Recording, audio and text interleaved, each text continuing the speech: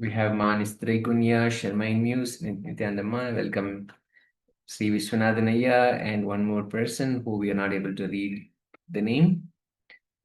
If you have participated in this manifestation, please share what Paramashiva revealed to you, what you were able to receive from Paramashiva. So let's have a quick moment of sharing while the details are fresh within you. Let's have a quick moment. Write down anything. Do not omit anything. Do not ignore anything that happened within you. It could have been a few words or some image or a feeling or something related to it. It could be so many other things. And we have our first sharing, we think, and Manistra Guna said, saying she can't be counted in this manifestation as she came late. No issues, ma, no problem. We're going to be doing the second round of this manifestation in just a moment. Once we are all finished with this, we're just going to come back and do this. And if anybody else is sharing, please go ahead and share. Please finish your sharing while we bring this image back on screen. This was the image that was being projected. And if you're participating, if you're joining us from Facebook, you can also verify what your revelation was. As you can see, this looks like a marketplace where there's a vendor here with some fruits, bananas, tomatoes, and looks like green peas and some what looks like maybe peanuts. That's brown beans and some flour also, which is put up in a bag, in a white bag. As we can see, a lot of colors here. There's the green, there's the red, there's the yellow, and there's the dark brown, the reddish brown. And there are two bags separately that are kept here, which have multiple colors on them. And one of them is a really fancy blue and yellow, golden colors. And then the other one, it's a wire as in a plaid bag, and that's got green, I can say maybe greenish blue and red and yellow, and there's a piece of cloth inside as well. So it's a very colorful image of a market scene, probably a street vendor who's been selling things. And meanwhile, we have Sri Vishwanathanaya who has shared house, sandal color, water, green like a tree, and people. Beautiful. Yeah, thank you so much. And I think you've captured all the colors here. The sandalwood color, the maybe golden yellow color is also here, and there is water. There is green like tree and people. Yes, definitely there is a lot of green here also. And we can see what looks like the person who is selling all these. Their hand is just popping out. Again, this is only what we see on this image. Within this image, and there is much, much more than this that Paramashiva reveals, as the two eyes can only see this. But when Paramashiva awakens the third eye and he reveals to us through the third eye, through our third eye, then so much more happens within us, so much more becomes available to us, becomes revealed to us. So beautiful, Aya. Thank you so much for sharing. And we'll jump back into the space of oneness yet again. We'll sit once again in that beautiful space of manifestation. Let's come back to that space of manifestation. Let's wear our eye bands. Let's have the eye bands or the piece of cloth that you have. Let's tie that up as we chant the Mahavakya intensely. Om Nityananda Paramashivoham. Om Nityananda Paramashivoham. Om Nityananda Paramashivoham. Continue to chant intensely with the intention that Paramashiva should manifest the power of third eye through you and reveal the image. The image is being projected now. Let us start. Paramashivoham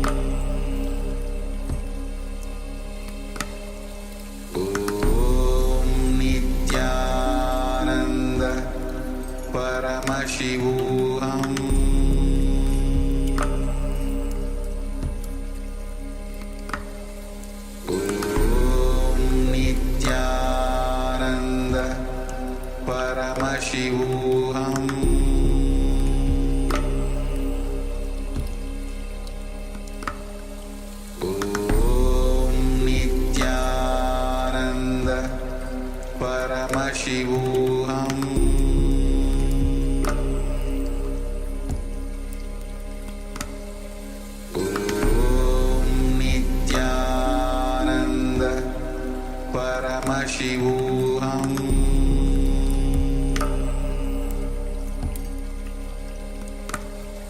Om Nityananda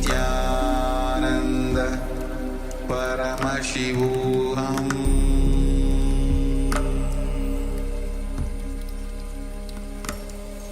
Om Nityananda Paramashivoham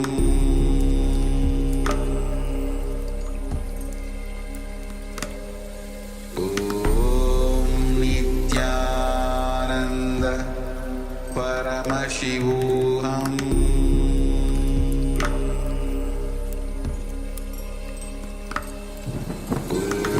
Om Nityananda Paramashivoham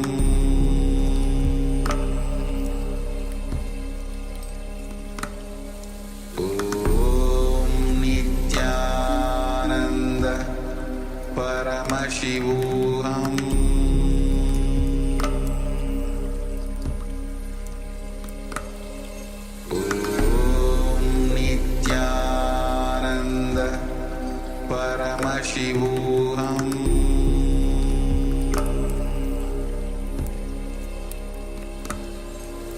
Om Nityananda Paramashivoham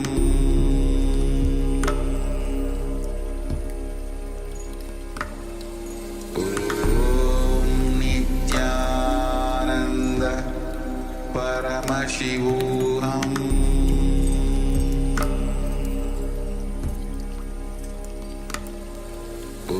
Om Nityananda Paramashivoham Om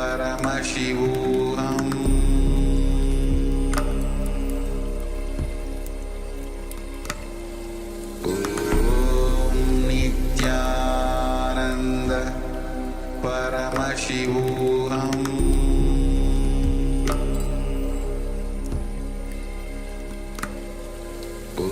Om Nityananda Paramashivoham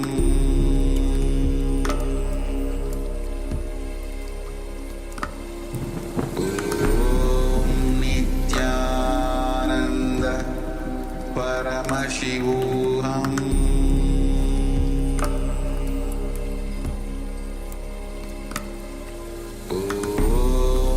Nityananda Paramashivoham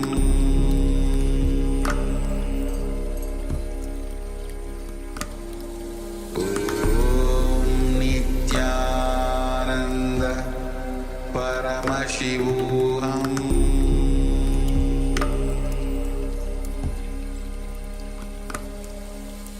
Om Nityananda Paramashivoham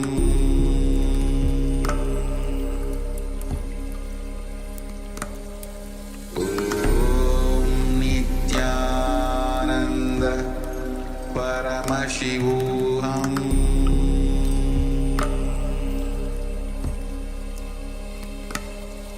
Om Nityananda Paramashivoham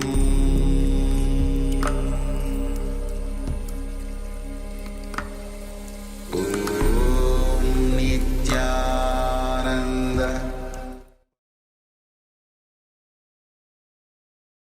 Yes, let's relax. Slowly relax. Let's remove the eye bands and slowly open our eyes and come back. Fantastic. And we welcome Ma Agora Swaripini Nityanandama. We are in the middle of round 2 of manifestation, the manifesting the power of third eye. We were just having our eyes closed and having Paramashiva manifest the power of third eye and reveal the image to us. So now comes the exciting moment where we get all the revelations, like what Paramashiva revealed to each one of us. He manifested within us and he showed us in so many different ways what was on that image. So let's have a quick moment of sharing.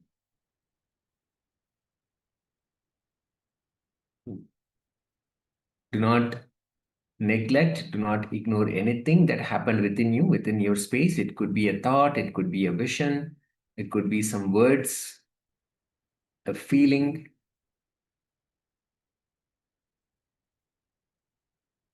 Paramashiva reveals in so many different ways, and so many details also he has shown for all of us here. So let's have a moment of sharing.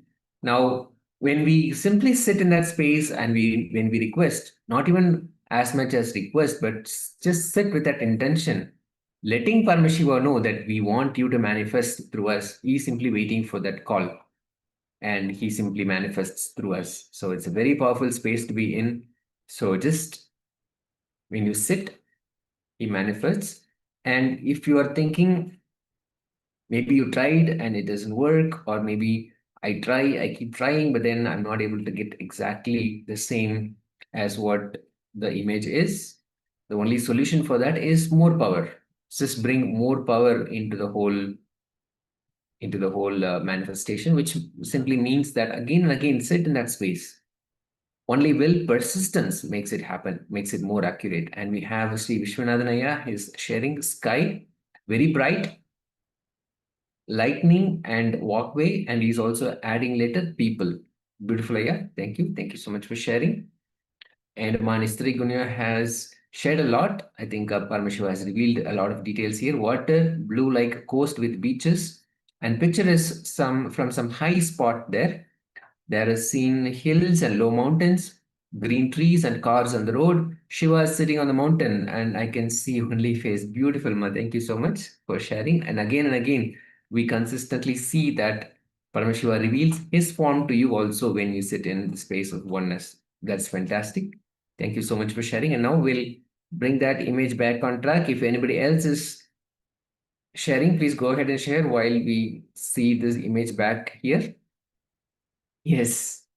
Now this was the image. As you can see, this little fella is just hanging on to that branch, the stem of the tree, and just looking right at the camera. And there is a nice green background, which is full of it's out of focus, and we're not able to see exactly what it is, but it looks like at least a few different kinds of trees or plants, large plants, and overall a beautiful picture.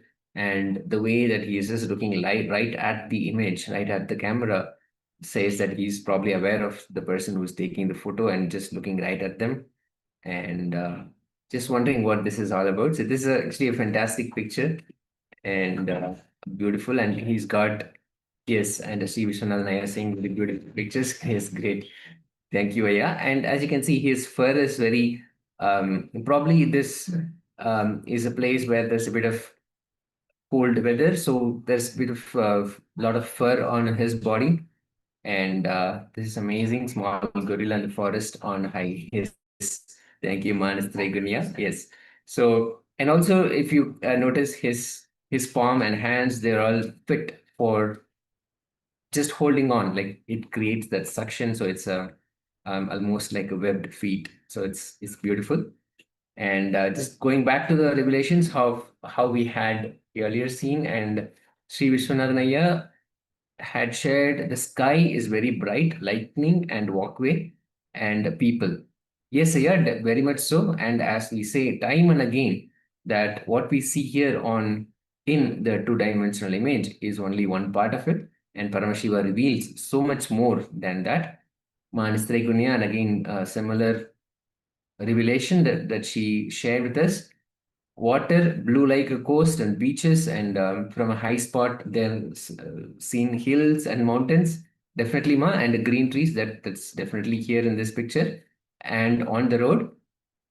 And you also saw Paramashiva revealing himself, his face revealing on the mountains, just like in Kailasha. So beautiful, Ma. Thank you so much, all of you, for participating and sharing with us the revelations from Paramashiva. It's a profound moment where we understand what the revelation is, and we'll be entering into the next section. Yes, and the next section we open into the topic for today, which is awakening the sacred feminine in us. We'll have Swamiji gracing us in the Bhava Samadhi of Ardhanarishwara Murti. And so today it is all about the divine feminine consciousness. And we'll also be having the power of teleportation. So please stay tuned for that power. So going further into the sessions, we'll be having the power of teleportation, where we teleport materials from one cup to the other. So we'll require 2 cups, but that's going forward. Right now, let us get ready to open into this, into today's topics. Swamiji will be giving us a brief introduction, and then he'll be taking us through the divine feminine consciousness. So requesting everyone, let us get ready. Let's sit comfortably with the head, neck, and spine in a straight line. And of course, at any point, if you have any questions about anything that we are going through, everything Swamiji is revealing for the day, or of course, from the start of the program itself, please do not hesitate to ask at any point. Please ask us. We are only too happy to oblige, only too happy to provide you clarifications. This is what we are here for. This is why you have the Acharya sessions, so we can provide you the guidance, so you have all the information at your fingertips. So please, at any point, if you have any questions, don't hesitate to ask. This is what we're here for. All right, so with that, let's sit comfortably with the head, neck, and spine in a straight line. And let us hear from the Supreme Pontiff of Hinduism, from Swamiji, on the sacred feminine. Let's begin.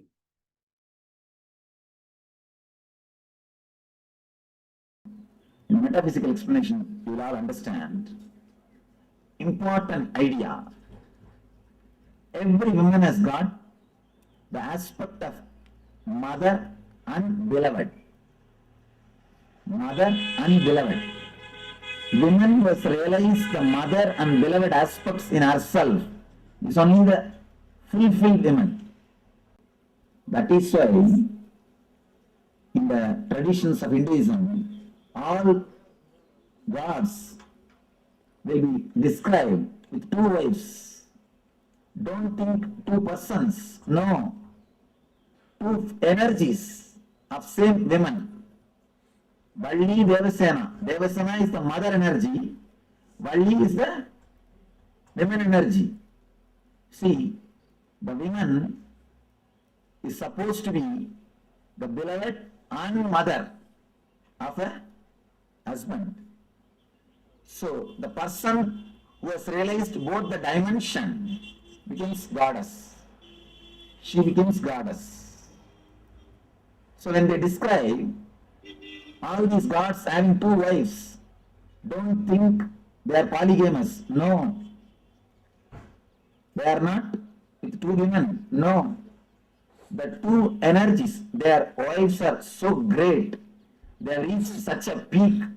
They have realized both the energies which is inside them.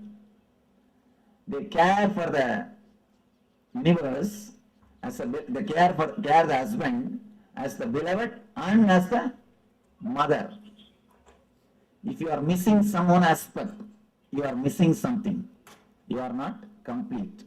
When a man becomes enlightened, he radiates the feminine and masculine aspects. He integrates both and he becomes both. When a woman becomes enlightened, she integrates the mother and beloved aspects and she radiates both.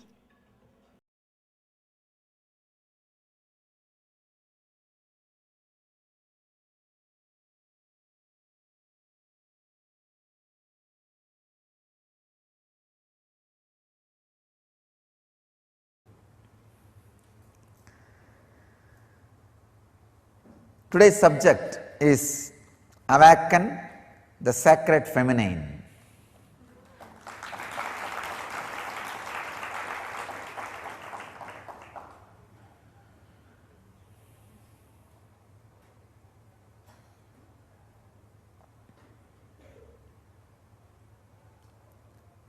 Understand the whole subject. Awaken the Sacred Feminine. All 3 are unique words. Only feminine energy can be given the word sacred. Have you ever heard sacred masculine?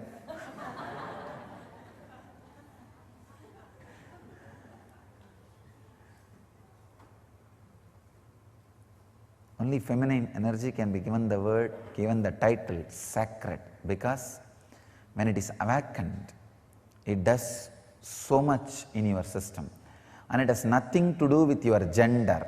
That's the important thing.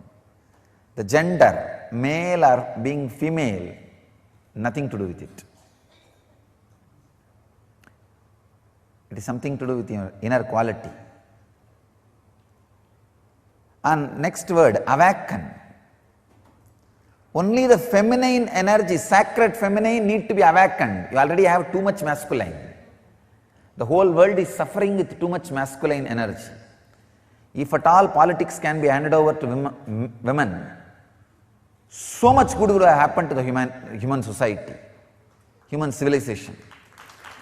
Unfortunately, see, if it was handed over to women, it would have been completely family-based civilization. So naturally, everybody would have had their basic needs. All the basic needs would have been supplied to the whole world. Only the feminine energy need to be awakened. Only that can be called as sacred. Let me define the sacred feminine. Understand?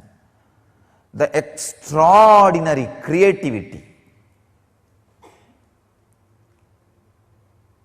Creativity will never be possessive. There are two kinds of civilization: creativity based civilization, agriculture based; possessive, possession based, money based. Sacred feminine means extraordinary creativity in any field.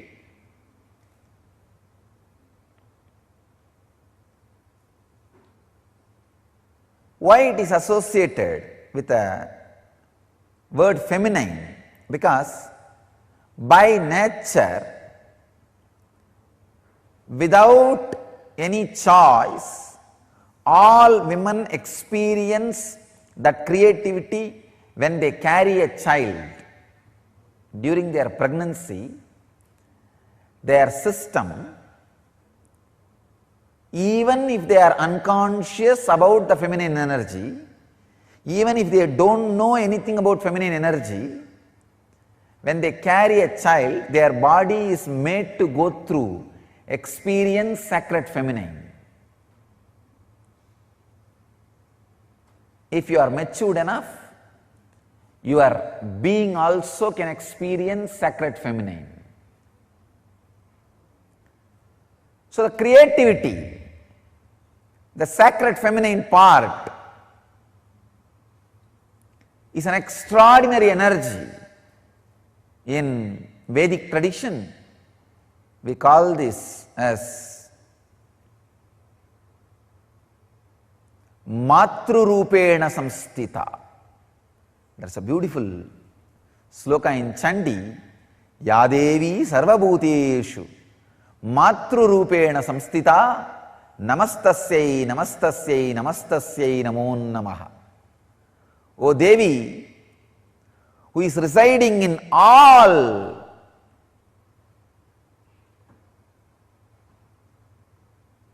beings, Bhuteshu, even the beings word is not a complete translation, whatever exists, Sarvabhuteshu, Matrurupena Samstita, in the form of ultimate creativity, mother, Matrurupena Samstita, who is residing, Namastasyai, Namastasyai, Namastasyai Namo Namaha. I bow down, I bow down, I bow down, I surrender. It's amazing stotra. The Vedic tradition, there are two literature, 700 slokas, which can directly give you to enlightenment, lead you to moksha. One 700 sloka is philosophy, Bhagavad Gita.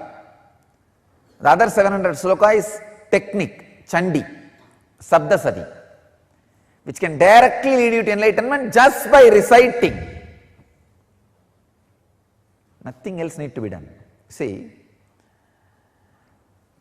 Bhagavad Gita is linguistic importance. Understand, try to practice.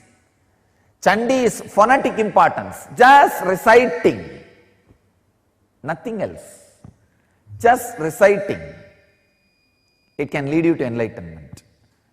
In Bhagavad Gita, it is more working like a light based. Means if you read, understand, cognitive shift and experience enlightenment. Here, with Chandi, it is working on sound, just a very phonetic sound.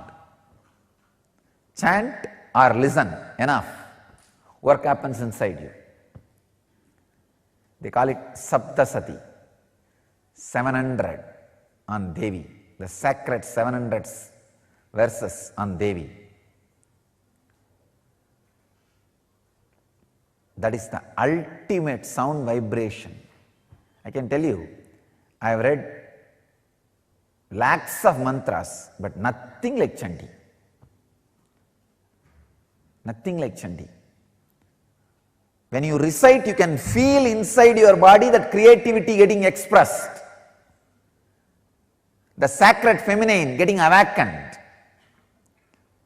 And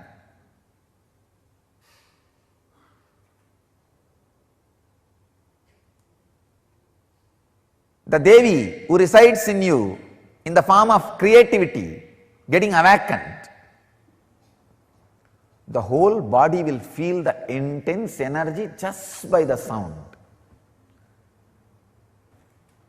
Sacred feminine, understand, just the uttering of the very word, you are in different plane. Your mood is different.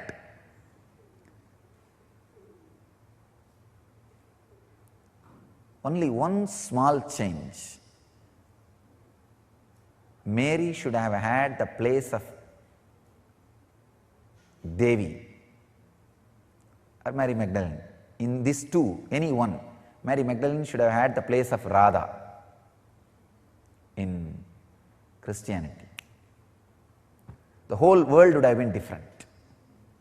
The whole world would have been different. Either the place of Devi, Parashakti, or the place of Radha was given openly. Of course, there are mystical tradition in Christianity still gives the place of Radha to Mary Magdalene and gives the place of Devi to the Mary, mother of Jesus. Still there are mystical traditions, but not the mainstream.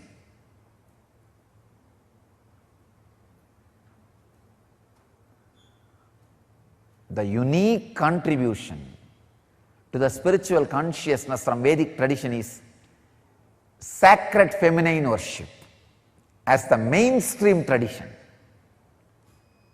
I tell you, even if everything Vedic tradition gave is lost in some tsunami or earthquake, just if this worship of women, worship of mother, the sacred feminine tradition, if that is retained, then the whole thing can be revived. Because that is the seed. That is the seed. Hinduism has at least 10,000 subsects. I can say at least. Because each master is one sect, one sampradaya, one tradition. Hinduism has at least 10,000 sampradayas. I am saying at least. If all sampradayas are lost for some reason, only this one sampradaya, the Devi worship, mother worship, is retained. I will tell you, whole thing can be brought back. Because the whole thing is centered on this one, mother worship. Mother worship carries the blueprint, the hologram of the whole Vedic civilization. Just this one book, this 700 sloka. All the Hindu Sanskrit literatures, Vedic Sanskrit literatures, if you put together, it will be at least 10 million, at least 10 million slokas. Means crore, I am saying minimum. Because Mahabharata itself is 100,000, 1 lakh. Like this, surely we have thousands of books. At least 10 million we have. If all the 10 million lost except the 700, this Chandi, the verses on the sacred feminine energy. I tell you, the whole Hindu tradition can be revived. The whole Vedic tradition will come back.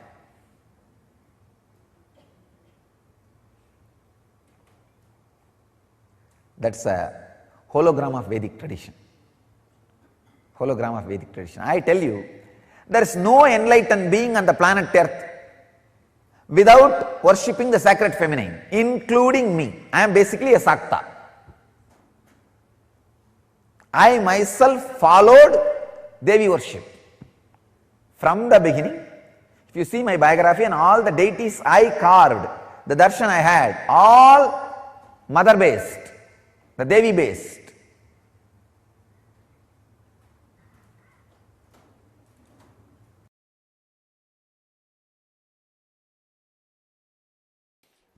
Yadevi sarvabhuteshu maya rupena samstita namastasyai namastasyai namastasyai namo namaha. Chandi, this is a stotra from Chandi, verse from a Chandi, describing the glory of divine feminine consciousness. Mother worship is unique to Vedic tradition. It is we who gave this great gift of mother worship to the planet Earth. Understand? No other religion dared first, or still many don't dare worship the mother aspect of God, the mother dimension of God. It is we first time started the mother worship, introduced mother worship to the universe.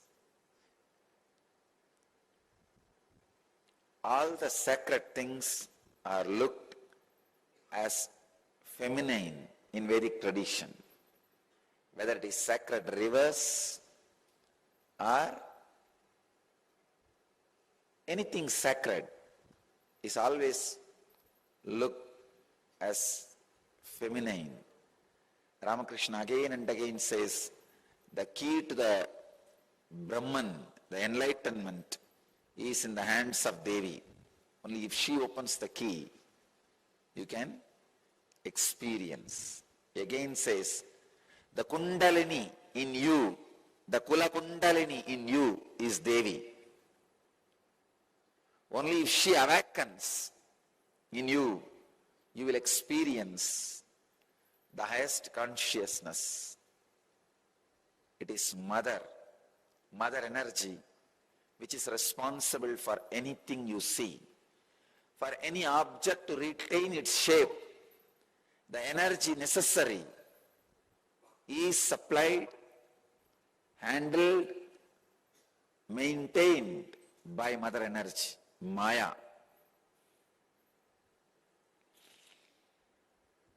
It's Prakriti, responsible for Purusha's expression.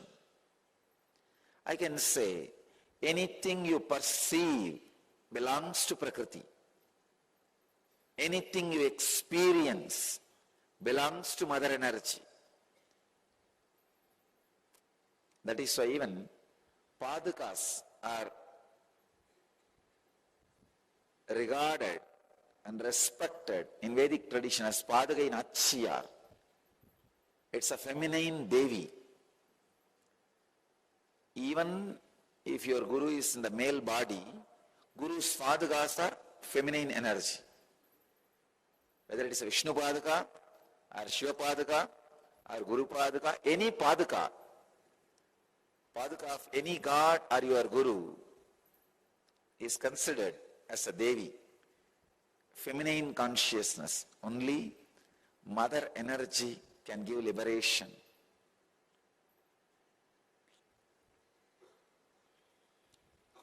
I can say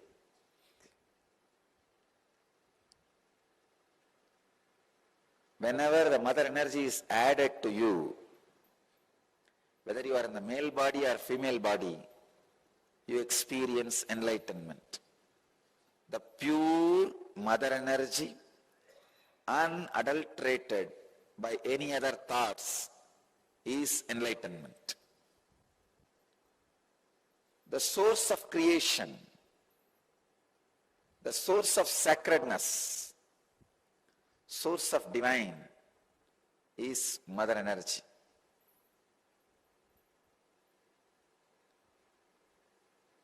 Whenever Kundalini awakens in your body, you experience a unique feminine consciousness. Your whole system expresses a unique feminine mood or the feminine feeling, the mother feeling. You give birth to yourself. When you become mother to yourself, when you give birth to yourself, you become the divine mother, cosmic mother, universal mother.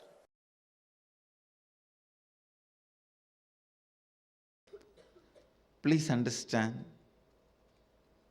first and foremost relationship is mother. Ability to learn, even idea to relate starts with mother. How to relate starts with mother. Understand? Your idea to relate, your ability to relate starts with mother. Mother's contribution in your life, either by doing some things or by not doing some things. Please understand, even if she was not there in your life, the impact of that remains forever. Either she is there or not there, her impact on you remains forever. If she was there, if she is there in a positive way, if she was not there,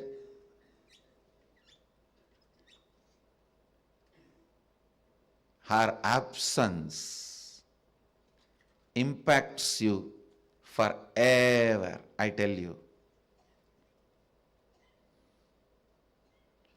Mother is too important way to connect what do you think as life.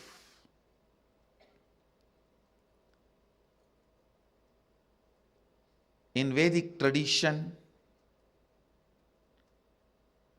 our rishis were aware your ability to connect with the mother should be directed to cosmos. It should inspire.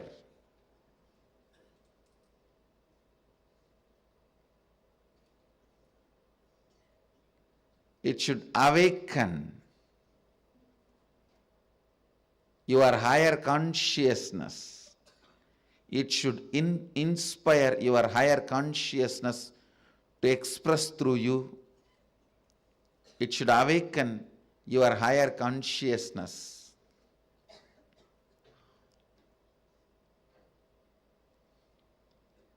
Connecting with life as mother is the most sweetest, most beautiful, most easiest form to ever connect.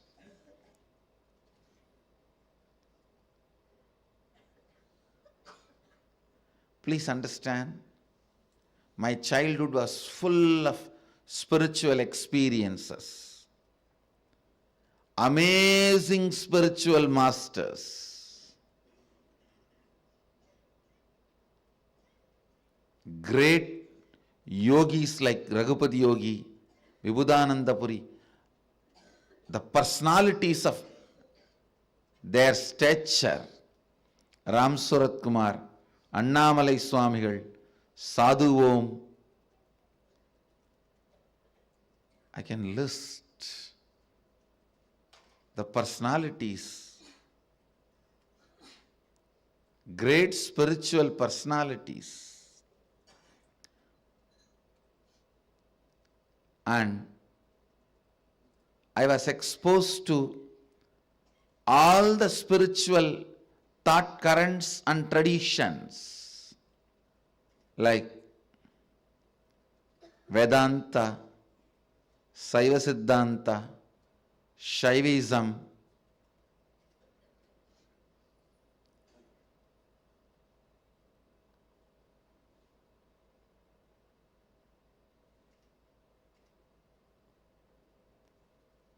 even the thought currents of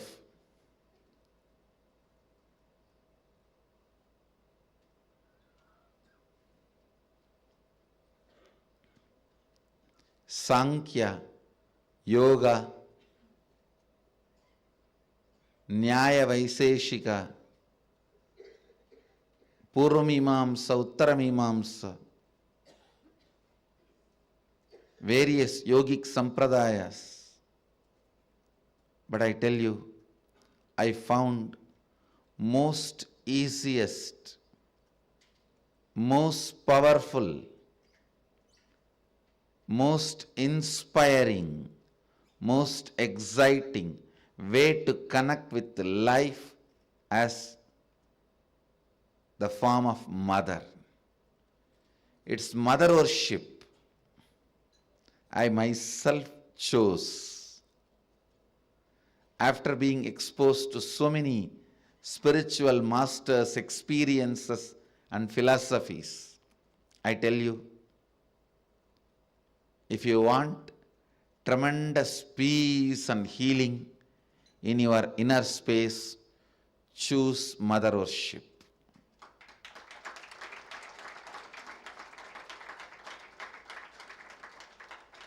Even with your guru or your Ishtadevata, relate as mother, you will see the kind of a healing in your biomemory. It will lead to extraordinary healing, unimaginable healing, extraordinary completion, unimaginable completion. Blessed are those who had responsible mother till you became 14. Actually, till 14 only you need. Till you become physically matured, you need mother. Blessed are those who had life around their mother till 14. I tell you,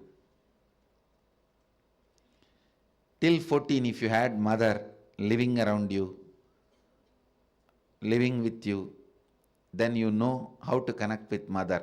You don't need a separate lesson. Connect with the divine the same way.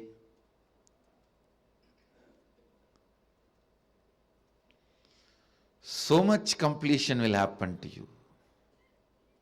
So much means really, really so much. People will experience so much motherliness from you in everything, I tell you.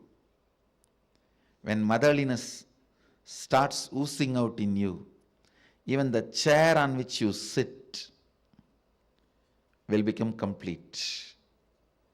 It won't feel the heaviness of you. It will feel you as a blessing. The ground on which you walk will feel blessed by the touch of your feet.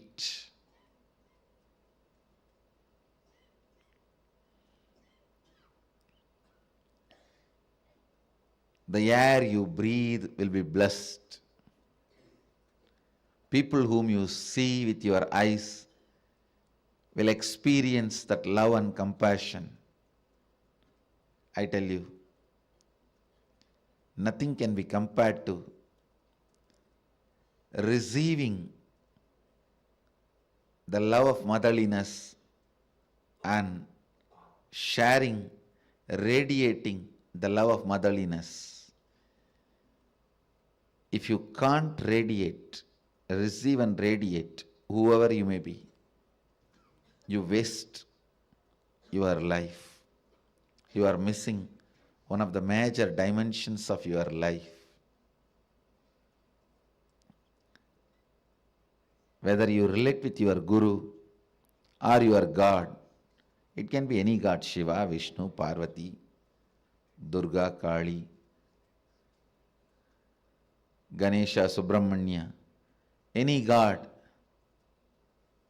If you can relate with the tremendous motherliness, if you can perceive motherliness from your God and Guru and radiate that motherliness to the people around you, you have succeeded in the game of completion. You will bring so much completion into you and to others. So much completion into you and to others.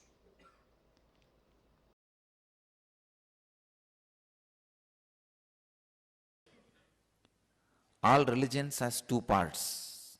One, the spiritual fruit and religious nut.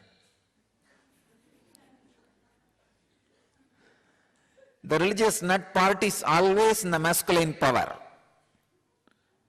and it is masculine based. But the spiritual fruit part is always with the feminine worship, Devi worship.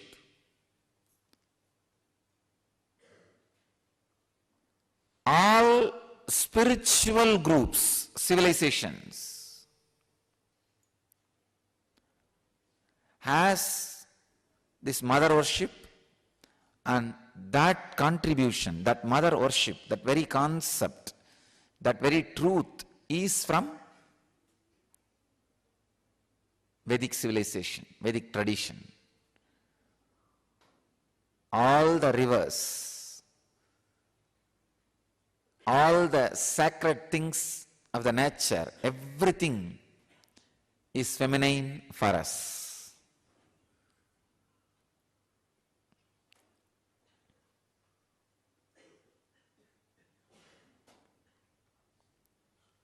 In US, all these cyclones and natural calamities are always being named feminine. In India, we would have done opposite. All the sacred things of the nature, we name it feminine.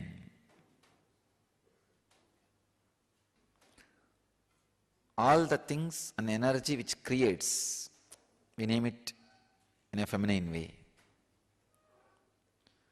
So understand,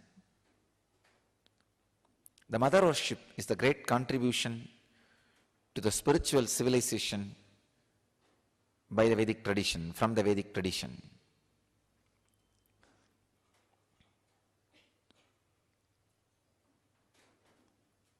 My message for Mother's Day is, whatever you mother, you will become that.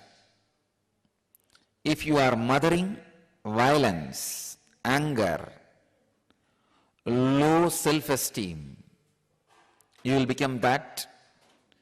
If you are mothering superconsciousness, highest truths about you, you will become that. So decide on Mother's Day to mother cosmos in you. Start mothering cosmos so that you will become cosmic mother. If you mother the cosmos, you will become mother of the cosmos. The only way to become mother of the cosmos is mother the cosmos. Continuously mother cosmic consciousness inside you. by unclutching. Live these great truths by mothering it again and again and again. Mothering cosmos is what I call unclutching. Unclutching from ordinary things so that you can mother cosmos inside. The essence of mother worship is mothering cosmos in you.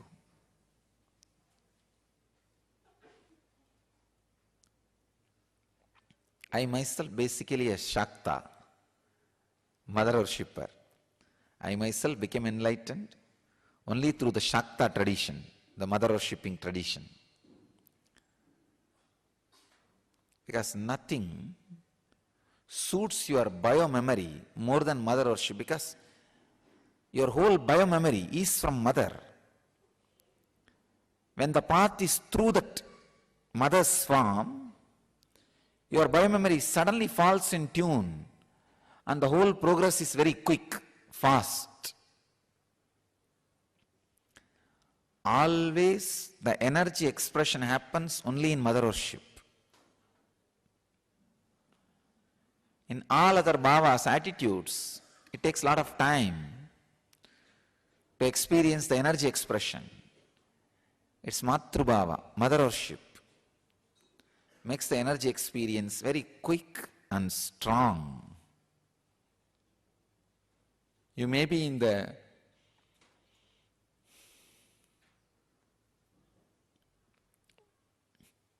body of a female or body of a male, but if you start mothering the cosmos inside you, you will become cosmic mother.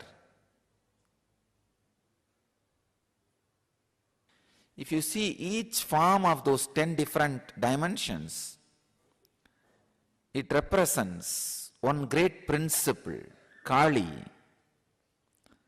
the principle of enlightenment. Means, if you see her, she is the embodiment of cosmic causal body from where everything comes out. Dark color and holding knowledge sword in one hand and the severed ego head in another hand, giving abhaya and varada.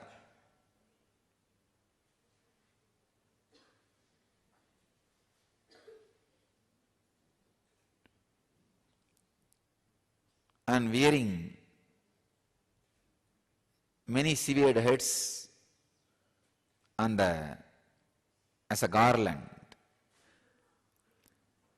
If you continuously destroy your ego with a knowledge sword, it will come up with a different heads.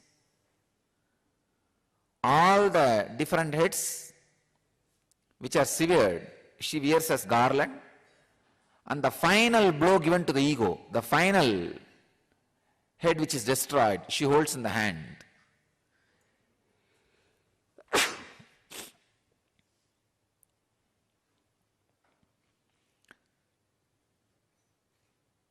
Symbol of enlightenment.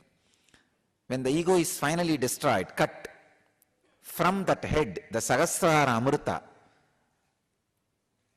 the knowledge nectar, the nectar of bliss overflows. That is what all our disciples, dogs, are drinking.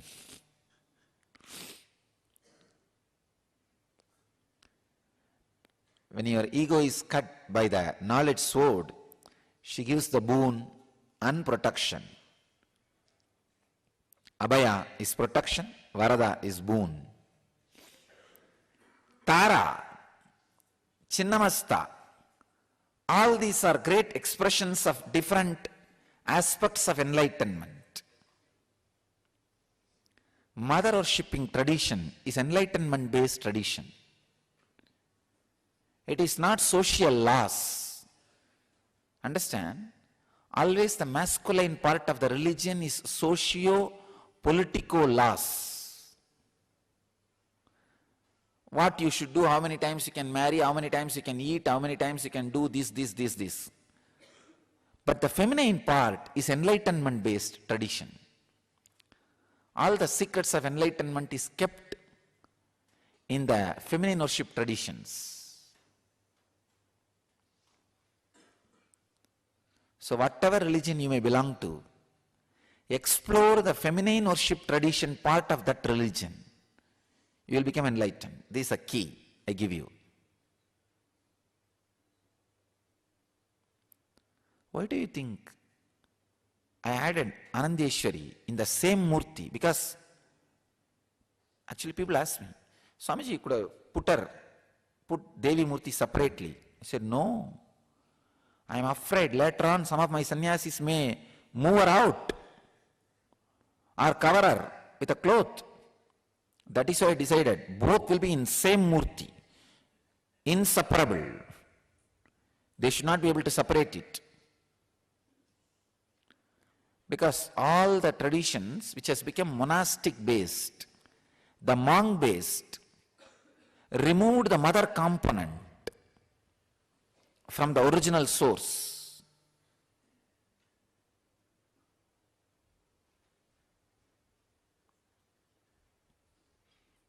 I do not want that to happen to my tradition. That is why I put Devi in the lap itself and took care.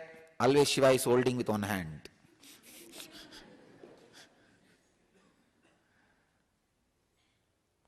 Because usually the socio-political laws, the masculine part takes over and the feminine part gets destroyed. The spiritual truths, I don't want that to happen to my tradition.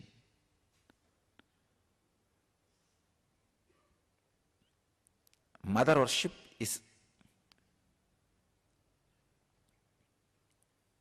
the source of enlightenment-based spiritual traditions. So take this as my message. Mother the cosmos, you will become cosmic mother.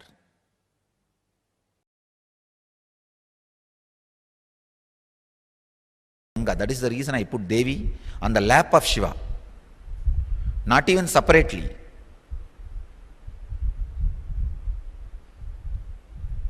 Because if the Devi side is missing, we will become such a dry sannyas sampradaya.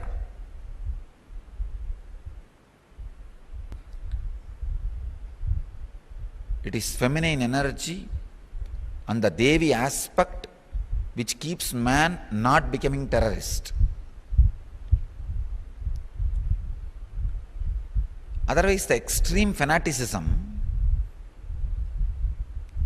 added with the aggressiveness of the masculine energy does not bother about violence, lands into non-violence. Little bit of feminine touch, the love dimension added, people will not become violent, terrorists. They will be more loving, compassionate, caring, cultured.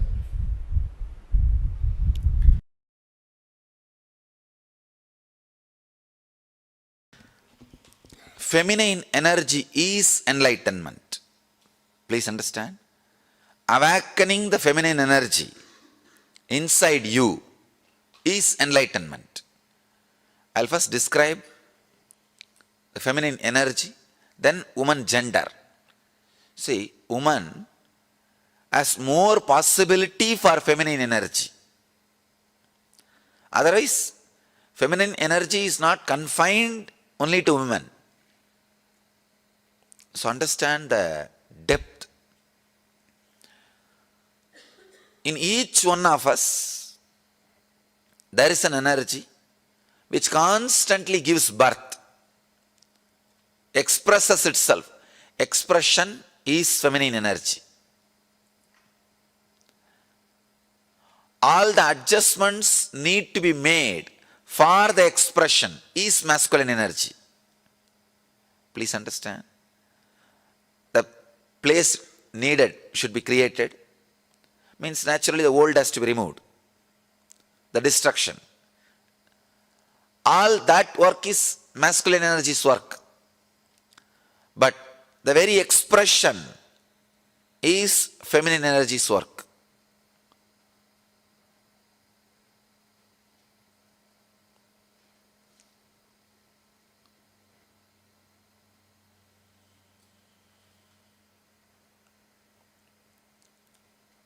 If you see our deities, they will have two wives.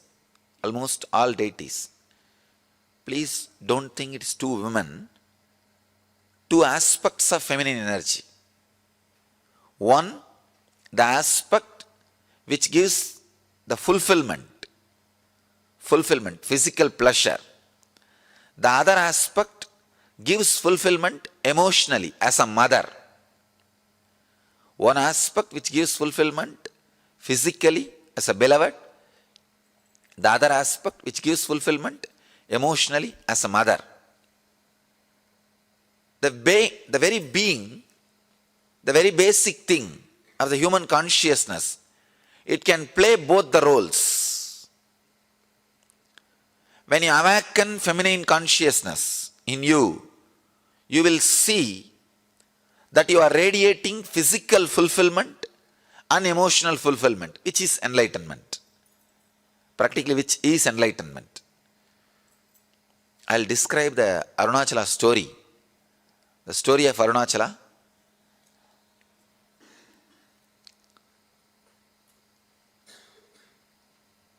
The whole Arunachala story is story of women, story of feminine energy. The story says that Devi was meditating and inside her being, the feminine energy got awakened. Please understand, not masculine. Feminine energy got awakened. She became Ardhanarishwara. The description exactly it says, in Devi, the feminine energy is awakened and she became Ardhanarishwara. Means half male, half female. You'll be surprised. See, in male, if female energy is awakened and the description says he became half male and half female, perfectly all right. You can understand. But the story says, in Devi, the feminine energy, the feminine Shakti is awakened and she became Ardhanarishwara. Means, when a woman experiences fulfillment, she experiences her beloved aspect and mother aspect completely.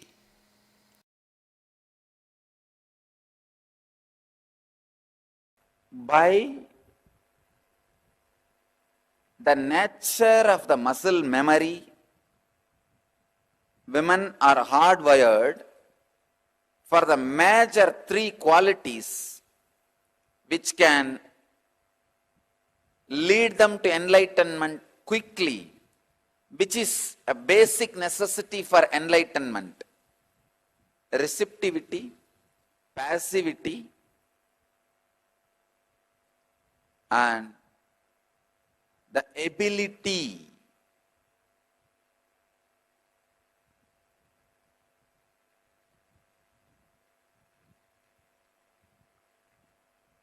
for experiencing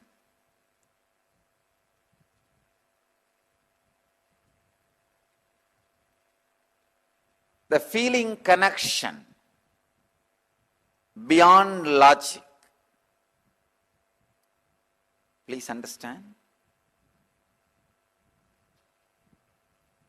Receptivity, passivity, ability to feel connected, feeling connection beyond logic. This three is part of the very biomemory of female body. Women,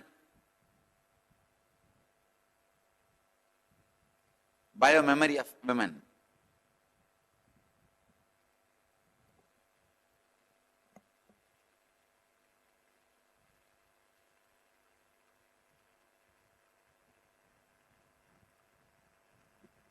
receptivity, the ability to receive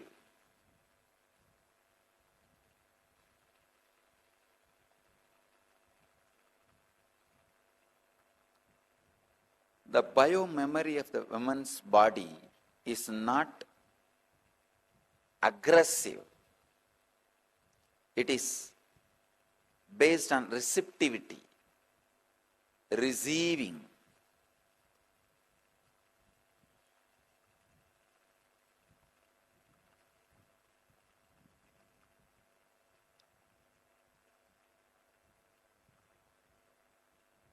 It is not based on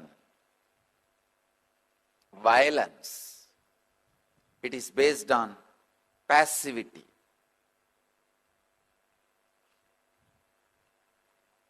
That is why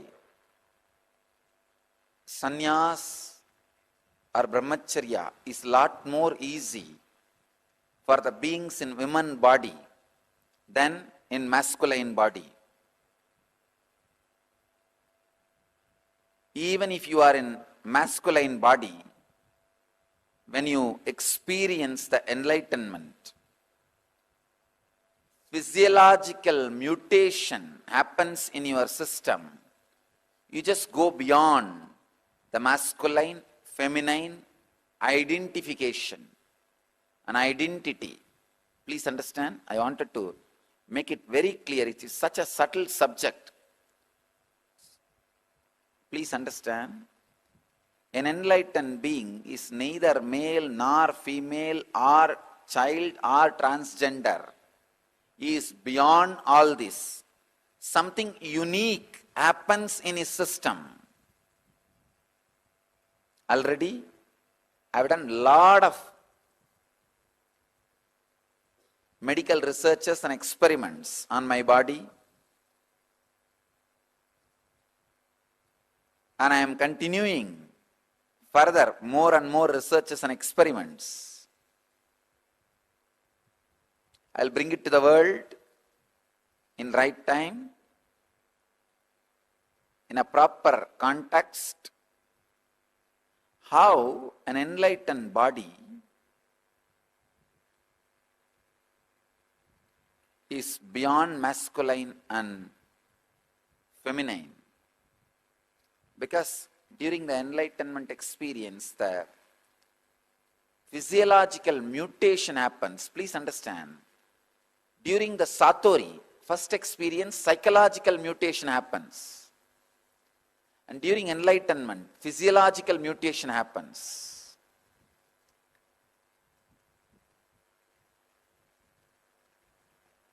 Because in masculine body, feminine consciousness gets awakened. It gets awakened so strongly, the physiological mutation happens. Side effects and after effects of the physiological mutation. Only I have studied, for last many years I have studied successfully. Now also I am continuing to study. I will present to the world when time comes. I wanted to insist this one important thing. By nature, feminine biomemory, women's muscle memory is for receptivity, passivity, and feeling connection beyond logic. For enlightenment to be transmitted to you, you need to feel connected to something which is little beyond your logic. But masculine biomemory is in constant insecurity and fear. It is justified. Men say, no, we go out and do business and we are cheated, exploited. So we need to develop a shield of protection, security, and we need to think logically. Okay, it is justified. I am not saying your insecure feeling is unjustified. But what to do? Enlightenment happens only when you are able to feel connected. Women, by nature, have the extraordinary capability to feel connected beyond logic. Men should evolve in that direction, should create those higher qualities to achieve and experience and express enlightenment.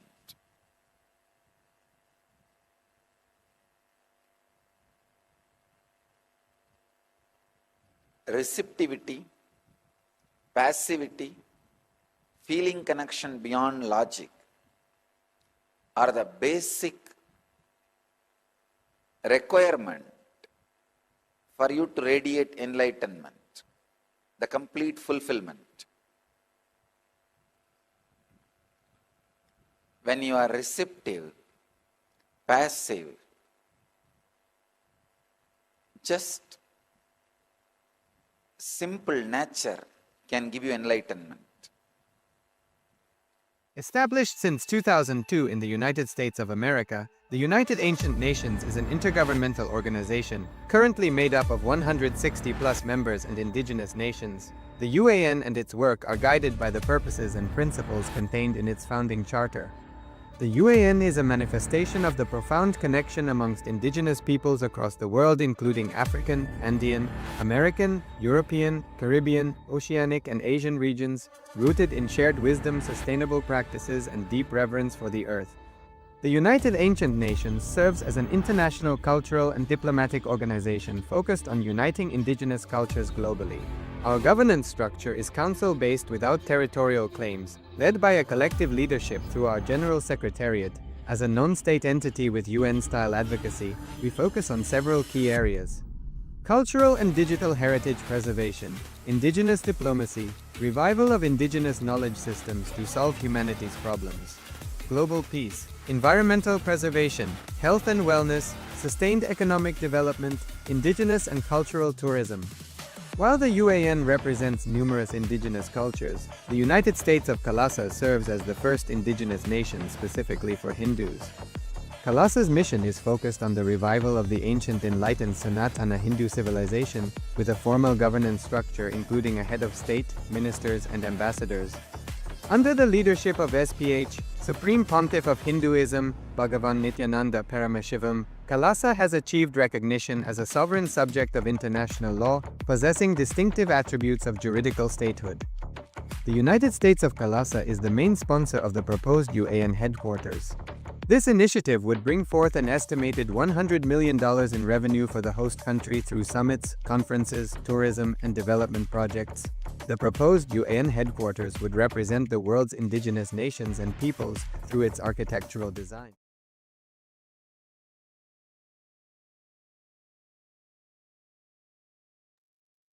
Yes, welcome back. So wonderful revelations there from the Supreme Pontiff of Hinduism on feminine consciousness. And as Swamiji beautifully tells us, there is no masculine, there's no divine masculine. So we never say the divine masculine, we always say divine feminine. And there is a reason for that, because through the divine feminine consciousness, we are halfway there to enlightenment. So it is only through the divine feminine energy, consciousness, that we can reach enlightenment. Because the male, the masculine aspect is always restless, is always looking for something else, is always in the energy of feeling that they're being cheated, feeling that there's always something that you have to protect yourself from. Whereas the feminine energy is always receptive, is always passive, and also has a more powerful connection to the divine, an ability to just connect beyond reason, beyond logic, to the divine. And of course, Swamiji beautifully tells us there towards the end that the male bodies, those of us in the male bodies, we should evolve in that direction, evolve in the direction of the feminine consciousness to be able to connect to the divine beyond logic. Yes, so let us now enter into internalizing the truths that we just heard from the Supreme Pontiff of Hinduism. What is feminine and what is feminine and what is masculine? Anything which we want physically or mentally and that's moving. If that movement is stopped, then nothing else is needed. The movement, as in the movement that happens inside, which wants something, either it is physically or mentally or emotionally. If there is a want, if there is a need, an expression of that need happens as a movement inside us. If that movement is stopped, only then we will reach the ultimate. If you just remain in the feminine consciousness, which is simply receptive, which is simply just content with what it has within inside, enough unto itself. If we just remain in that consciousness, then Swamiji says we are done.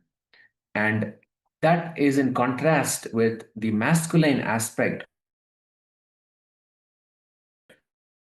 of consciousness, which always and it cannot tolerate others as well. So the masculine aspect and feminine aspect have to be understood as not in the gender sense or not even in the physical body that we carry, but more has to do with the emotional, physiological, and psychological attitudes that form the part of who we are as what our identity is. So when we bring in more of this receptivity, being passive and yet receptive and creative, that's the feminine consciousness, and it is not only for the female body or the female aspect. It is for everybody. It is for even the male bodies to be able to express that consciousness, to be able to raise that consciousness to achieve the ultimate balance. And that is enlightenment. And Swamiji was clearly saying that enlightenment, the feminine consciousness is enlightenment. Feminine consciousness, awakening the feminine consciousness is enlightenment. So very beautifully, Swamiji broke it down to exactly where that feminine consciousness or how to express that and how to bring that aspect, how to awaken that aspect in all of us. And now we'll enter into an exercise. Now let us look into our lives. Let us identify the masculine and feminine aspects that we carry within our consciousness. And this is again, as we have said enough times, it is for both the male and female bodies. Let us look into what has been part of this passive, which does not need anything from outside, those aspects, those attitudes. And then those attitudes, those aspects where we need something from outside. So let's first, as a first step, look into our lives and identify those aspects where you have expressed masculine energy, meaning we have needed something from outside.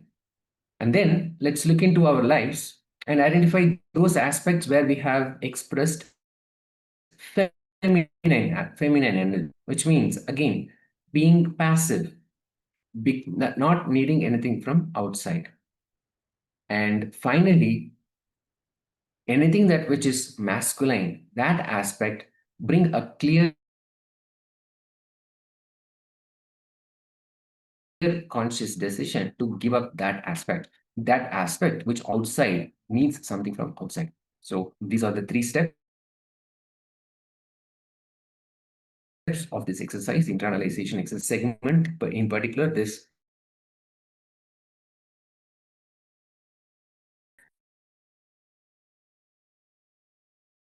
process. If you have any questions, please need support, help in identifying which aspects are masculine and which aspects are feminine, do let us know. Anything, any aspect or any moments that you have felt like you wanted something from outside, maybe it is wealth, maybe it's even another person, a relationship, or even some more that you wanted to accumulate, anything that has to do with even physically something that you wanted to have. That aspect is masculine. And anything that's more passive and receptive, which did not need anything from outside.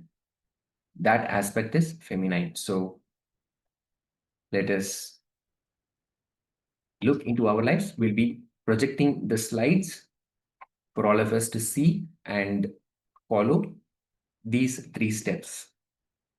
Let us look into all our lives and identify these. Which parts of our lives have expressed masculine energy, which parts have expressed feminine energy, and finally create a clear intention, a clear decision to drop everything that is masculine, all the aspects of masculine energy, making a clear decision to drop all of them. When we decide, when we come to that decision, we'll see that we will achieve the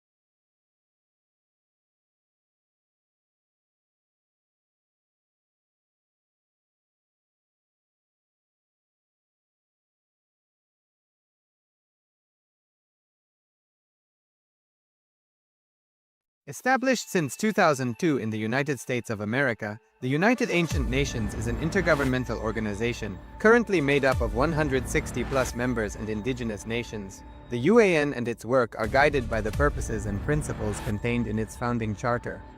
The UAN is a manifestation of the profound connection amongst indigenous peoples across the world, including African, Andean, American, European, Caribbean, Oceanic, and Asian regions, rooted in shared wisdom, sustainable practices, and deep reverence for the earth.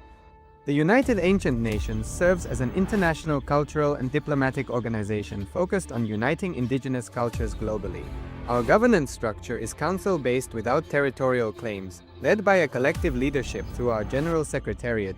As a non-state entity with UN-style advocacy, we focus on several key areas: cultural and digital heritage preservation, indigenous diplomacy, revival of indigenous knowledge systems to solve humanity's problems, global peace, environmental preservation, health and wellness, sustained economic development, indigenous and cultural tourism. While the UAN represents numerous indigenous cultures, the United States of Kalasa serves as the first indigenous nation specifically for Hindus. Kalasa's mission is focused on the revival of the ancient enlightened Sanatana Hindu civilization with a formal governance structure including a head of state, ministers, and ambassadors. Under the leadership of SPH, Supreme Pontiff of Hinduism, Bhagavan Nityananda Paramashivoham, Kalasa has achieved recognition as a sovereign subject of international law, possessing distinctive attributes of juridical statehood. The United States of Kalasa is the main sponsor of the proposed UAN headquarters. This initiative would bring forth an estimated $100 million in revenue for the host country through summits, conferences, tourism, and development projects. The proposed UAN headquarters would represent the world's indigenous nations and peoples through its architectural design. It would blend the best of all worlds, featuring top modern architecture, the highest green building standards, and ancient Vastu architectural principles. This headquarters would serve as a central hub for indigenous diplomacy, cultural preservation, and collaborative efforts towards sustainable development and global peace. Through this initiative, we aim to create a dignified platform for indigenous leadership rooted in ancestral wisdom, cultural legitimacy, and collaborative innovation, enhancing global dialogue and regional stability. The establishment of the UAN headquarters would position a host country. Yes, apologies for the technical glitch. So let us now enter into this internalization exercise. So we'll be displaying the slides up for you. Let us begin.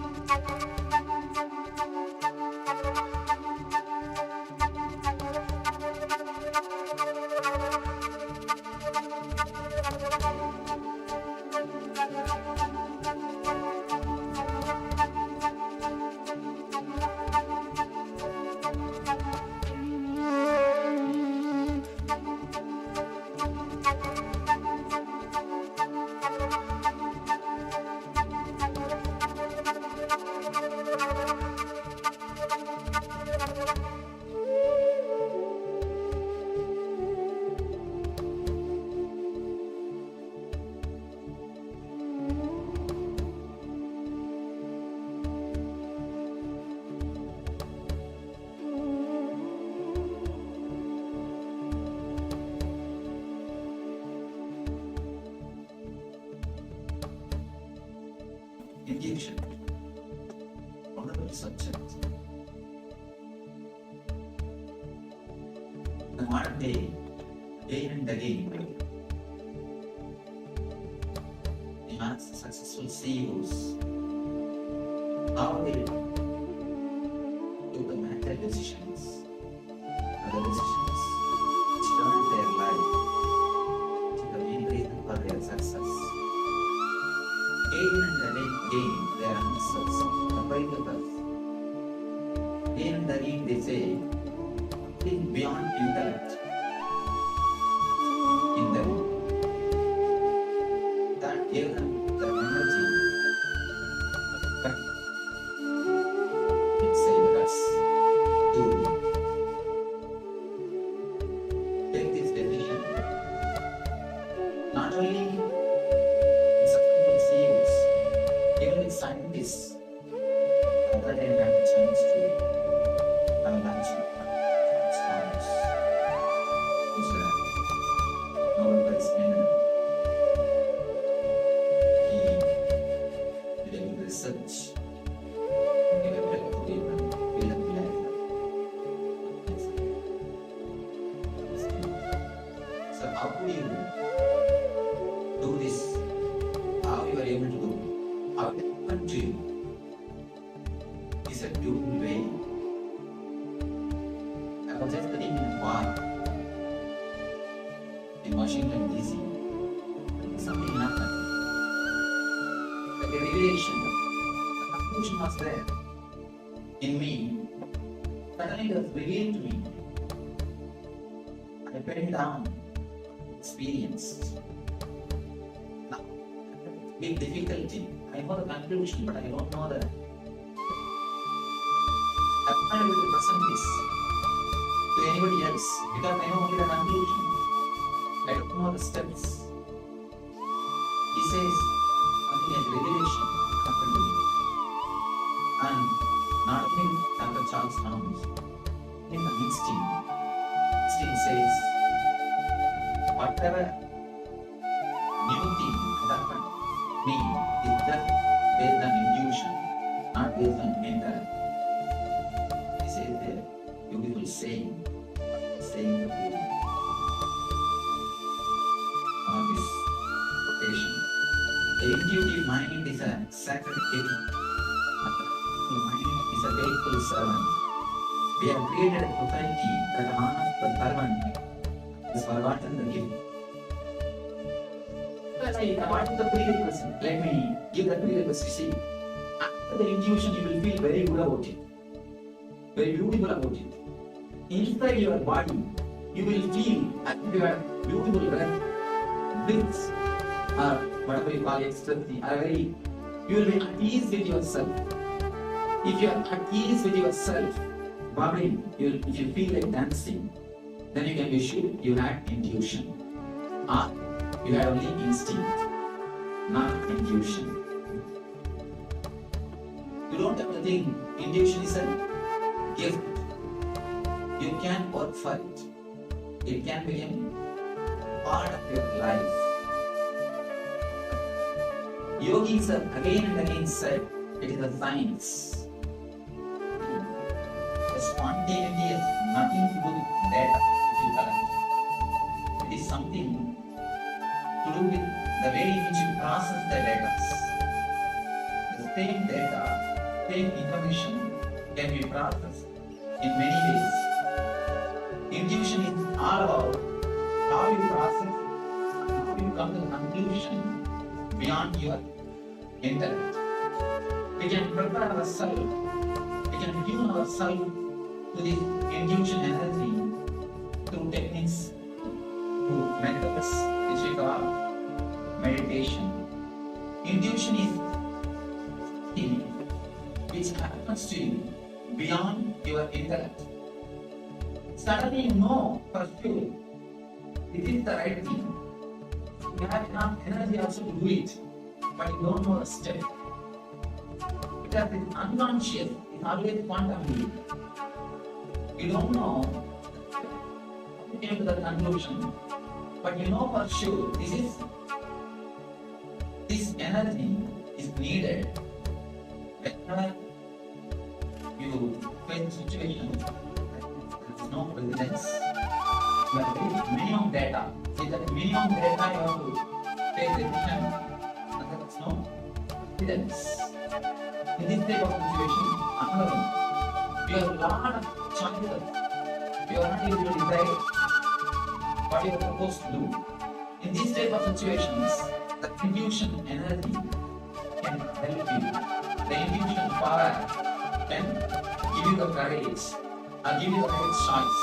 People ask you how to differentiate something. In intuition, you will feel that's the energy. With instinct, you will feel you are drained. Whenever you decide without using intellect, feel drained. Be very clear, you are working in instinct level. When you have the intuition, when you experience your intuition, not only you get the intellectual clarity, not only you get the answer, you get enough of power to execute it. You don't know. You just have power. Potential power is inside your being. It's just unleashed. You open.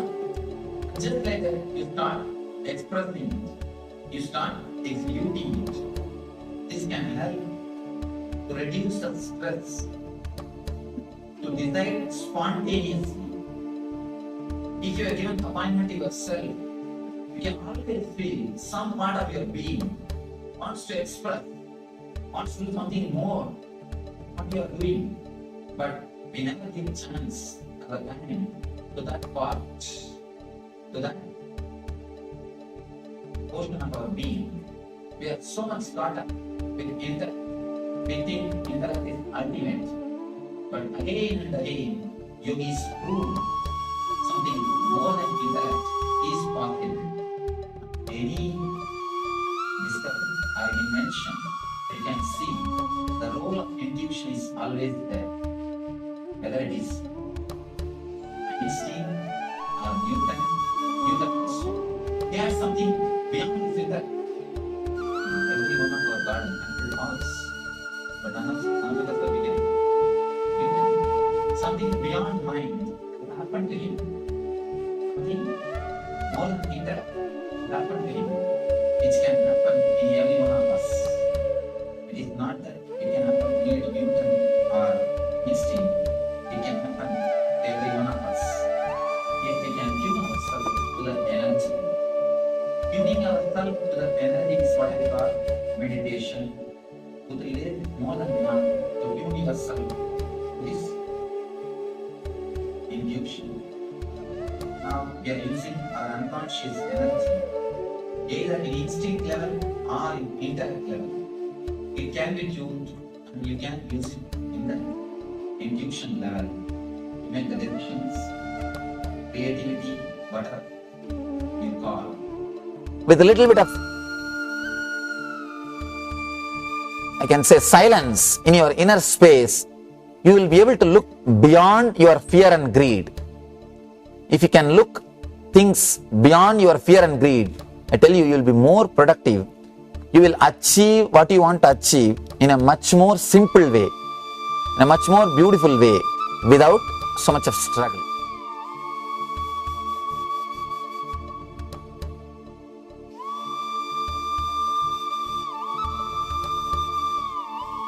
Actually, if you take this technical knowledge separately, it will not have any meaning. Creation, maintenance, destruction, people into illusions. These are the 5 activities of Brahma, Vishnu, Rudra, Ishana, Sadashiva. His throne is made out of these 5 energies. 4 are sitting as 4 pillars, 5 cosmic energies. What exists is feminine. Whatever is masculine in you, whatever is feminine can't be killed. That is life source, source of life. There are many things which is not source of life, is jada, matter, mental attachment, corruption in your consciousness or inner space, anything feminine.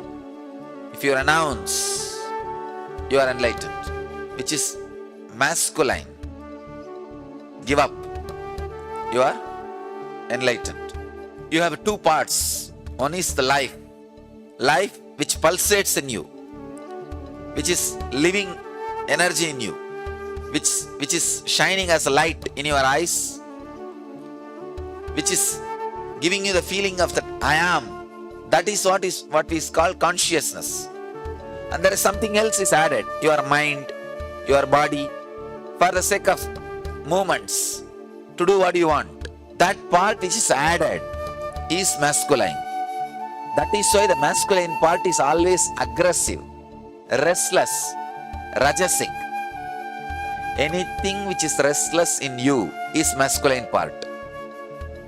Anything which is passive and alive, please understand, anything which is alive will be passive. Anything which is alive will be passive. It will not interfere, it will not be restless, it will not be moving. Chala means moving. Achala means anything which is life will be passive, because it does not need anything from outside. Only if you need something, you will be restless. If you need something from outside, you are not feminine.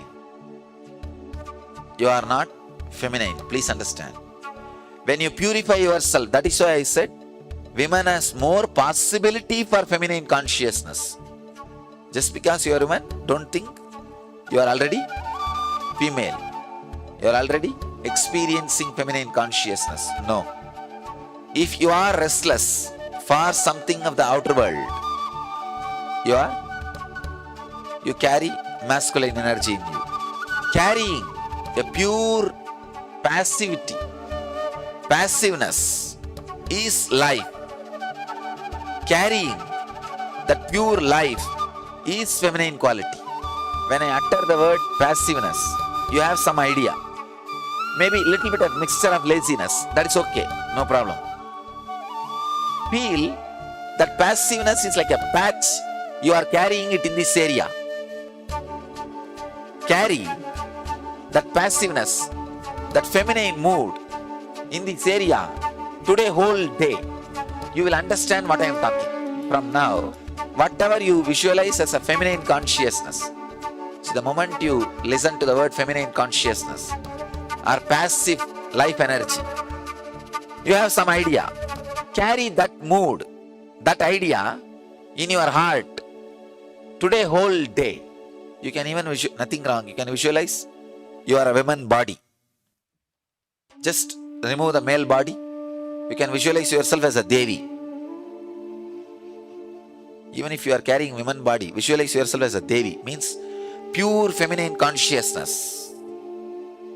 Pure feminine consciousness. Passive life. Understand?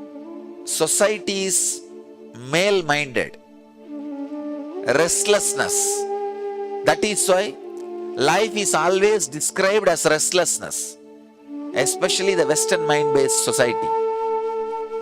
Life means restlessness. A lot of life is happening here. I don't know how these fellows are saying that New York is a place where life is happening. So much of restlessness. Nobody knows why people are running. But that is the symbol of life. They call it Big Apple, na? Big Apple. Big Apple. Symbol of life. Understand? Because of that mental setup, you also imbibe the idea. Life means masculine. Restlessness. No. Life means deeply passive and feminine.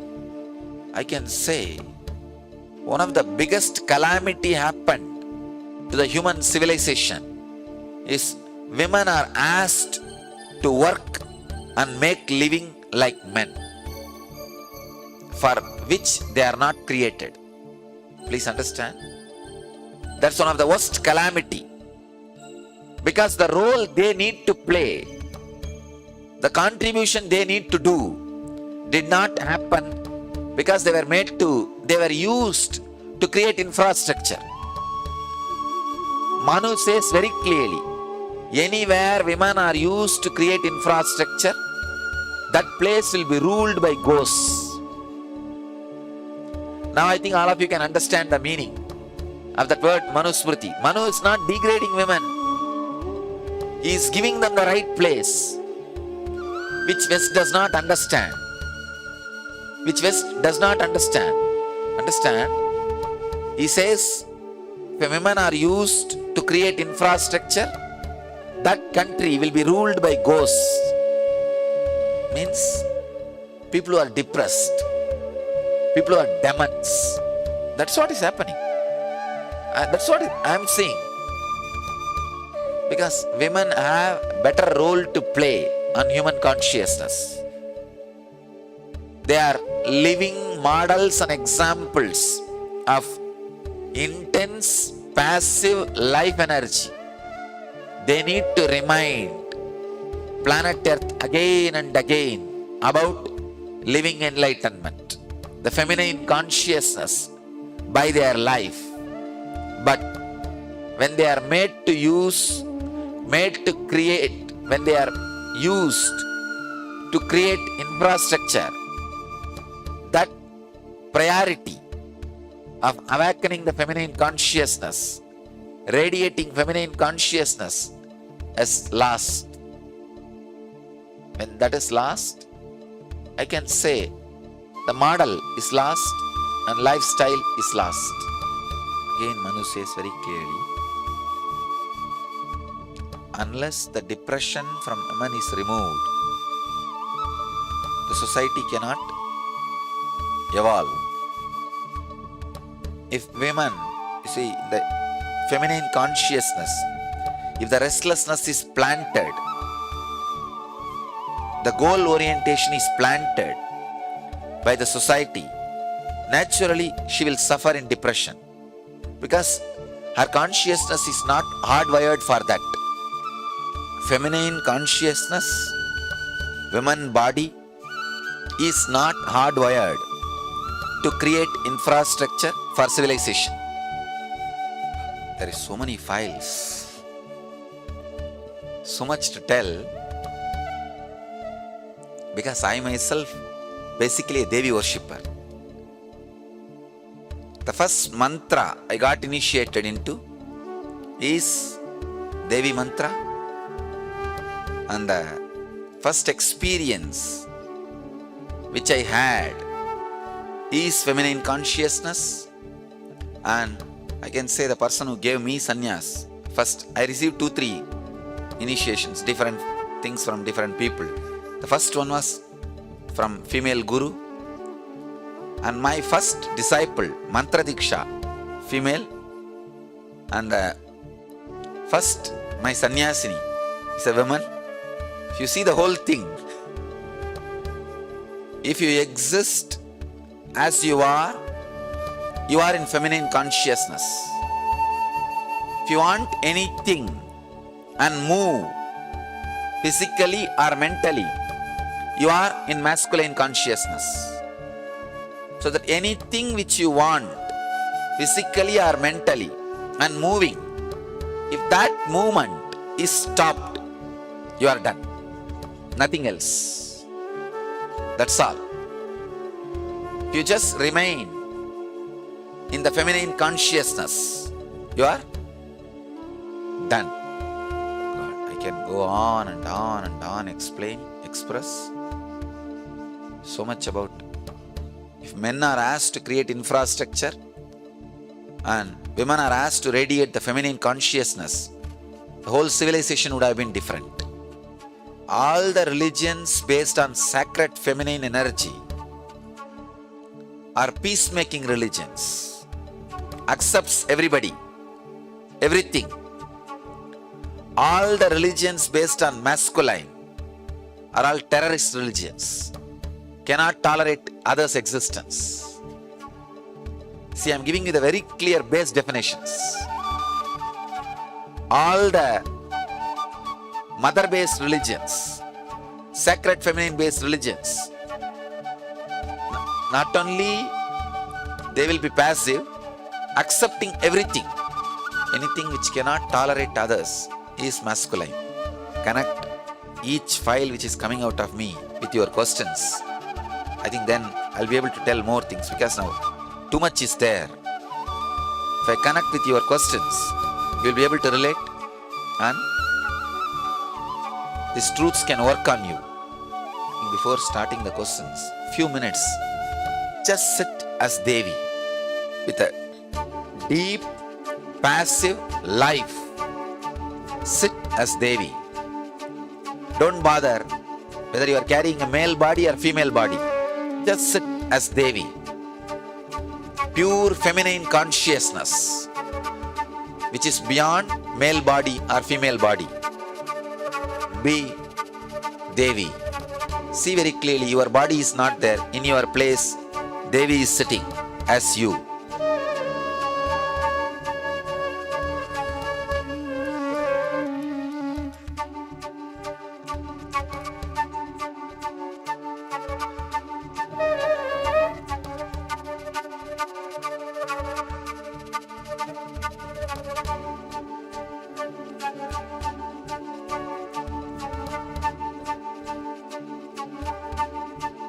Just sit as Devi.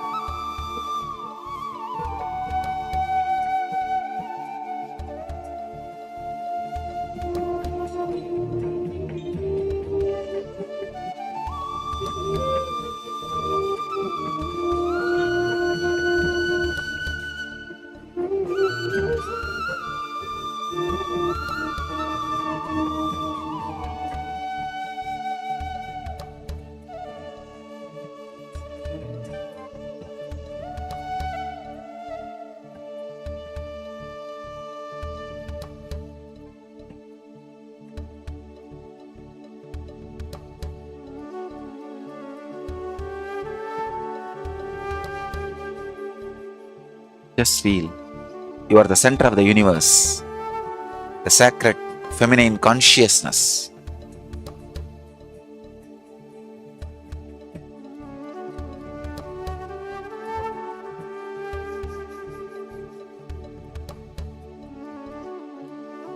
Devi herself.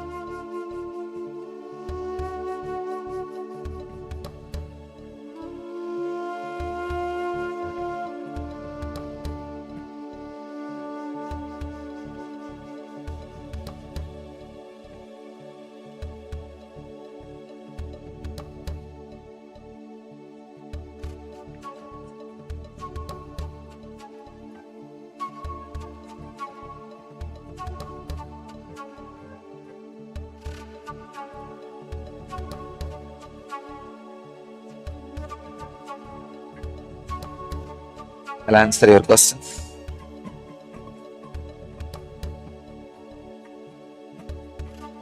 Swamiji, could you please explain about the science of Chandra Namaskar and how it awakens feminine energy? I can say Chandra Namaskar is the posture, physical movements to awaken feminine consciousness. It really balances. It's a physical level help. But we'll go into the deeper levels. Today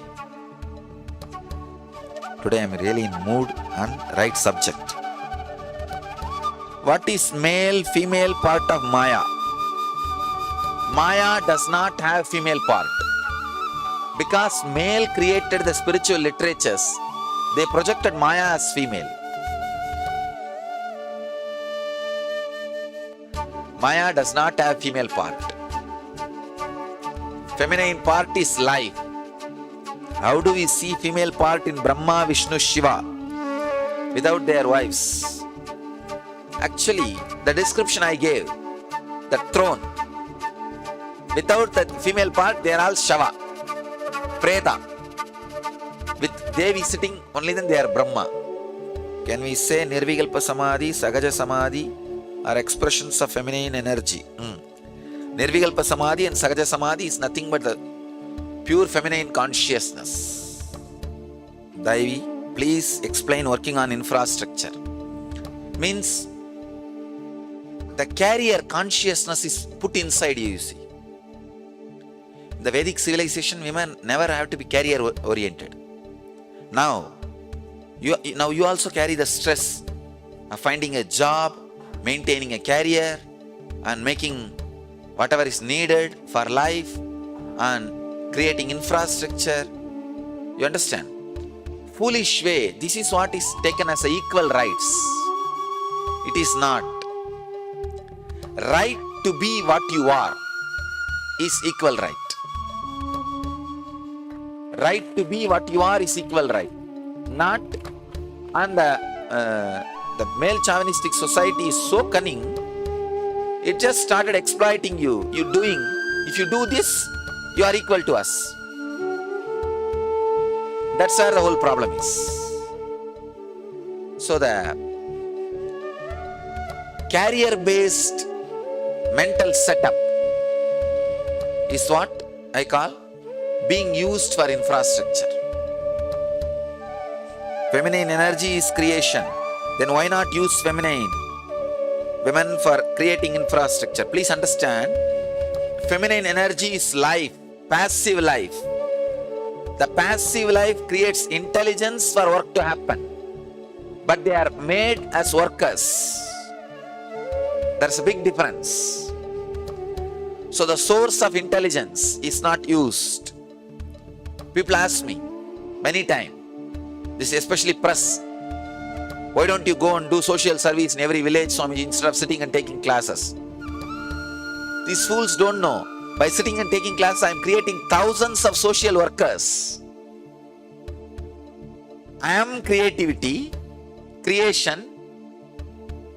If I go and do social service in some villages every day, I'll be able to manage 2 village, 3 village. But if I am sitting and radiating this energy, I can create thousands of social workers. You understand the difference? Same thing. Originally, in all evolved civilization, the high class, the Brahmin community, evolved civilizations, in those days I am saying, not now. Brahmins, the Chettiars, all those communities, women are the consultants. They held the wealth and financial decisions. They are decision makers. Could you please give us some clarity on feminine qualities that fosters and grows Devi consciousness? Deep, passive life. Even compassion, motherliness, all these things are smell of feminine consciousness, not feminine consciousness itself. Feminine consciousness is a deep, passive life. That's the description I can give. Given the social setup today, what can we do to start awakening feminine energy in women? I'll answer this question elaborately. After the breakfast, I'll attend that. This gives complete light on Sankhya philosophy, Prakriti Purush. Purush putting seed is infrastructure. Yes. Bhagavaji. It's actually one of the biggest philosophical problem I have solved today morning's discussion. If you guys are not earlier educated in the philosophy, you may not understand. Only people who are educated in the philosophy can relate to what I was saying. I think this is the biggest complication in Sankhya system. I have solved it just in half an hour. Chaitanya's Raghanuraga Bhakti. Yes, Raghanuraga Bhakti. Again the same. Raseshwari. Raseshwari plays the role in Chaitanya's tradition. Ashtavakra merging in Radha Krishna. The feminine consciousness. While doing the meditation, I felt my Anahata opening up and merged into Anandagandha. Slowly my Vishuddhi started opening up and then Sahasrara. Eventually it all ended in the Anahata opening up. Again with a fresh and radiant lotus flower in it. Does this make sense? It makes sense. It's working, ma. Alright. Wonderful questions. Sadashiva's question. Every question I can connect one file which is getting downloaded in me, and it will be useful for you guys. Not only that, for posterity. I have decided all these things will get edited and come out as books.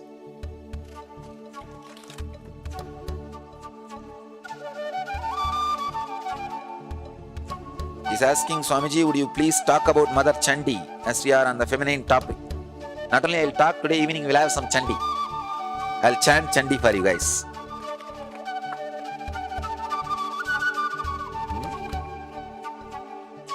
Give more light on chakras and feminine consciousness. Actually, Muladhara is masculine, Swadhisthana is feminine, Manipuraga is masculine, Anagata is feminine, and after Anagata, everything is feminine. So I'll talk on all these things. Today I'll chant little Chandi to awaken the feminine consciousness in all of you. Let's gather for next session. Thank you.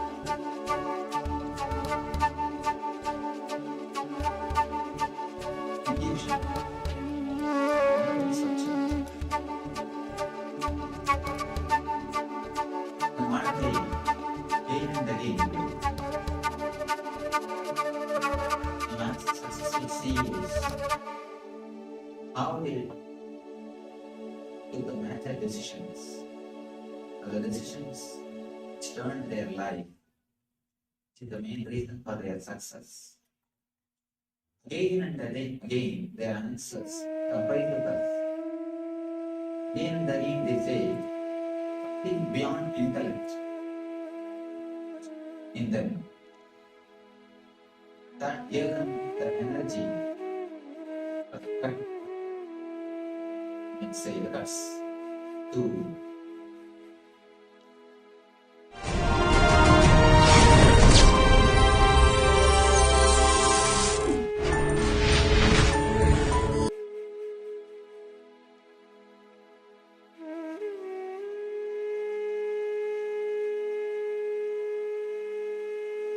आनन्देश्वरसमारम्भाम् नित्यानन्देश्वरि मध्यमाम् अस्मदाचार्यपर्यन्ताम् वन्दे गुरुपरम्पराम्.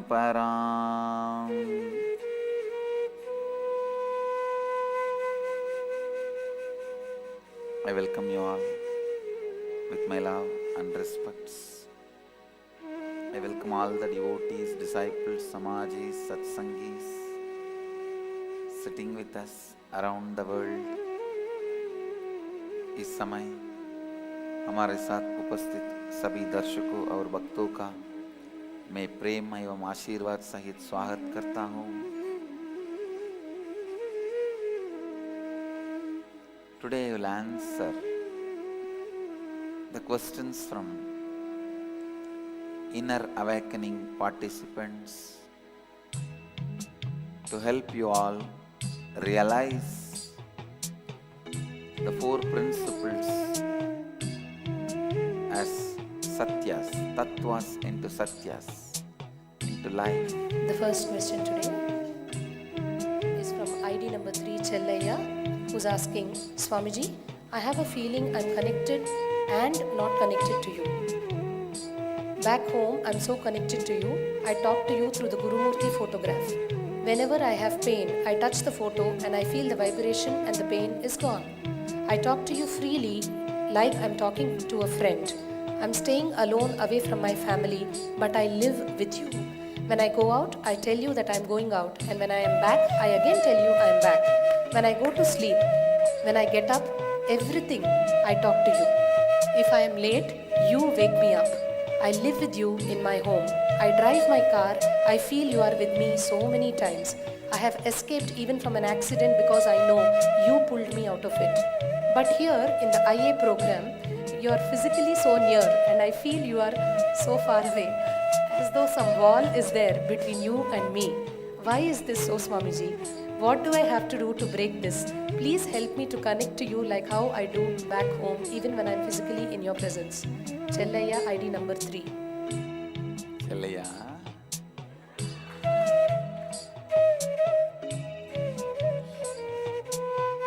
it's a very beautiful question.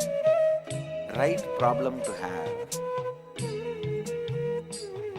See, I always used to tell, there are some wrong problems to have and there are some right problems to have. Sometimes people have a problem, I have too many orders, I am not able to supply. Sometimes people have the problem that I don't have any orders, I am just jobless. Which problem is best to have? Having too many orders and not able to supply is a problem to have, good problem to have. See, listen. Now I'm expanding on some of the important truths. I represent your innermost soul, Atma, completion.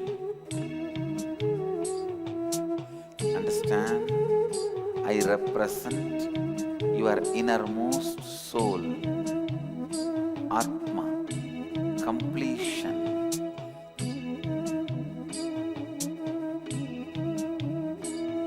If you are able to relate with me through my photograph, means you have already done enough of self-completion. You are complete within you. The Swapurnatva is done.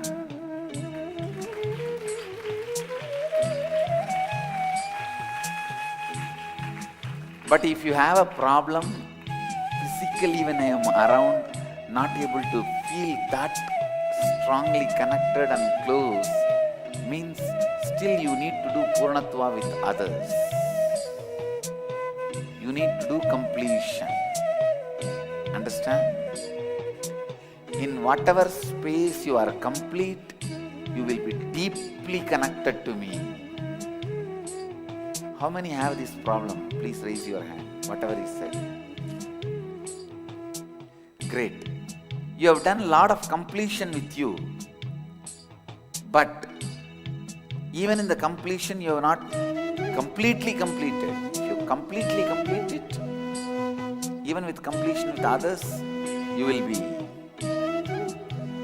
complete. Listen what I am saying. I am your soul. How you relate with me outside will be how you relate with the world outside.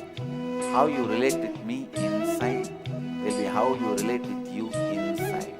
I just reflect the quality of your ability to relate with others and you. How many of you are cognizing it? It's a very intimate question. Chalaya, I can understand you completely. And there are thousands here to sympathize with you and understand you completely. Sometimes you will see a new devotee, a person first time coming to see me. You will see me holding the hand, standing and talking to that person for a long time and inquiring, how are you, how do you feel? As if I know him for a long time. When you see my conversation, my words, you will catch exactly, I know thoroughly about him. He is coming first time, but I will be asking, what happened to that house problem? Got sold? You will see me spending so much time with him. Sometime a long time devotee, 10 years they will be connected to me. What's your name? That's all, especially if she is a woman, she will collapse. Have heart attack, brain attack, liver attack, kidney attack. Whatever organ she has, she will have attack on it.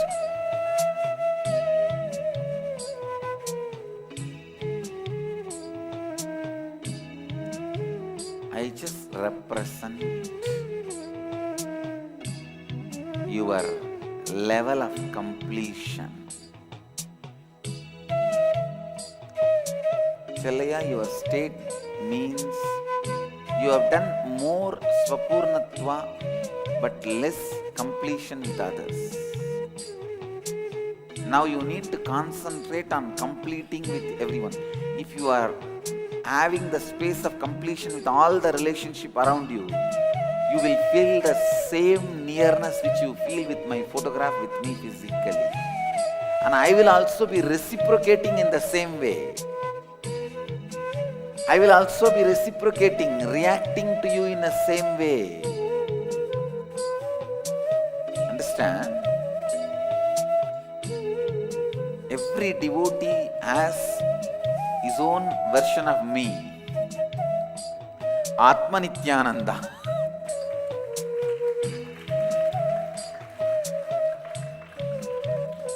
With whom they talk, they relate, sometimes talk back for me also.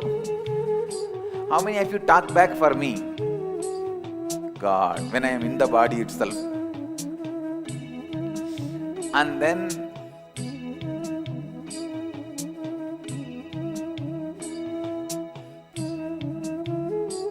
literally live with me.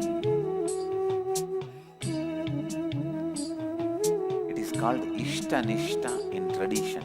And Leela Dhyana means strongly feeling connected to your own version of your chosen ideal. So you are free to choose your ideal in Hindu tradition. You can choose your guru, whoever you want as your guru. your Kula Guru can't be changed, but Satguru can be changed. Means Kula Guru means family Guru. All family will have one Guru, that community Guru. Kula Guru is more for training you when you are a child into the disciplines of what to do and what not to do. Like take bath 3 times a day, do Sandhya Vandana, Gayatri Japa. Small instructions. Sadguru is who gives you enlightenment. From the time immemorial, Vedic tradition gives you the freedom to choose your Sadguru, who gives you enlightenment. You can choose your God. You can choose even your Guru as God, God as Guru. Understand? You can choose your Guru. You can choose your God. You can choose your God as Guru and Guru as God, and you can even choose both separately. Choosing Guru as God, we have hundreds of examples. How many have done that? Choosing God as Guru, Arunagiri Nadar did. In Tiruvannamalai there was a great saint, the devotee of Muruga.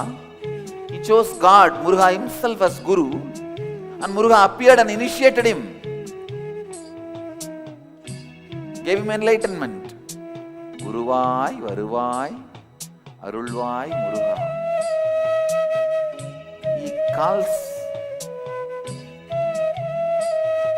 Muruga, the Skanda, Subramanya as Guru. You can choose God as Guru, Guru as God. And you can also choose both independently. Like you can have Shiva as God and Swami as the Guru. You can have Nityanandeshwara as God and Nityananda as Guru. You can have Rama as God, Ramadasa as Guru. You have all the options. For that, I can give you hundreds of examples. How many chose God and Guru independently? So these are all the examples. Ramakrishna chose God himself as Guru. Kali, he chose Kali herself as Guru in the beginning. Then Kali herself came as a Bhairavi Brahmani and taught him. Then he chose Kali as God and Totaburi as Guru. Hinduism gives you the vast variety. Vast variety. You need to understand.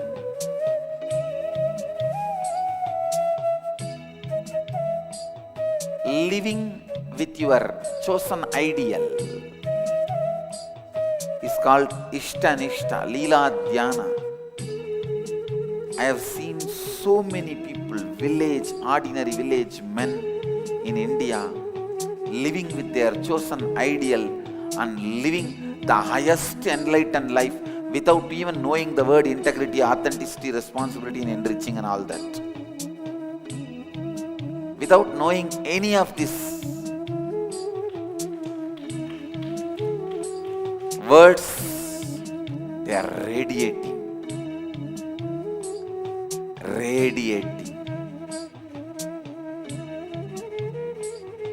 Enlightenment. I tell you, just this one truth, Ishta-nishta and Leela-dhyana, made millions of Indian villages enlightened.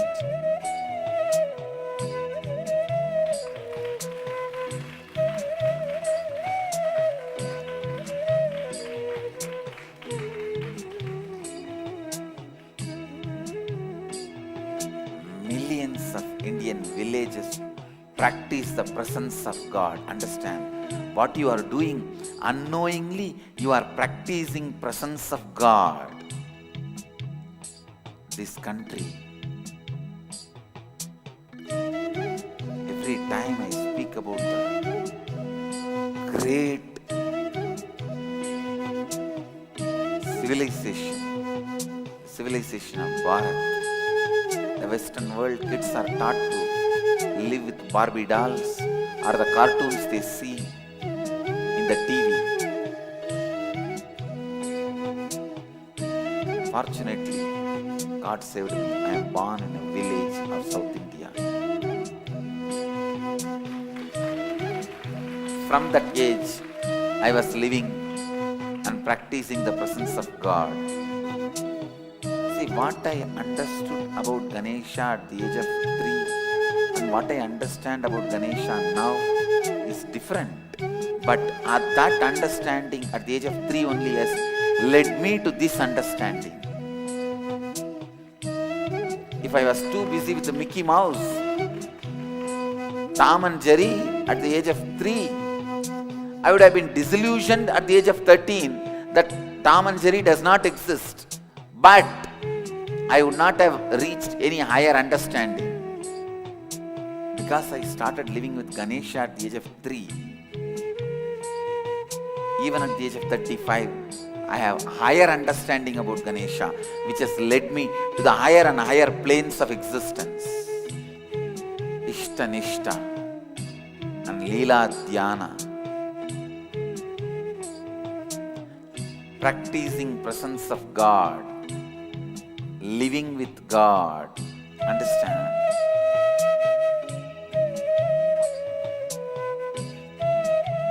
For every individual who wants to achieve enlightenment through the path of devotion, who wants to make their life authentic, this is the best path. Shall I tell you that whether you want it or not, your life will continue to become more and more authentic. Because you know, I am there. I am there. Practicing the presence of the God makes you more and more authentic. That's the beauty of the Hindu tradition. Beauty of the Vedic spiritual tradition. Ishta Nishta makes you do lot of self-completion with you. Actually, because of this Leela Dhyana practice, you become more complete with you. And if you observe deeply, you will find out, if you have incompletion within you, that day you will feel, I am angry with you. I am angry at you. When you have incompletion, you will see the reflection on me. Means, if you feel I am angry at you, all you need to do is do completion with you and completion with others. How many of you feel I am angry at you? So all of you have to do completion with you and completion with others. I am not angry with you. If I am angry with you, then I am incomplete. I am not angry with you because I am complete with me and with others. All you need to do is, you need to complete with you and others.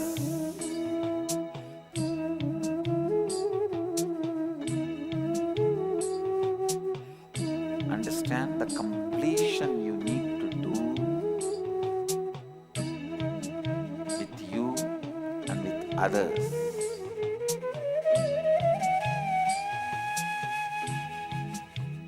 He is responsible for how you feel connected to me outside and inside. Because you practice the presence of God, Ishta Nishta, Leela Dhyana. See, all these three are three different words, but finally boils down to one. Leela Dhyana means remembering all the acts of Krishna is Krishna Leela Dhyana. What all he did. Remembering all the pastimes of Krishna is Leela Dhyana. Remembering all the Shiva's Leelas and experiencing it as it is happening now is Shiva Leela Dhyana. In my case, you don't need to do Leela Dhyana. Wherever you are, just I will be possessing you. Simply you will be remembering only me.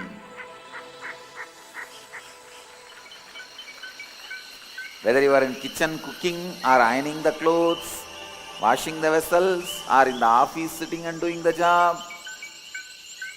How many of you listen? How many of you feel almost 24 hours as an undercurrent I am there in your memory, in your life? Whatever you may be doing, I'll be there. This is Leela Dhyana. Practicing the presence of God means what Challaya says exactly. Whenever you go out telling, Maharaj, Swamiji, I am going out and come back. When you wake up, Swamiji, I am on time. See, I am in integrity. If not, see, Swamiji, I am late, I am completing with you. This is practicing the presence of God. See, you can be doing this practicing presence of God with anybody. You can do with Shiva, Hanuman, Rama, Krishna, Devi, whoever you choose as a chosen ideal. With that, you can do it with the Guru, God. As I said, you have an option. But practicing the presence of the God is so powerful. Please understand, I need to tell you, practicing the presence of God, I myself did in my life. I carried the photograph of Sri Ramakrishna from the age of 13 till the age of 22, practicing his presence continuously.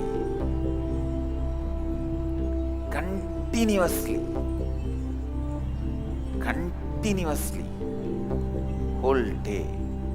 I tell you, practicing the presence of the God is one of the most powerful methods to make you authentic and integrated.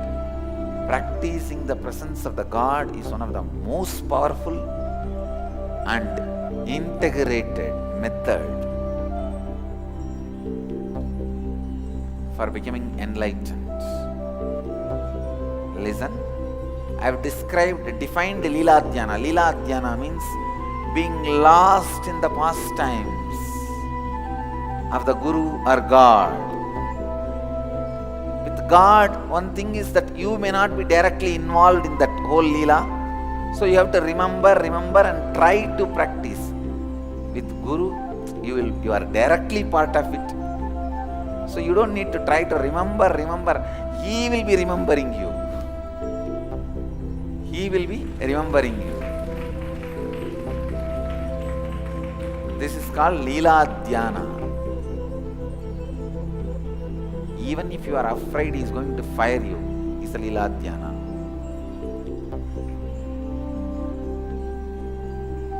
Then practicing the presence of God is constantly feeling you are with Him, He is with you. Practicing the presence of the God is the greatest, most powerful technique to put you in Bhava Samadhi immediately. Ramakrishna did it. Ramana Maharshi practiced it. Even the great agnostic, atheist, enlightened beings like J. Krishnamurti practiced it. If you read the biography of J. Krishnamurti, from the young age, he was trained to practice the presence of the higher power.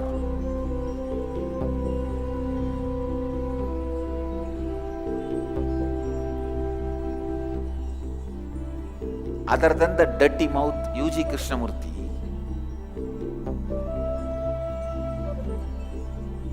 fortunately he died. Actually, I sent an email to him when I read his book. He was claiming enlightenment is pain. I sent an email to him that, come on, let's have a public debate in open. Poor fellow died immediately.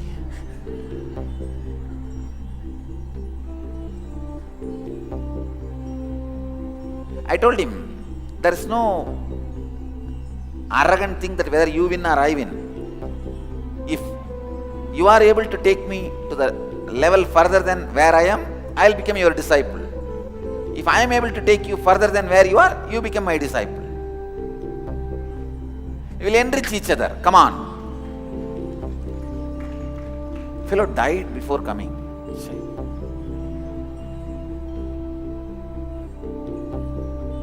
Other than that dirty mouth UG Krishnamurti, no, this fellow fires everyone. And I wanted all these so-called modern gurus to know, I am giving you a warning through national channel. No question of attacking, abusing any of the tradition and traditional masters. Don't think you are Osho.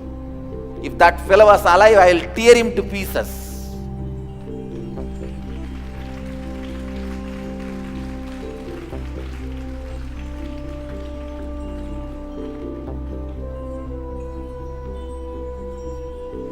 Every Tom, Dick and Harry, these trekker guru idiots, if you just put a jeans pant and grow a beard and have a backpack and do little yoga, you think you are a big guru and you have guts to attack the Hindu tradition and traditional gurus. I have come. That time is over.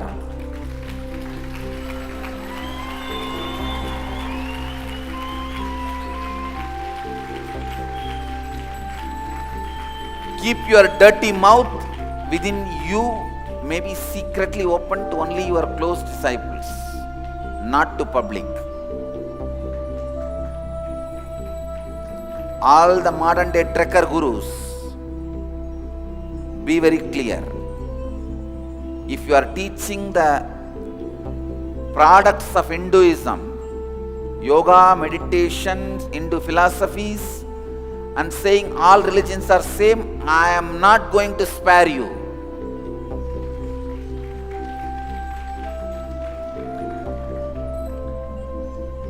If you teach Quran and say all religions are same, Muslim leaders are going to spare you.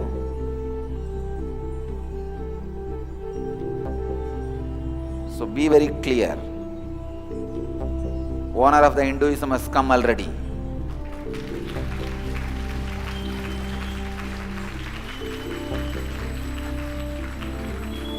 None of you guys will talk in the language of Osho. If you don't have respect for tradition, you live your life and die. We don't care. But no question of attacking. Osho made attacking these traditional gurus as a fashion. Attacking Shankaracharyas, attacking Pramukh Swami Maharaj, attacking Asharam Babuji, attacking all the traditional gurus. He made it as a fashion. Fellow fortunately died before I came, before I started my public life. Otherwise, I would have given him the same taste of his medicine. But only you know, fellow saved himself by dying. All these fellows left and right abuse these practices like presence of God. So because Osho set a trend, all the fellows till these Dadiwala gurus putting a jeans pant and having a backpack, and if you know, just stretch your hands, stretch your leg, blow your nose 3 times. If you know that, immediately you think you are a guru and abusing all the tradition. Flush your Vedas. One fellow has made a comment, one of the so-called guru. Flush yourself first. If you can't tell us, we will do it. Now it is time. All these so-called modern backpack trekker guru fellows, keep away from Hinduism. Don't try to attack Hindu gurus or Hinduism. I wanted to give this as a warning on a national channel. If you know how to talk, we will also know how to talk. Constantly hurting the religious sentiments, hurting the Hindu religious sentiments has become fashion.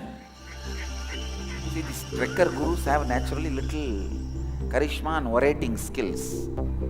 Naturally, the traditional gurus, many of them they have spent all their time in meditating and growing spiritually. They may not have those little few of those skills, those drama skills. So these fellows go on attacking them. I have come having both. I can do your drama and that drama, both.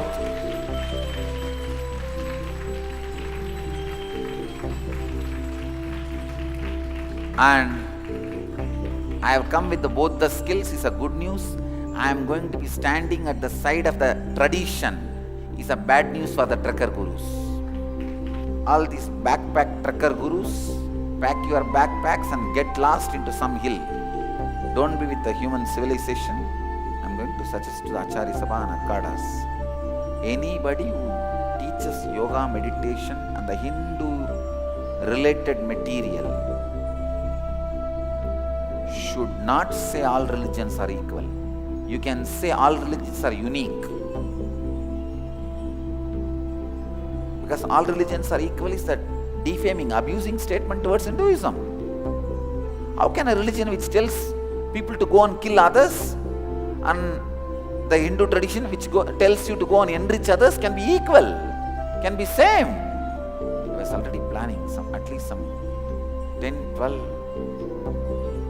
These kind of common agendas should be formed and regulated. Understand? Practicing the presence of God leads you to Bhava Samadhi directly. And the third word I uttered is Ishtanishta. You may accept all divine beings. It is not that you will not go to Vishnu temple, you will not go to Devi temple, but if you are connected, if you have chosen Shiva as your ideal, you know He is your ideal.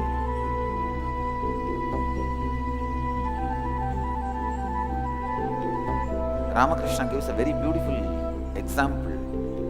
A woman in the house, she will serve everybody. She will serve the brother-in-law, sister-in-law, father-in-law, mother-in-law, husband's elder brother, younger brother, sister's husband, everyone she will serve, give them food, give them water to wash the hands, take care. But she knows her bed is only for her husband. Same way, you may bow down in front of any god or any deity or any guru, but you know you are bowing down only to your guru in this form.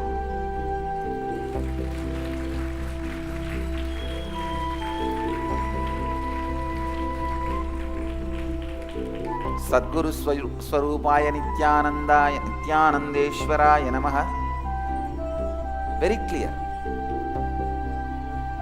Sadguru Swarupa Meenakshya Namaha. Sadguru Swarupa Ganeshaya Namaha. Sadguru Swarupa Subramanyaya Namaha means you may bow down in front of any god, any deity. You know you are bowing down only to your chosen ideal, Ishtanishta. Same way, if your chosen ideal is Shiva or Devi or Muruga, even if you bow down to me, you should bow down as me, as the embodiment of that your chosen ideal. For example, if your chosen ideal is Vishnu, even while you bow down to me, if you bow down at all, you should bow down to me only as the embodiment of Vishnu. If your chosen ideal is me, even if you bow down to anybody, you should bow down only them as embodiment of me. That is Ishta Nishta. Understand these three words. Then you will understand this whole space Chellaya is going through. Not only Chellaya, when I address Chellaya, I address all of you who are in that space. Clear? Practicing the presence of God, Leela Dhyana, Ishta Nishta. All the three boils down to same space, space of Bhava Samadhi. Leela Dhyana means constantly remembering the actions and life of your chosen ideal. Practicing the presence of the God means cognizing His presence is there with you and constantly relating with Him. Keeping Him present in your presence. Keeping Him present in your presence is practicing the presence of God. Ishta Nishta means bowing down, revering only your Ishta. Wherever you bow down, even if you bow down to your father or mother, you should know that I bow down to my Ishta who is in your heart. I bow down to Nityananda who is in your Anandagandha, whether it is awakened or not, he is there in your Anandagandha, whether you experience or not. If you have initiated into Anandagandha, you will also experience. If not, you may not experience, but I can experience.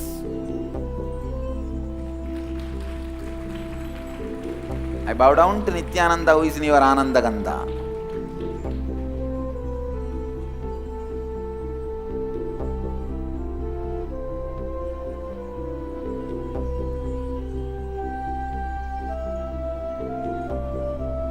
Solution for this feeling close with the photograph and very distance with me is listen.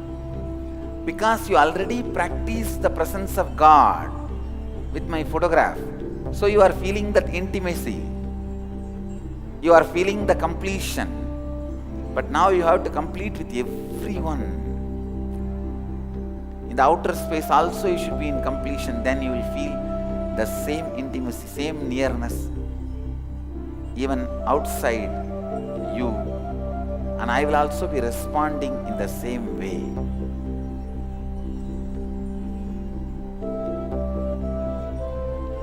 All the ashramites who are with me in the past janma practiced the presence of God and received boon to live around me, but unfortunately they forget, and when they are given that space, they abuse, they miss to continue to practice the presence of God and miss, and the next janma away. Then again after 2 janmas practice the presence of the God and come back. They are doing this, fallen the same rut. If you complete outside also and catch the same closeness you feel inside you with me, outside also,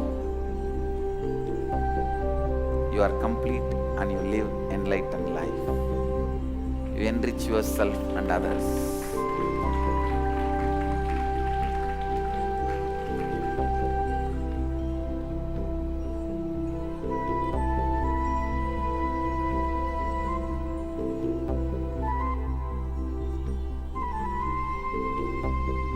So all you need is more completion with others.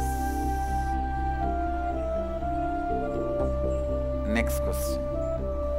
The next question is, what is the significance of doing homas?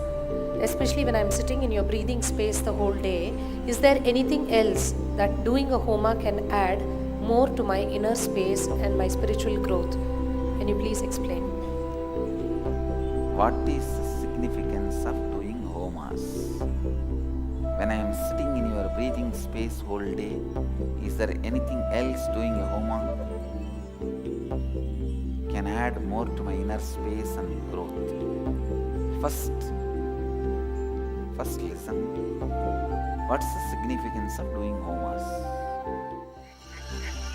Homa is not faith-based action. It is science-based action. First understand, it is not faith-based action, it is a science-based action, which has been considered as a science because media promoted it.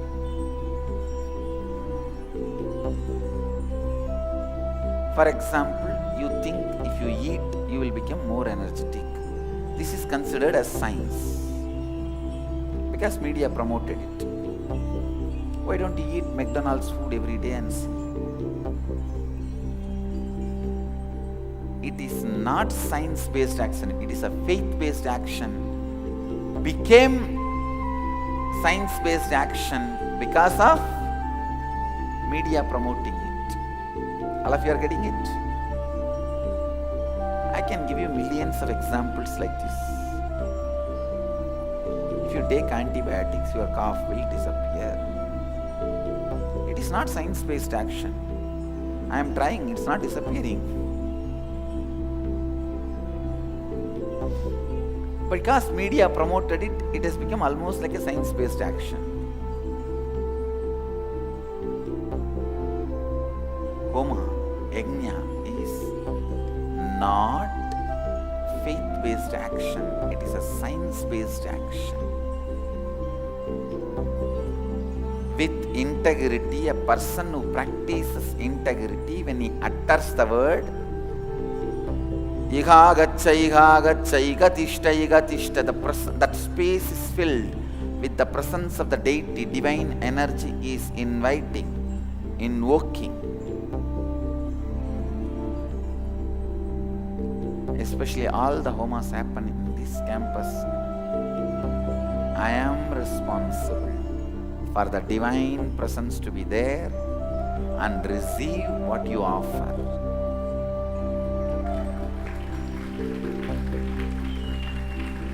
Getting it? Better get it.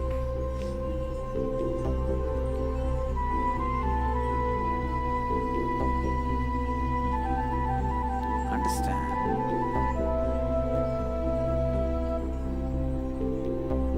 When you invoke those energies in the fire properly, procedures,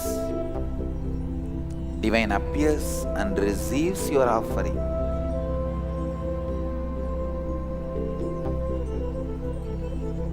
So you are offering. You are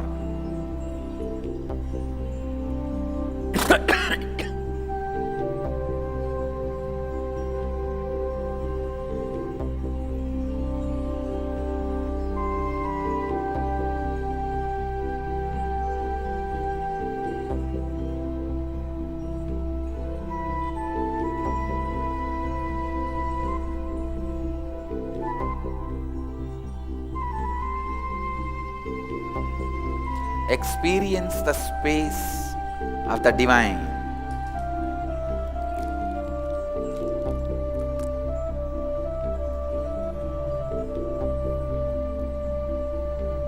Even this is a faith-based action only. If you take strepsils, you will not have cough. No. If you take strepsils, your throat is engaged in something else, so you don't have cough. That's all.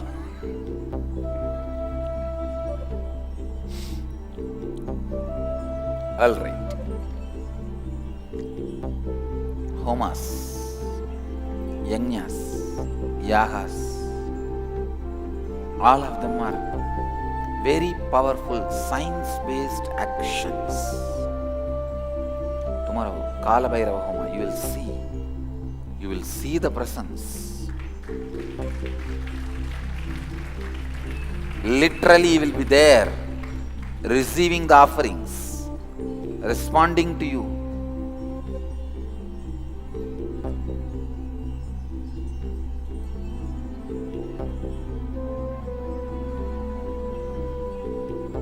When you are in that presence,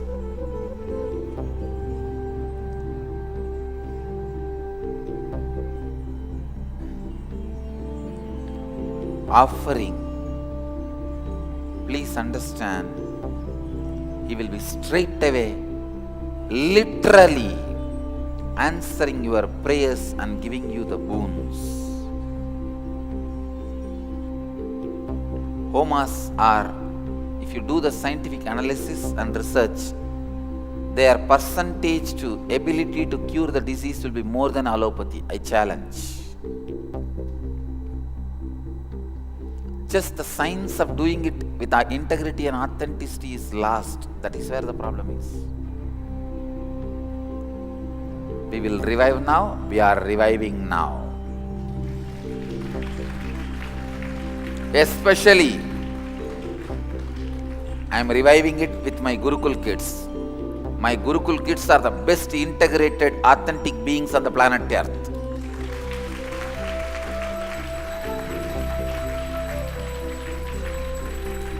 They are going to be chanting these mantras. Do you know the effect of that in the planet Earth? You will see. You will see.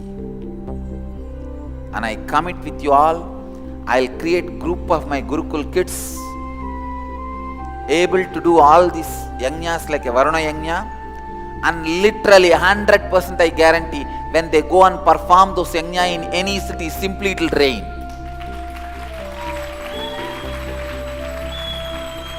I'll demonstrate, please understand, I'll demonstrate and show 100% result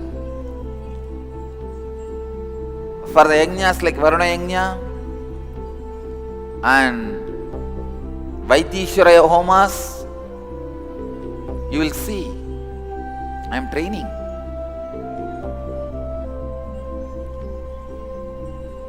Especially when they practice this Mallakamba and all these martial arts, even their muscles will be integrated into their integrity. I am training. Already I am successful, but still I am training them with more details, including the how the Yajna Gunta should be created, yantra, everything will be so authentic. When they say, let it rain, it will just shower, only the water which showers from the sky can put the fire off. Nobody else can put it off. And it will shower and put the fire off. Only then the yajna will end. Till then yajna will go on. Only when it showers, they will say, okay. Agni tvam samudram gaccha, prithvi tvam sitala bhava. Means ending the Homa. It is just the power of integrity and authenticity and responsibility. Decision to enrich.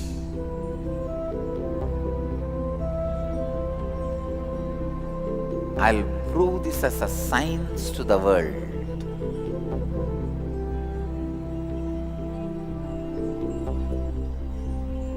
Science to the world.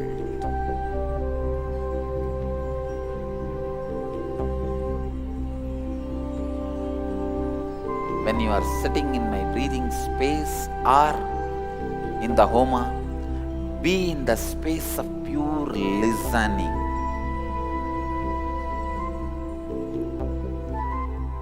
Deities land in the Homa. The presence opens up in the Homa as a sound. Understand? Then they become fire. But the vehicle through which they land is a sound. So listen, listen. Be in the space of pure listening.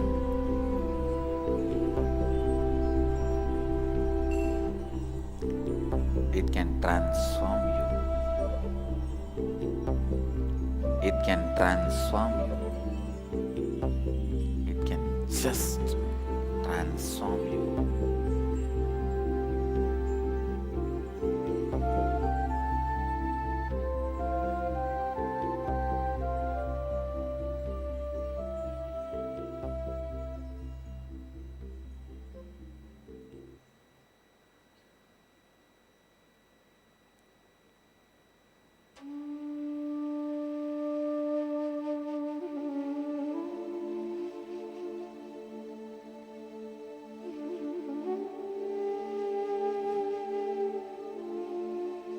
Homa is science-based action, not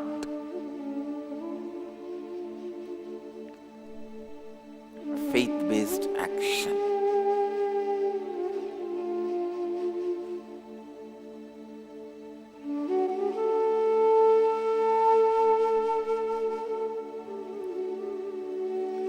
With this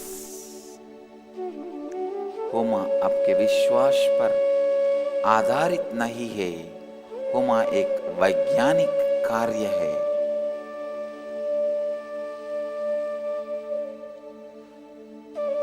Let you all achieve, experience, live, express, radiate, share and explode in eternal bliss. Nityananda. Nityananda Dhyanapitham, Nityananda Nagar, off Mysore Road, Bidadi, Bengaluru. Phone 08027279999. www.nityananda.org. www.youtube.com/lifeblissfoundation.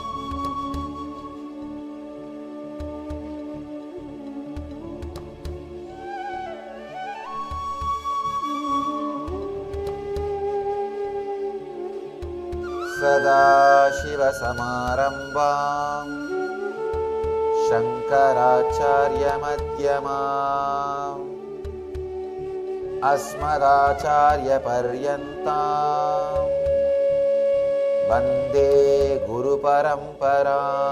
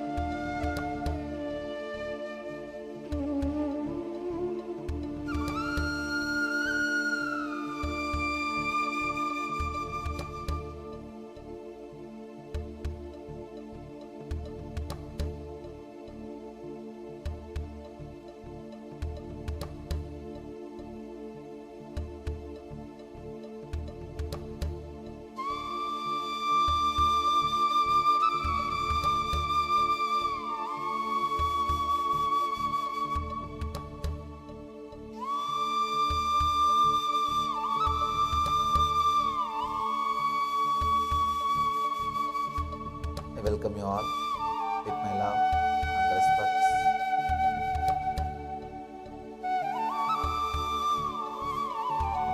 Today's subject, intensity never fails. Experience with yourself.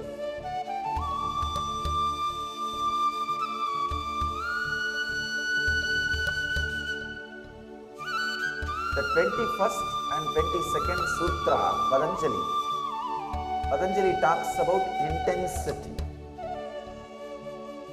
And in the next sutra, 23rd sutra, he talks about surrendering.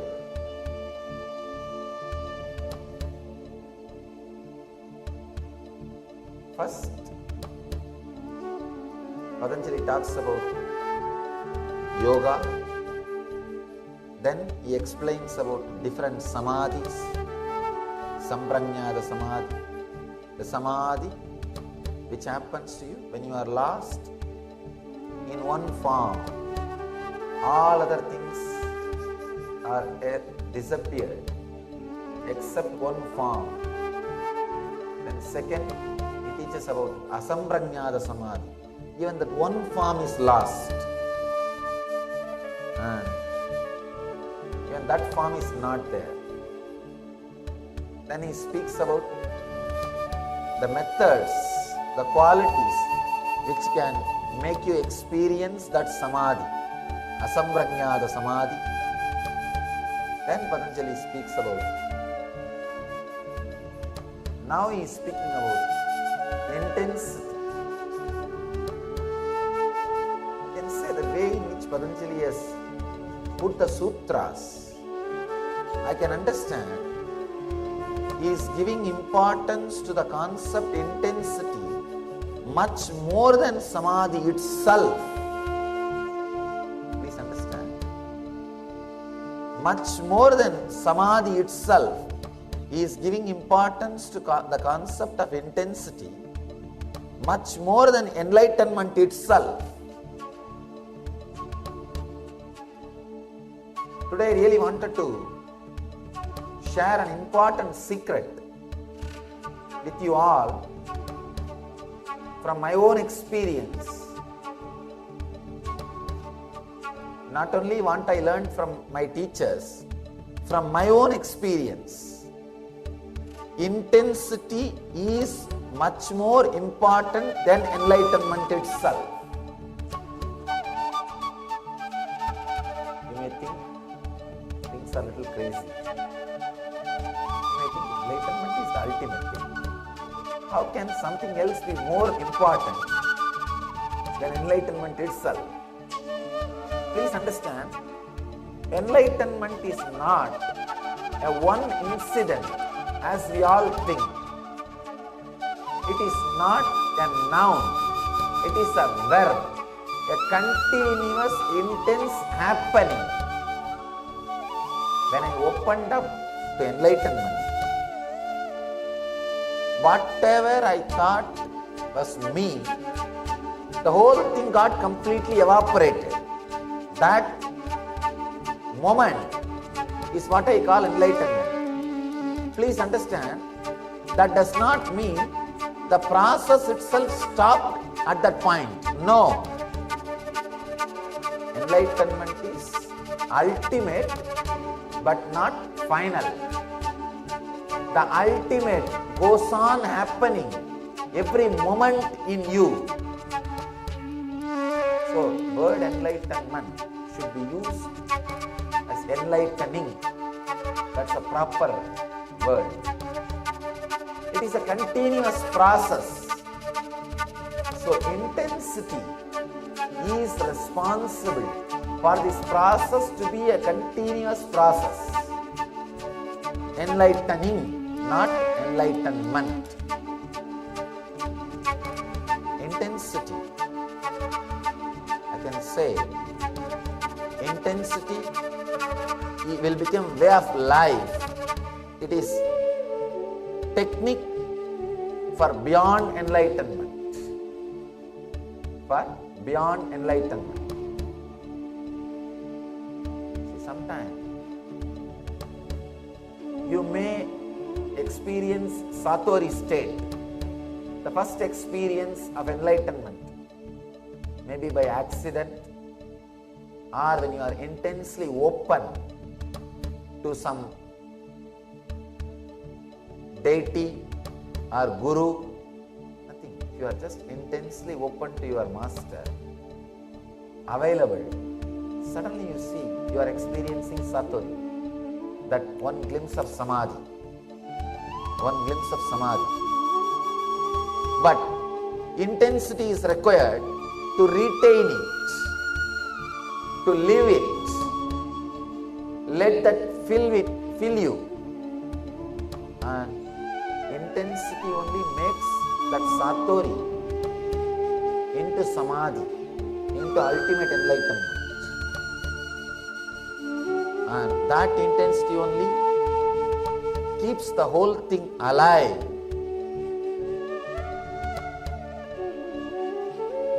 That only continuously makes the big bangs and black holes happening inside your system. Big bang is the ultimate but not final, because every moment that ultimate is happening. Enlightenment is the, you see, this moment suddenly you feel, oh God, this is the ultimate I can ever experience. The next moment, 100 times more explosion is happening inside you. You see, no, this is the ultimate I can experience. And after a few days, again, 1000 times more intense thing is happening inside you. You say, no, this is the ultimate I can ever experience. I have seen many of our disciples. After every workshop, LVP level 1, they will say, oh, this is the ultimate I have seen in my life. And after LVP 2, they will say, oh, this is the ultimate I had with Swamiji. After 3, they will say, no, this is the ultimate I had with Swamiji. It goes on and on and on. Ultimate is not final. Ultimate is not final. Ultimate means the ultimate thing which you can comprehend. The intensity keeps the ultimate alive inside your system.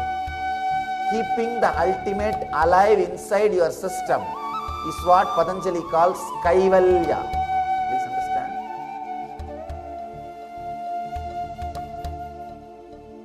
The very beginning, Patanjali talks about Samadhi, fulfillment. Sama Adi means becoming one with the origin, the root, source. Sama means the source.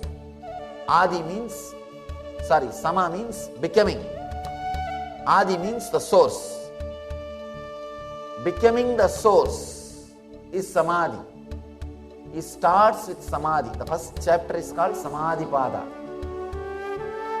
And after describing Samadhi, after teaching Samadhi, Patanjali teaches intensity.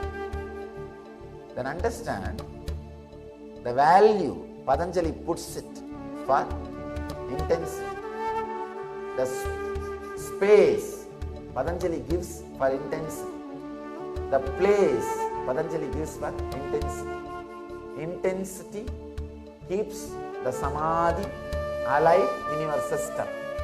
Intensity lets that ultimate constantly happening in your system. That when the intensity keeps Samadhi alive in your system, that is what is called Kaivalya. I use the word living enlightenment. Living it. In every step of your life, you experience the utility value of enlightenment. And constantly, you are living it. You are radiating it. You are just sharing it with the whole world. Living enlightenment means you will be just radiating. You will be just overflowing with it.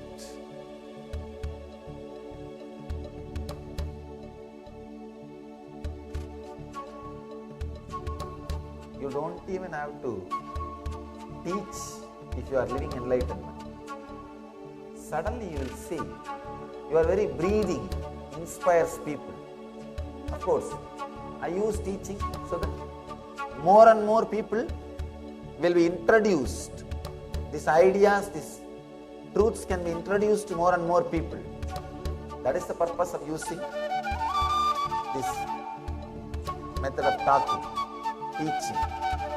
Otherwise, simple breathing, simple being will inspire millions. I have seen my own predecessor, Raman Maharishi, the great master. from my hometown, he never moved out of that small city. The whole city, you can say, even now, in 15 minutes, you can cross from you can cross the city, one end from the other end, by bicycle. By bicycle, you can cross the city from one end to the other end in 15 minutes.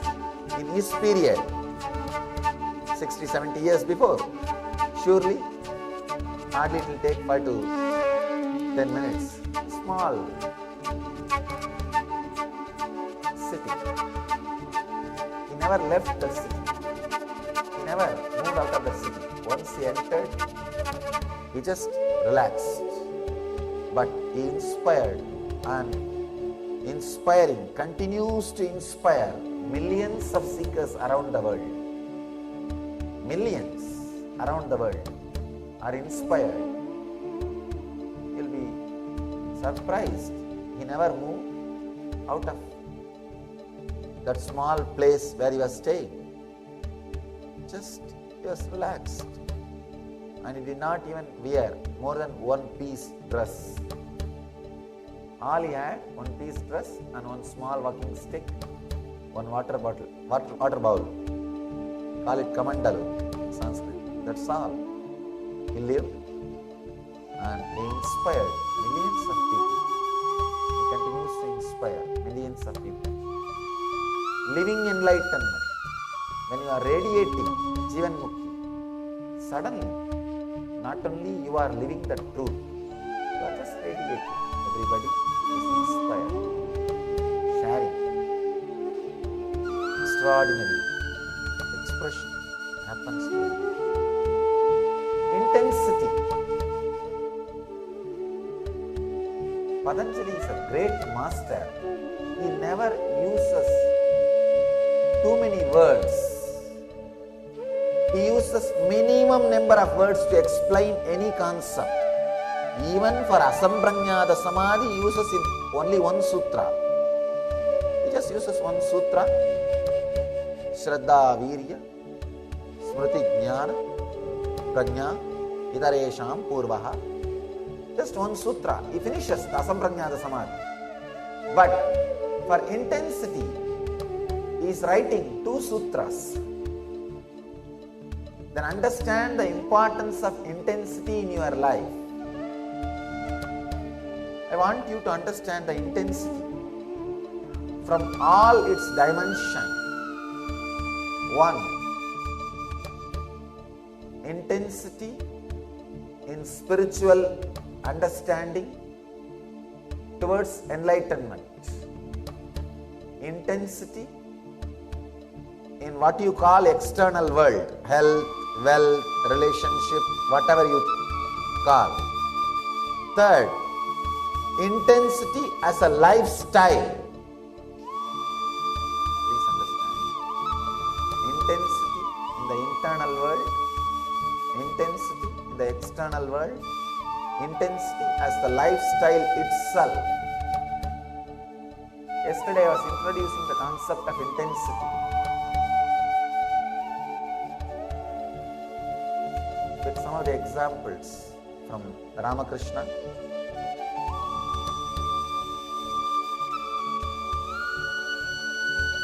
The whole Vedic tradition which teaches the science of Jivan Mukti stands on this one concept, intensity.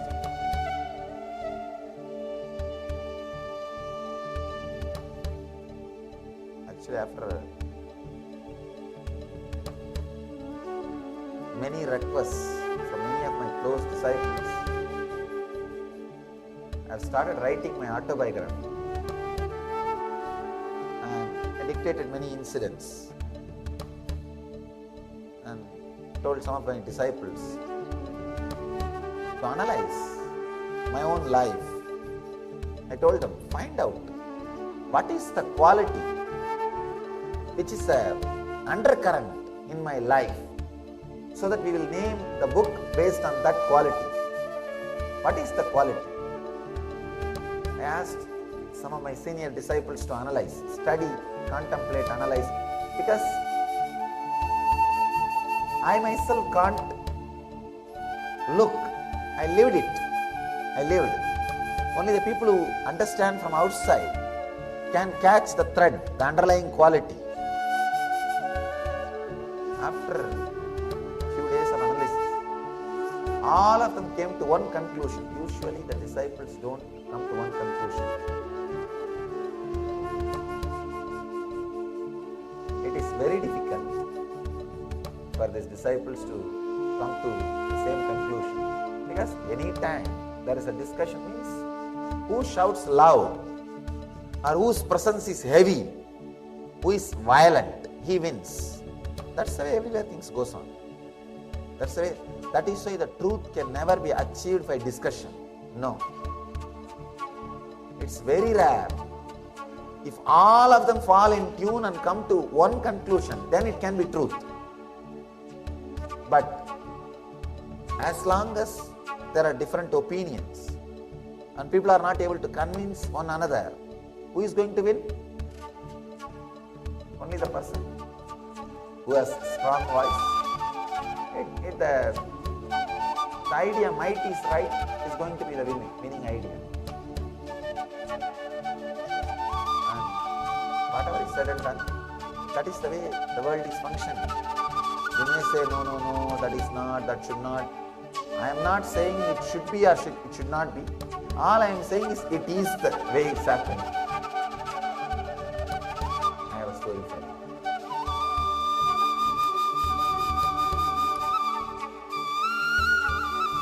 A cowboy strolled out of a saloon, ready to ride out of town, but he saw that someone had painted his horse green from head. The cowboy stormed back into the saloon. Which one of you painted my horse green? He demanded. A huge, mean-looking, strong guy raised out of his seat and said, I did. Immediately the cowboy said, right, just letting you to know the first coat is dry.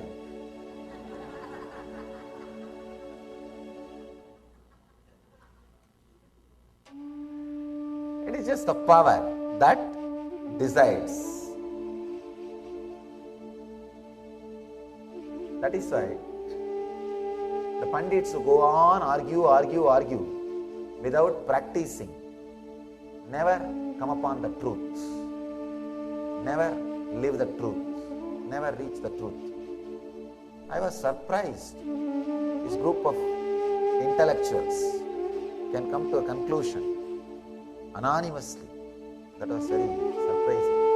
All of them came to the conclusion that Swamiji, the undercurrent of your whole life is only one concept, intensity. Whatever you did, intense. I can't say whatever I did was right or wrong, whatever I did was yoga or karma or bhakti or jnana. I don't know all that. I lived all various dimensions. But one thing was undercurrent, that was intensity. Intensity was the undercurrent of the whole life.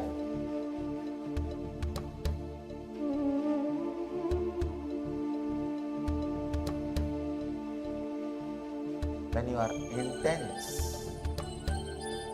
you just recreate your body, recreate your being.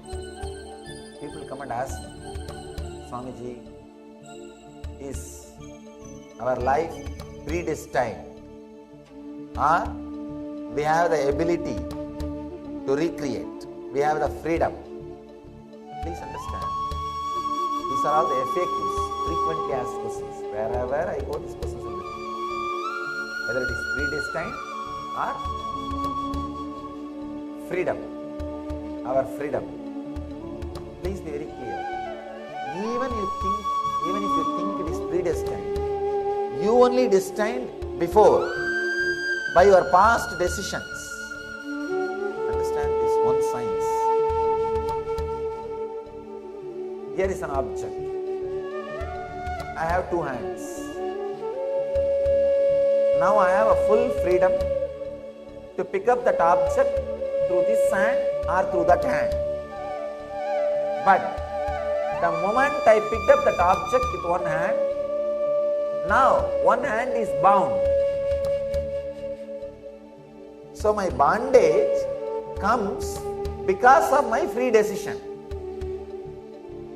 So all your bondages which you are having now, wherever you think your life is predestined, your bondage comes because of your free decisions which you made in the past.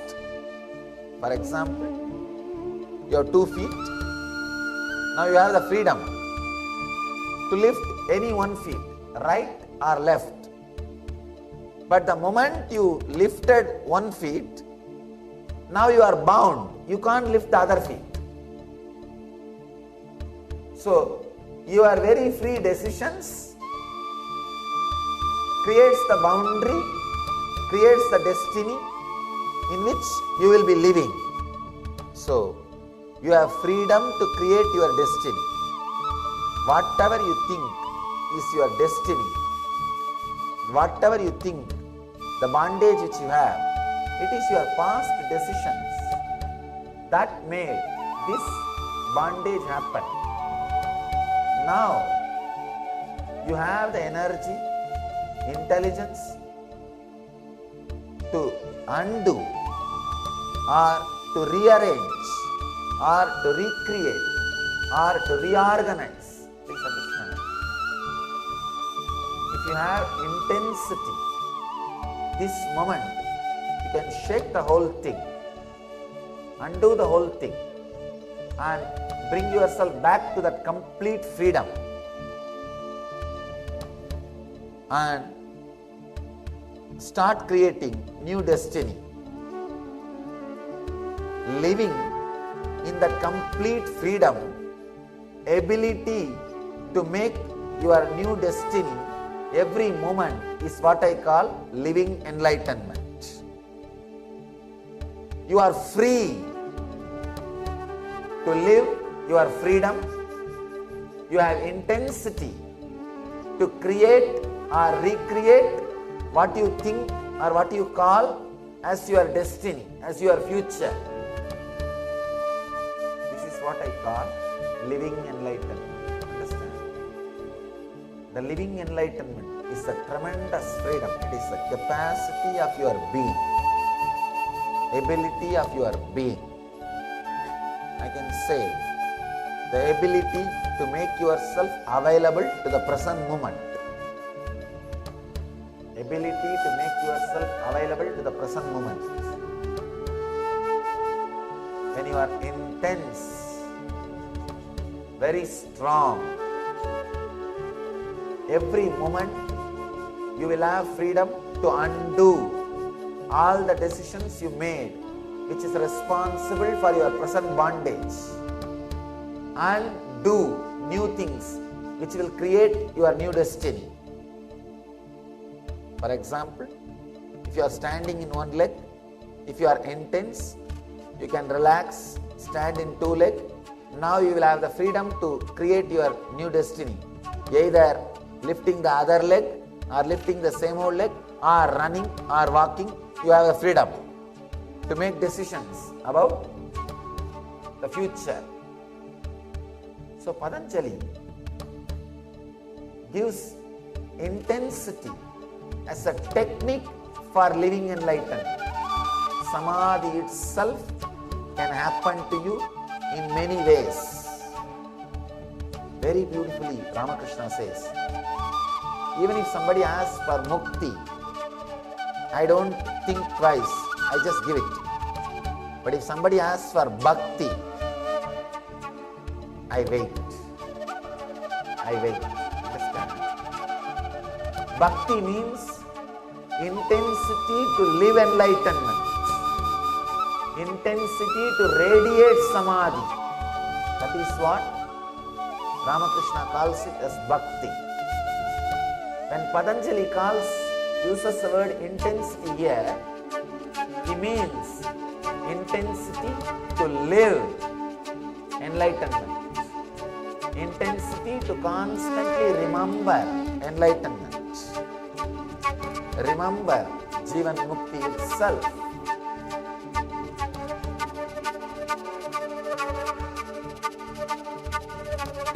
Now, I'll enter into the sutra, the Patanjali Sutra.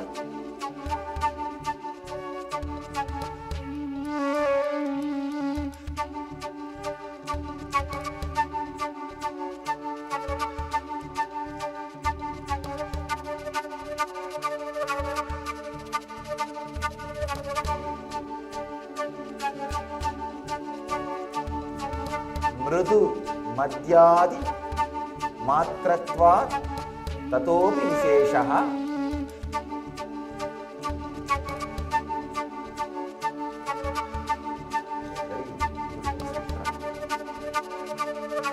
mrudu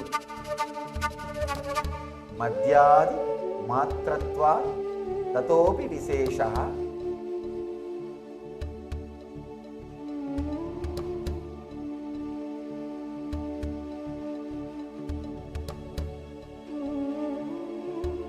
Let me read out the translation by Swami Vivekananda. The success of yogis differs according as the means they adopt are mild, medium or intense. This is a translation. The success of the yogis are based on the intensity they adopt. Sometimes people come and ask, Swamiji, how long it takes for enlightenment, 10 years or 12 years? I tell them it's actually based on your intensity.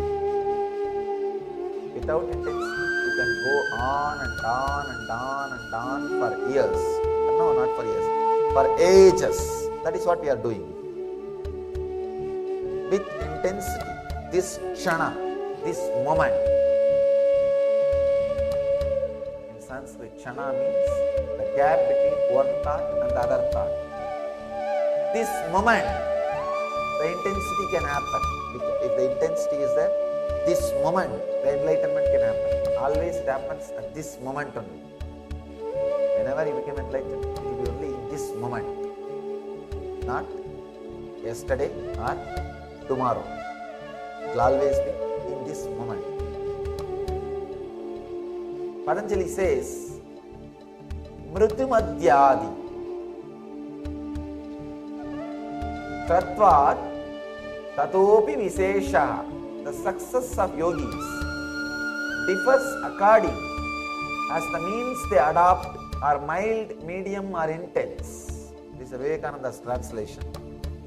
And Swami Sachidananda, he says, the time necessary for success depends on whether the practice is mild, medium or intense.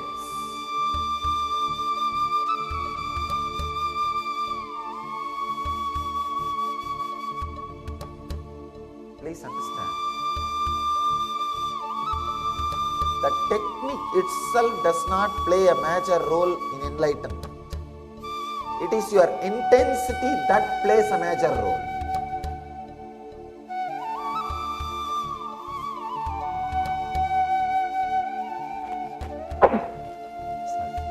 Sorry. The technique itself does not play a major role. You see, it is very funny. Each master has his own technique, his own method. I can say not only each master, each disciple who understands and practices has his own method. I always say in my class, whenever I teach a meditation, I know only one version of that meditation. When I see 100 people practice that meditation, I learn 100 versions of that meditation. When I teach, I know only one version of that meditation. When I see people practicing, suddenly I learned 100 version of that meditation.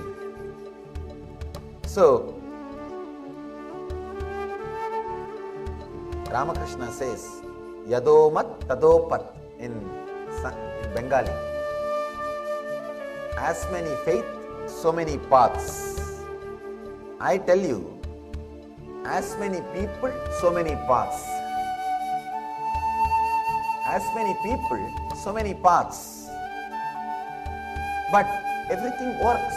That is the funny thing. That is the fun. Please understand.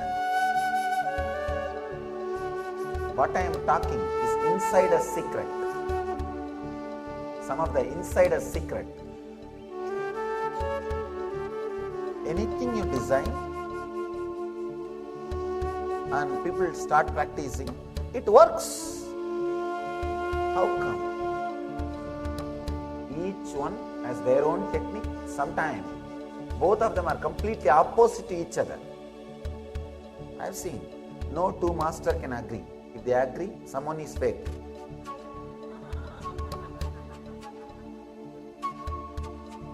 Because each one has their own experience. That's why I always tell people. Each tradition, each religion is unique and sacred, not equal. Please understand, not equal. When we start bringing the idea, all religions are equal, we are bringing a lot of complications, difficulties. The moment you try to say equal, somebody will say, no, we are not equal, we are special.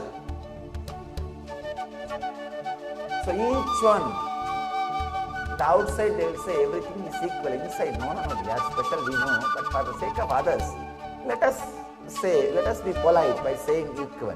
No. Be very clear. All traditions are not equal. All religions are not equal. All religions are unique and sacred. It is unique and sacred to the people who are practicing it. So, unique. Each technique is unique. Each master is unique. Each tradition is unique. You see the Vedic tradition, it is group of religions. Each master is independently intelligent enough to create a religion. Each sutra of this Patanjali is independently intelligent enough to lead human beings to enlightenment. So each sutra is capable of creating a religion. It's like sometimes people come and ask me, Swamiji, why do you have so many techniques, traditions, deities, choice in India, Vedic tradition, in Vedic tradition? I ask them, why do you have so many varieties of cars and transporting vehicles? Why do you have so many varieties? Because there was demand and lot of research and development went in that field. Naturally, when a lot of research and development goes in that field, different variety, different luxury level, different comfort level, different category, different consumers, different customers, different variety of cars are created. I want to let you know an important fact. Till I became enlightened and created the mission, I don't know how you will believe. I never even remembered or had an idea there are varieties in cars.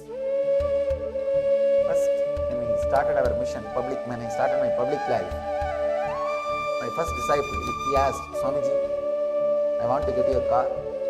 Tell me which variety you want. He brought a catalog and showed me.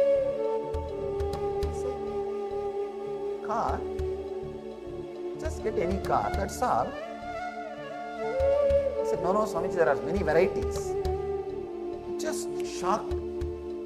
See, it's not that I was always living in forest. 22, 23 years I lived in cities.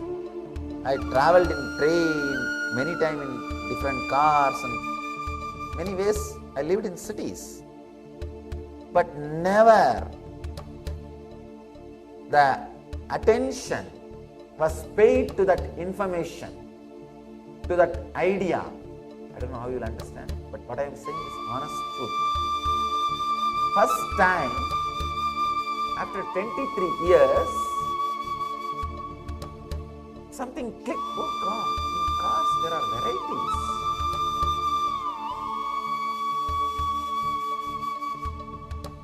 But I know thoroughly about varieties of meditation techniques, because I was doing research and development in different fields.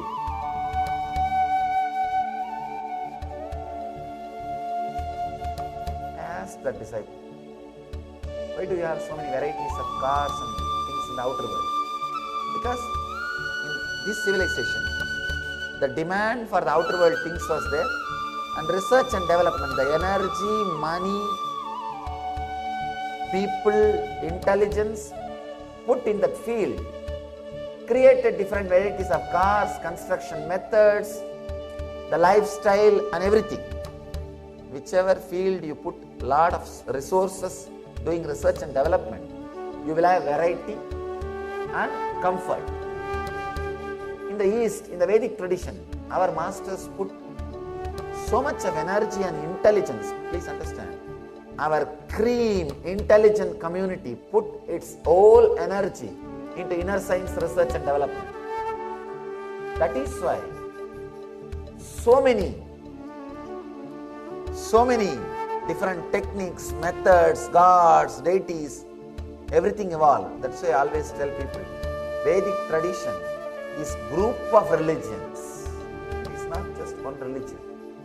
Group of religions. People ask me, Swamiji, why in the Vedic tradition not much service orientation is there? Please understand, I am not against service, social service. Why it is not there in the Vedic tradition? Because they have something far more deeper to do. They are not created for service. People who don't have anything else to do, like research and development, or don't have anything to contribute, let them serve bread and butter and give some clothes and give some medicines, and let them do that work. The Vedic rishis have something far more deeper to contribute than just giving little bread and butter. They were working to create civilizations. That is why they did not give much importance to just giving bread and butter, or just giving few medicines, few simple ordinary things.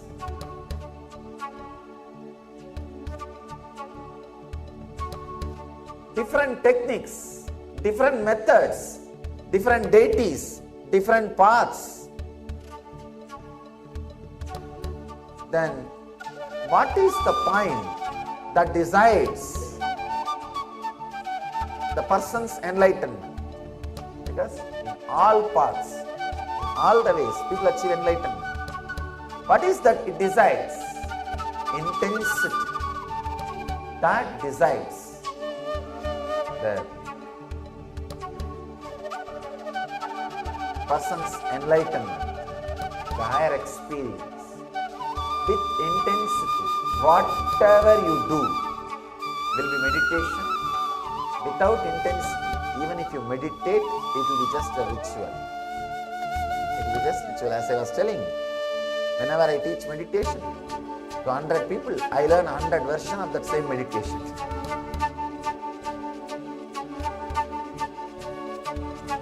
Mrutimatyadi matratvat tatopi visheshaha. The success depends on the person.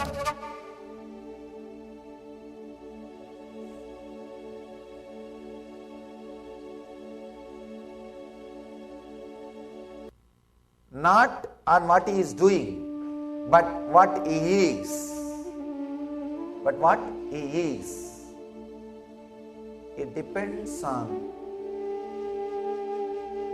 the intensity which he carries. Patanjali says, based on the intensity, low, medium and high, the success is achieved.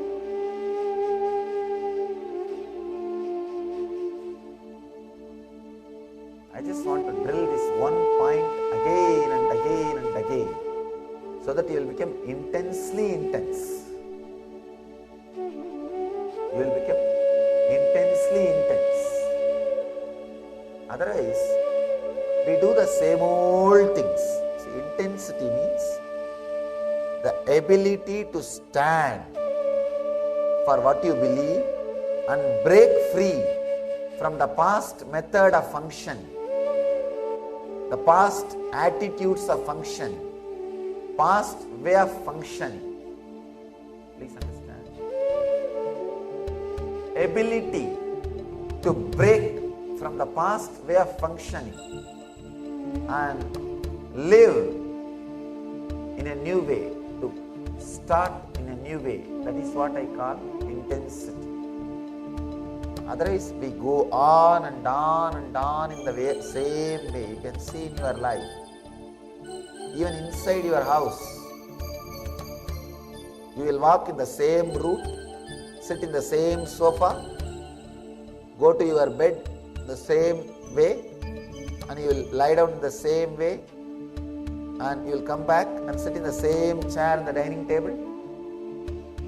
You will eat and come out to the garage. You will drive in the same way. You will not even be alive, creative. I always tell my brahmacharis, my ashramites, at least do new mistakes. I will have some entertainment.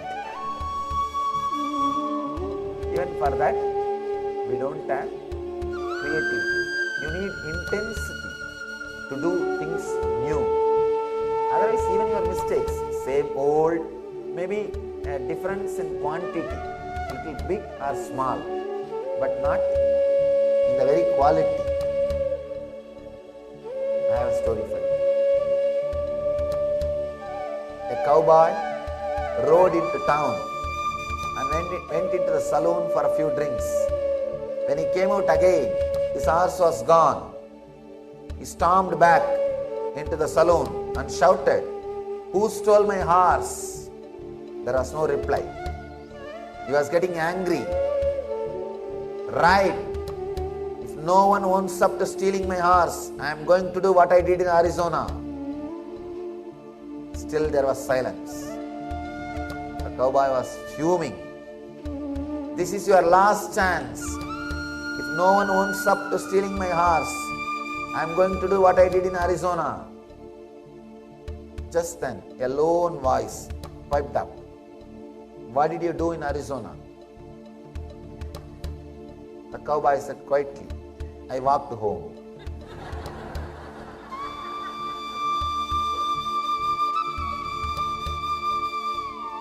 You may be doing the same thing. When there is no intensity, you will be doing the same thing. You will be doing the same thing. Understand, intensity is not seriousness. Intensity means deep passions and passion.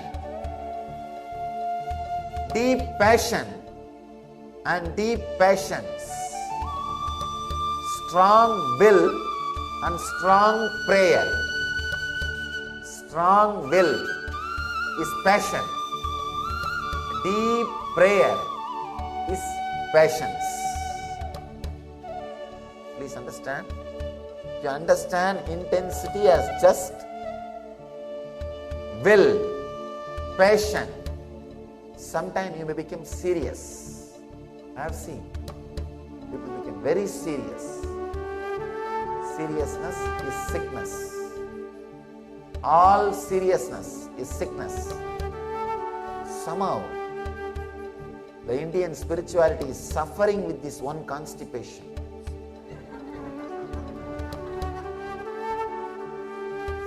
A long face. Yogi means a long face.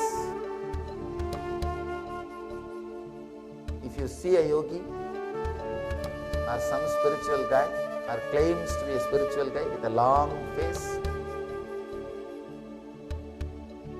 he doesn't need your respect. He needs medicine for constipation.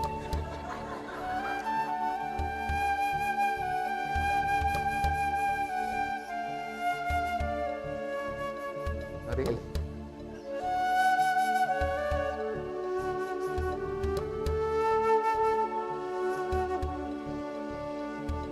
Many times, somehow that seriousness is associated with intensity. No.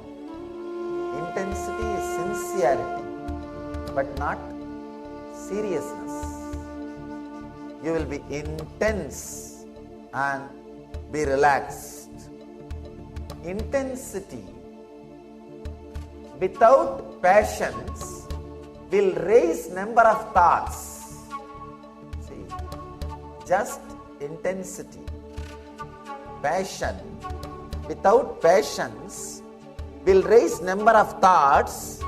It may lead to outer world success, but never inner world success.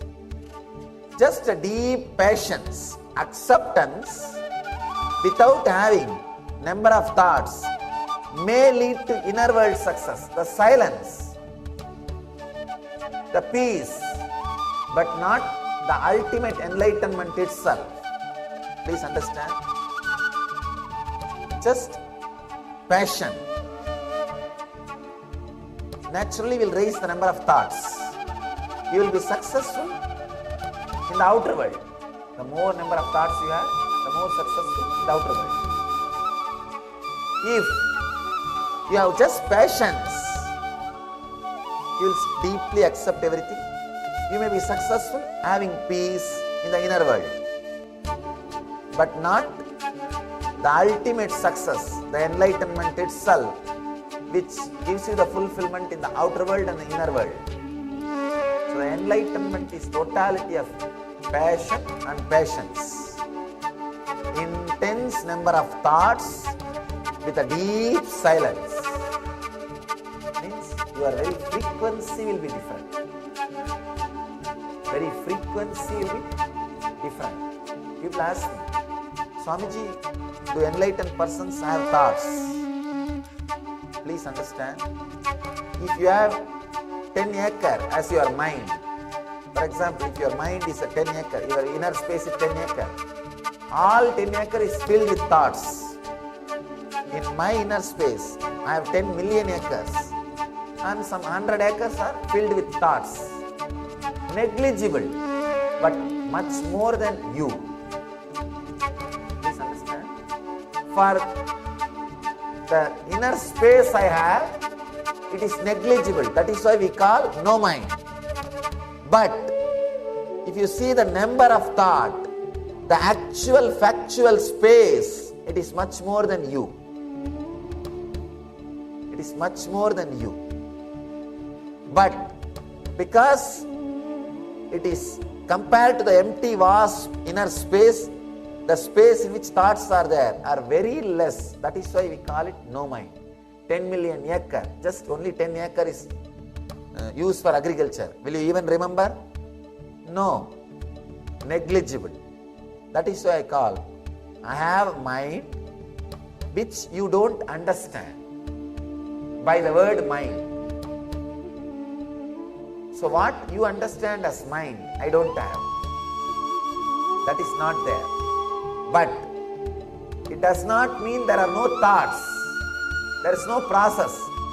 The process is 100 times more intense than you, but the background and the canvas on which the process is happening, the space in which the process itself is happening is so vast, the process is negligible. The process is negligible. So please understand, in the intensity, you do not have just passion, you have patience also. You became complete, you became fulfilled. you just radiate the truth. Intensity is a strong feeling that I should achieve, and strong prayer that I should achieve.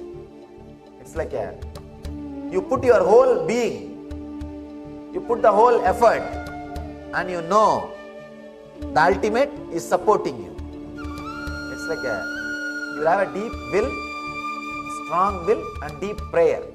Even if anyone is missing, it can't be called as intensity. Strong will and deep prayer. Understand? If you understand the divine is supporting you, the effort you put, even if it is little, suddenly you see the success happens. Just by remembrance, the divine is supporting you. You don't even have to bother whether it is factual or not. You don't have to measure. Am I supported? How many hours it stood with me? What has happened? There is a story. One guy asked a boon from God. God, you should always be with me. God said, all right, I'll always be with you.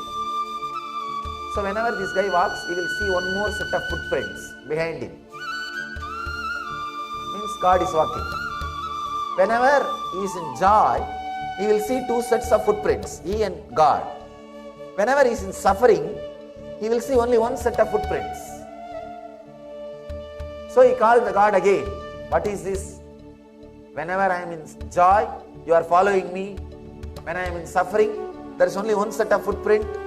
You are not following me. God laughs and says, fool, when you are in joy, you are walking, I am following you. When you are in suffering, I am carrying you. So the footprint which you see is mine, not yours. So be very clear.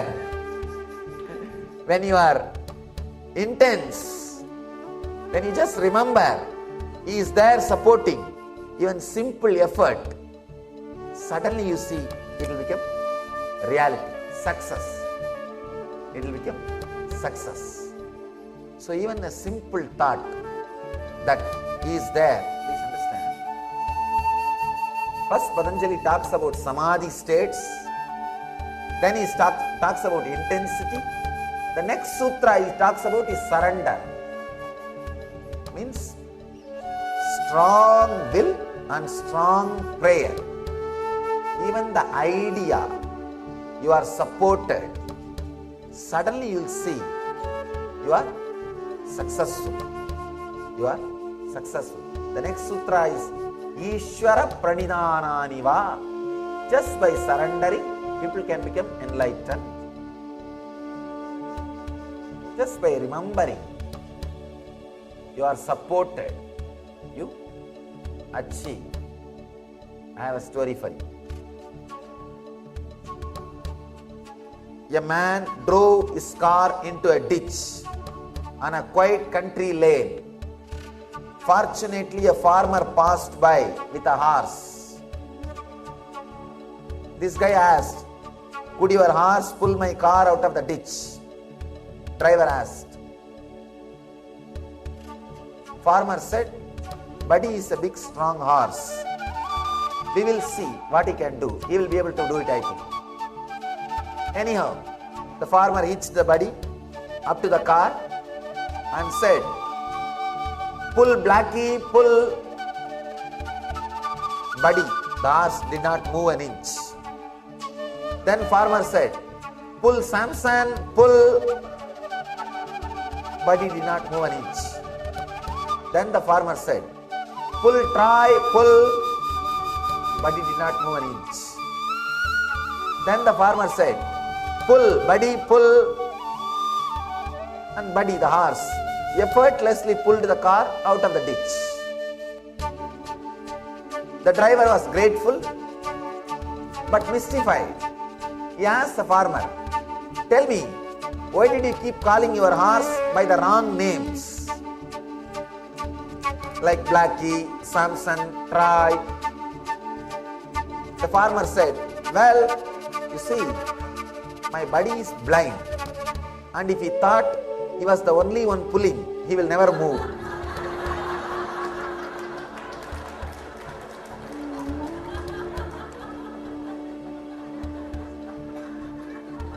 We are all blind. If we think we are the only one pulling, we will never even try. We will not even try. We will not even move. So be very clear. Intensity means simply happen. Things will simply happen. That is why Patanjali, just with intensity, he puts the next sutra, Ishvara Pranitanani va. By surrender, the ultimate is achieved. Let me tell you my own experience, how I had enlightenment. Even Buddha, when he was just intense, when he was just filled with passion, not with passions, he tried, nothing happened. Suddenly at one moment, he relaxed. The passions joined the passion and he became enlightened. When he understood he is not alone pulling, he relaxed and he just tried. If you think you are alone, you would not even try. Or the idea it is difficult will not let you move. Let you use your muscles to its peak potential. Will not let you experiment or experience your peak. Let me tell you my own experience. Yesterday I was telling about an incident. I went to a master Annamalai Swamigal and I cut my thigh. You heard that incident. After that, I started playing with what he taught me. From where the idea I raising. He told me from where the pain is coming, just look inside. After the pain disappeared, he said, from where the idea, the person who experiences pain, raises, just look inside. I was looking, very deeply and intensely. Maybe I can say 2 years or 1.5 years. I was playing continuously with the technique, sometimes very seriously, very passionately.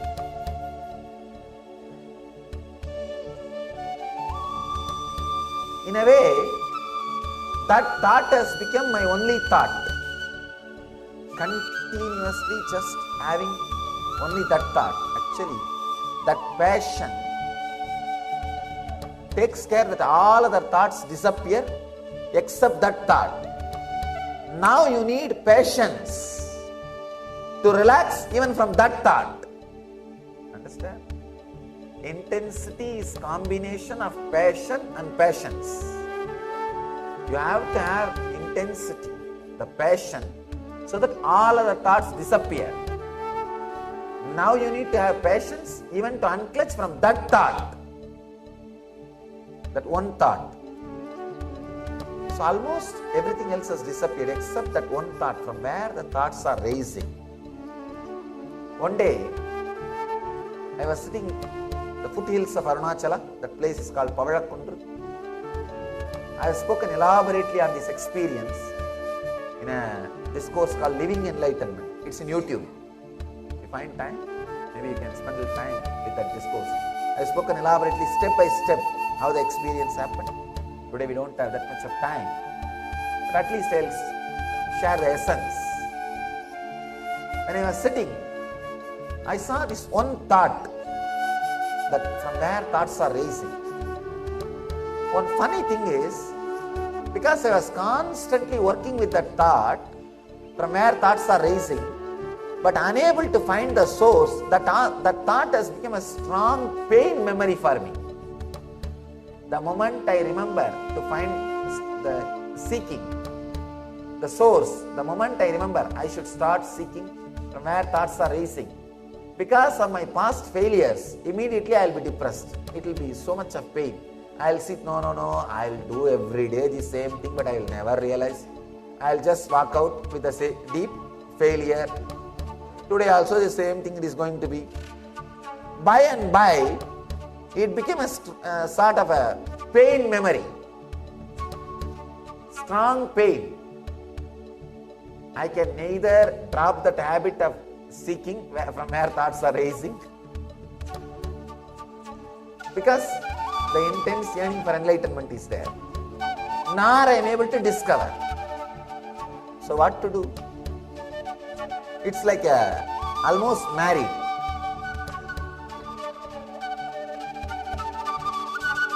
In Indian village system, still marriage, the divorce is a taboo. You can't divorce.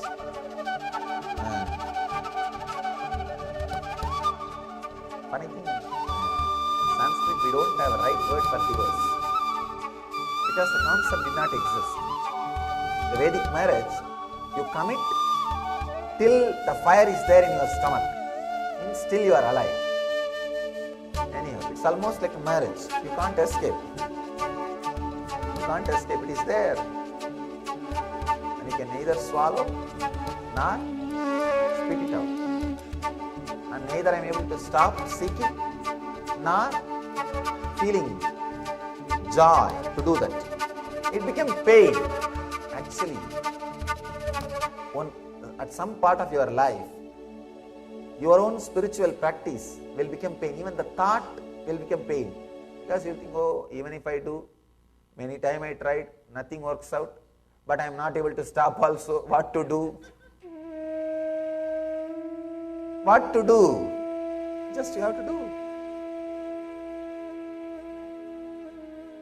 It became a passion, but the passion was not there.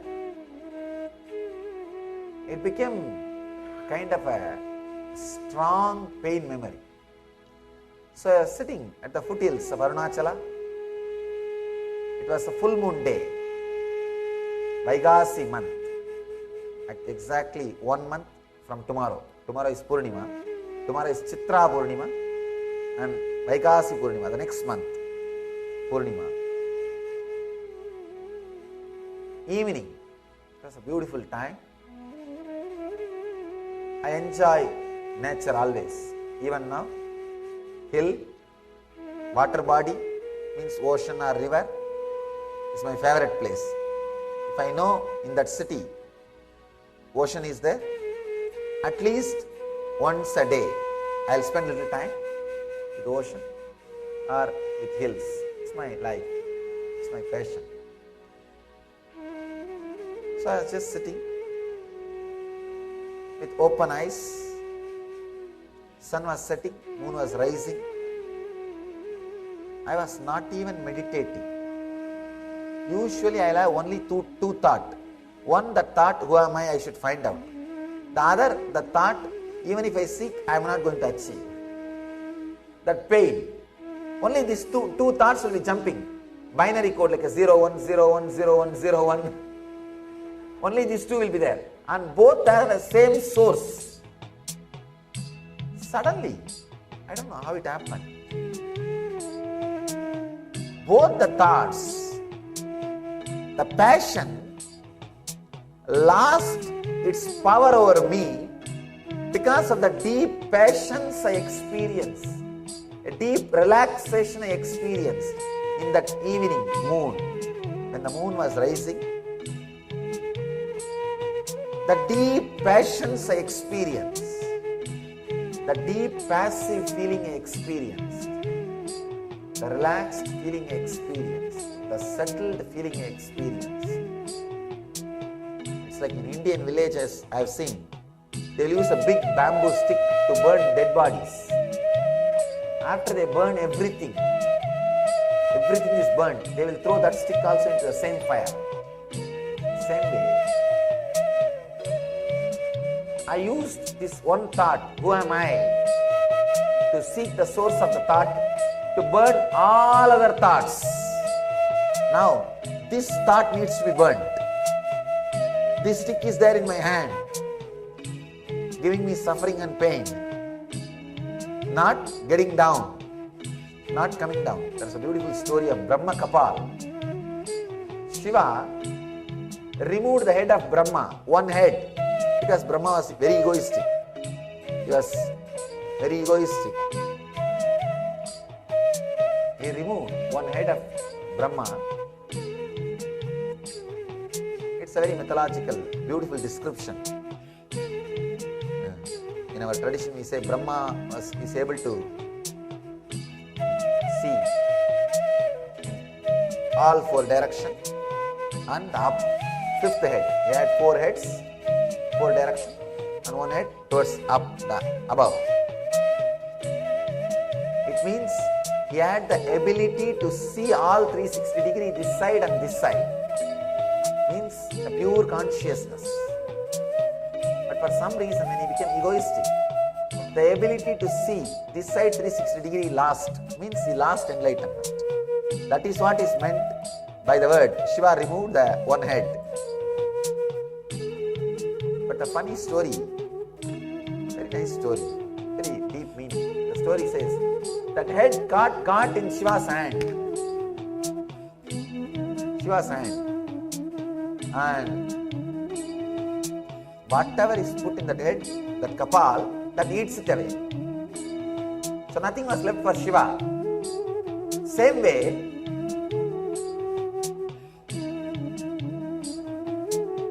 see that head, everything that head eats, nothing was left for Shiva. That Kapal has become a big torture for Shiva.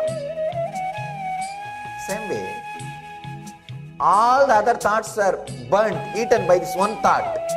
But this one thought is not leaving me. It became a big torture. But somehow, when that patience, I can say in a way I got completely fed up with this whole thing. Seeking and unable to find with this whole thing. So I just sat in that moonlight, moon rising.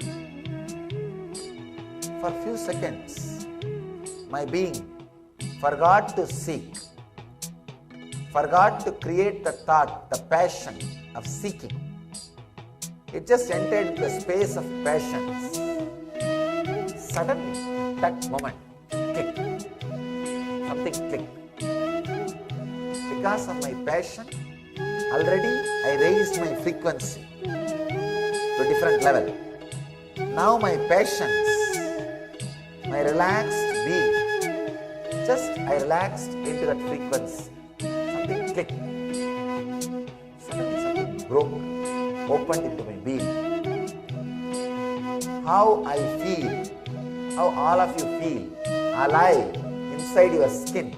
The same strong feeling that I am alive, I started experiencing even outside my skin with the whole thing.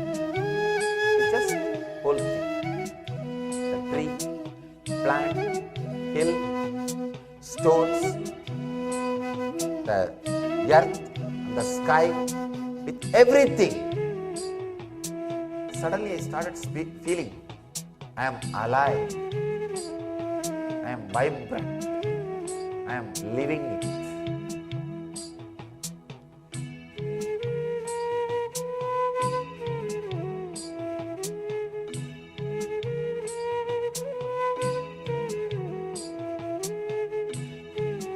As long as that passion and patience was there inside me, the intensity, that experience stayed.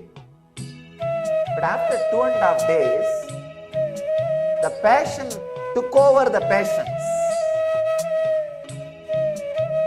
The passion to hold on to that experience took over the patience to relax into that experience.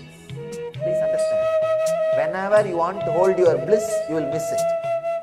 Bliss means what? Choicelessness is bliss.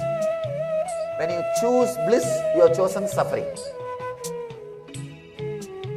If your hands are open underwater, river will be flowing. You will be holding the river. The moment you hold the river, you try to hold it. What happens? You have only empty hands. You are with open hands. Breeze is blowing. The moment you hold, you have only empty hands. So, the moment you choose bliss, you choose suffering.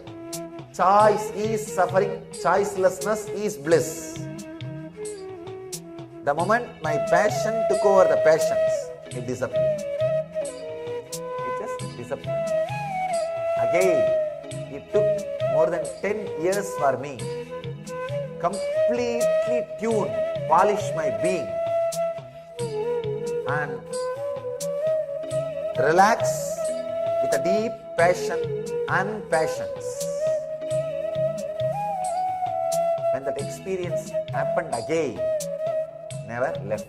It just stayed. It just stayed and started radiating through this body. Please understand. Passion with passions is what I call intensity. Intense, I can say. Intensity is required to start your spiritual practice. Without intensity, I have seen many people.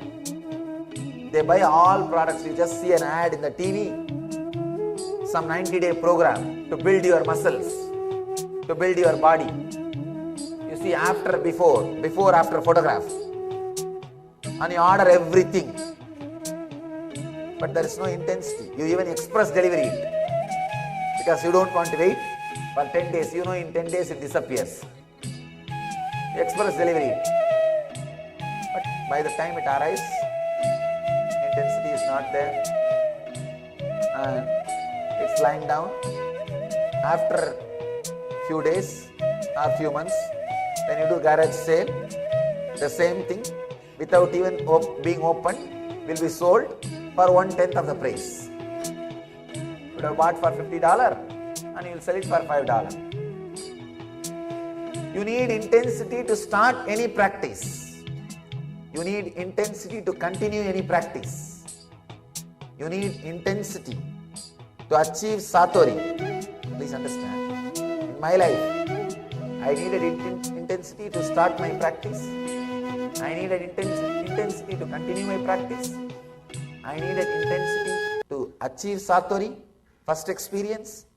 I needed intensity to make that first experience eternally staying with me, and means enlightenment. And I needed intensity for enlightenment, and I needed intensity to live enlightenment after enlightenment. Understand? For ultimate fulfillment, you need only 3 things in the life. 1, intensity. 2, intensity.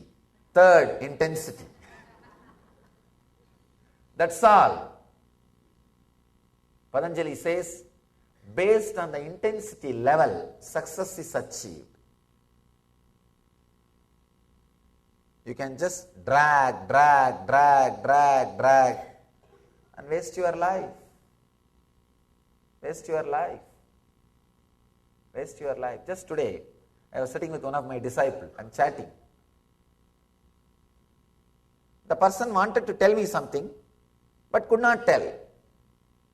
She was saying, no, I'll think and let you know. I'll think and tell. I said, don't waste time. At least tell now. I'll work it out. Either I'll answer, if it is a question. If it is right, I'll fulfill. If it is wrong, I'll clear it. It will be solved. If you are postponing, you are delaying the whole process. Intensity suddenly reduces the whole span of your traveling. Intensity drastically reduces the wastage of time. Without intensity, you can go on and on and on. Understand? When there is no intensity, you are lost in the past and future.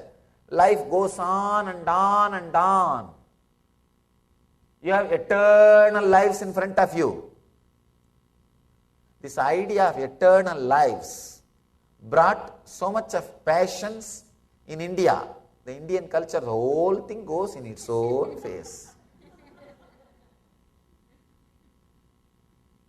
It brought a lot of patience, no doubt. But they missed passion. Understand? Because you know, if not today, tomorrow, if not tomorrow, day after tomorrow, if not day after tomorrow, next life. You know, eternity is in front of you. I can say that's one of the important idea responsible for the laziness which is prevalent in India. I have seen till morning 10 o'clock, these guys will be sitting in chai shop and conducting newsroom, analyzing who ran away with whom, who is having affair with whom, who is sitting with whom, who bought whose property. I know in my native village, some 4 or 5 people, they know thoroughly about that whole town. Who ran away with whom, who is living with whom, who sold whose property to what price, who has got how much of dowry for his daughter, who gave dowry for his daughter, how much dowry he gave for his daughter, how much dowry he got for his daughter-in-law. Complete information. Complete information.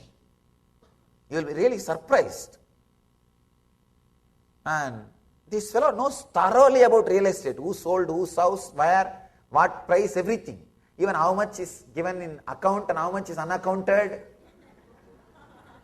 Number 1, number 2, everything he knows. Once I asked him, he was sitting and talking about some real estate. Swamiji, that guy sold his house just 1 week before, and this house is on sale. This property is in litigation. He was talking. I asked him, are you a real estate broker by your profession? How do you know the whole thing? He says, no, just as a hobby I know, Swamiji. Just for time pass. No, really. I know in my town, in each and every town in India you can see at least 10 people like this. Thoroughly they know everything, but they have nothing to do with it.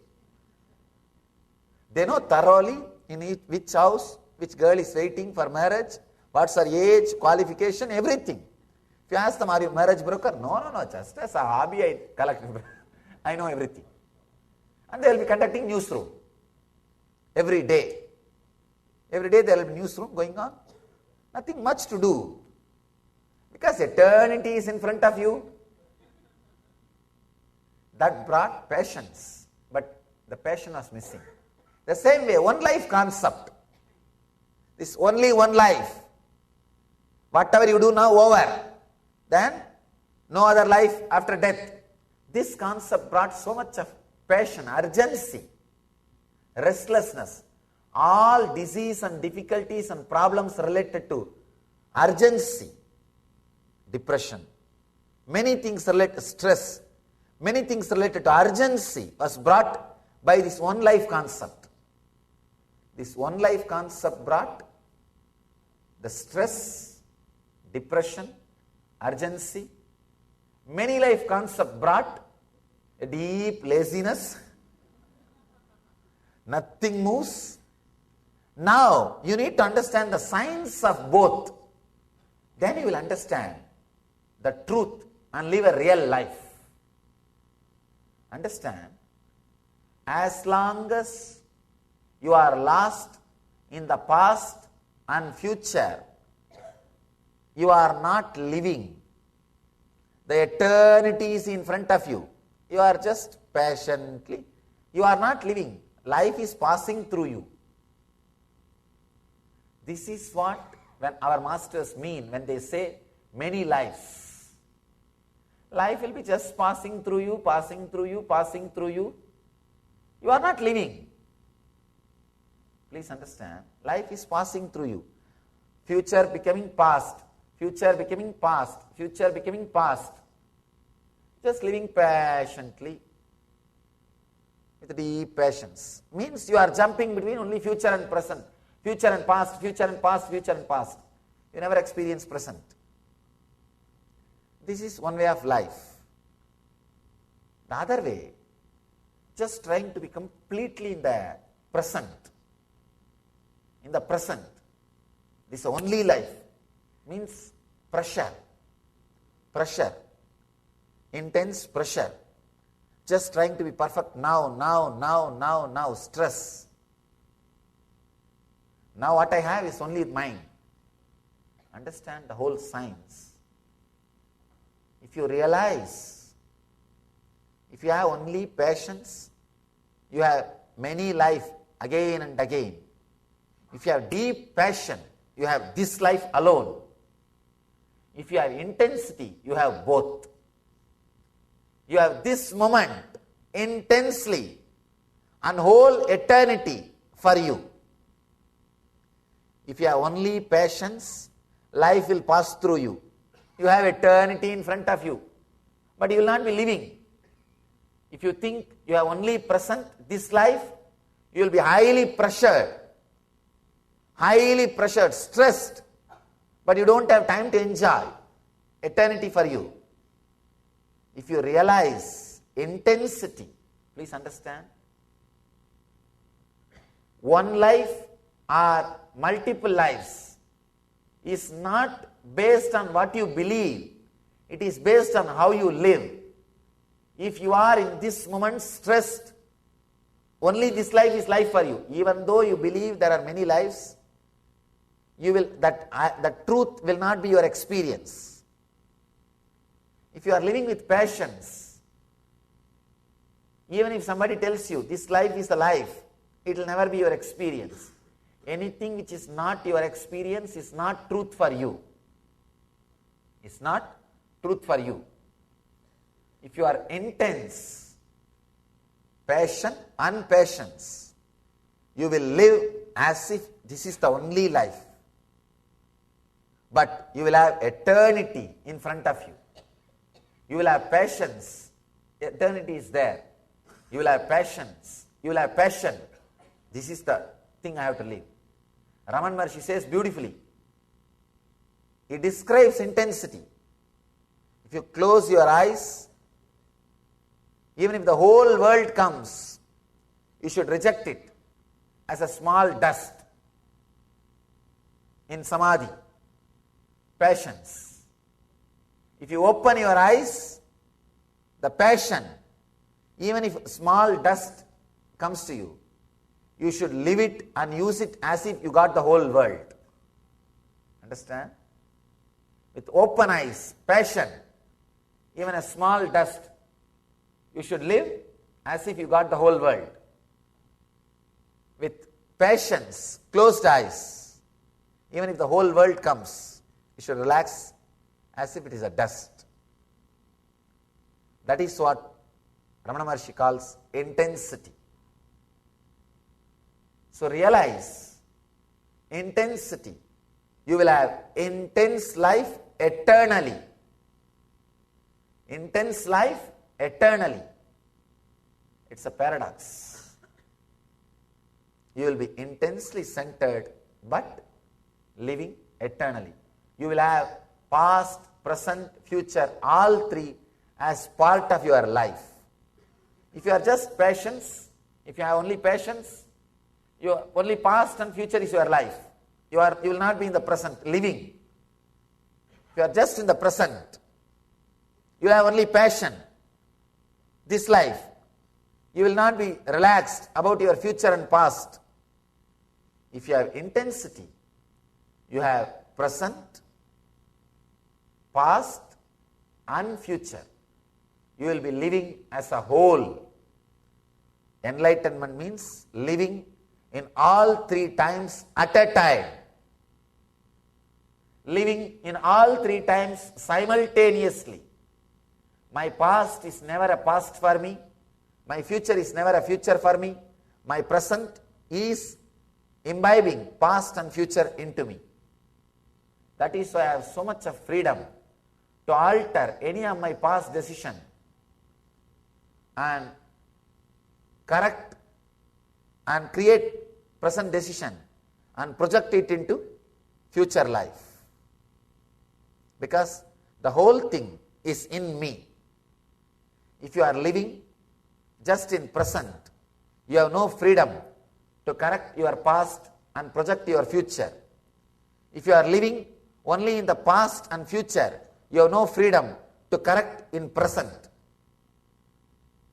If you are living in past, present and future, only then you have freedom to correct, freedom to amend and freedom to project. Understand? Living in present is not enlightenment. I am throwing a new light. I am breaking one ice, old pot. Living in present is not enlightenment. That's what we always think. Living in past, present, future simultaneously is enlightenment. Means in your present moment, the whole past, the whole future will be present. The essence of whole past, the essence of whole future will be in the present, is what I call living enlightenment.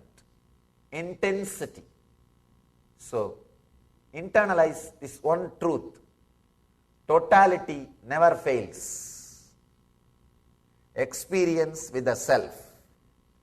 Intensity means a deep passion,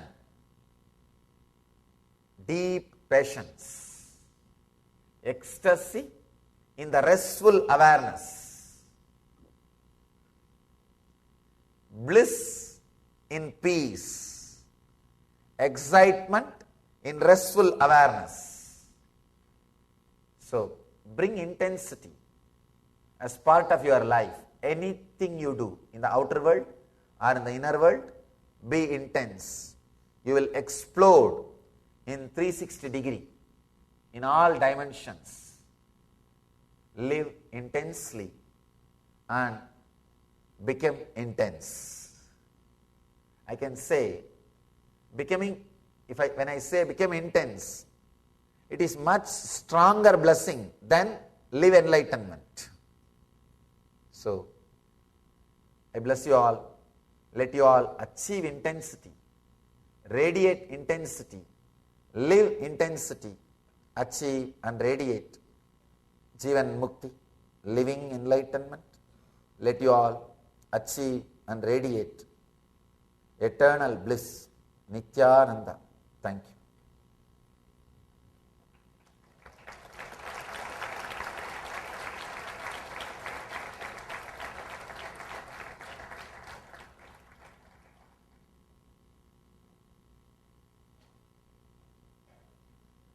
Thank you, Swamiji.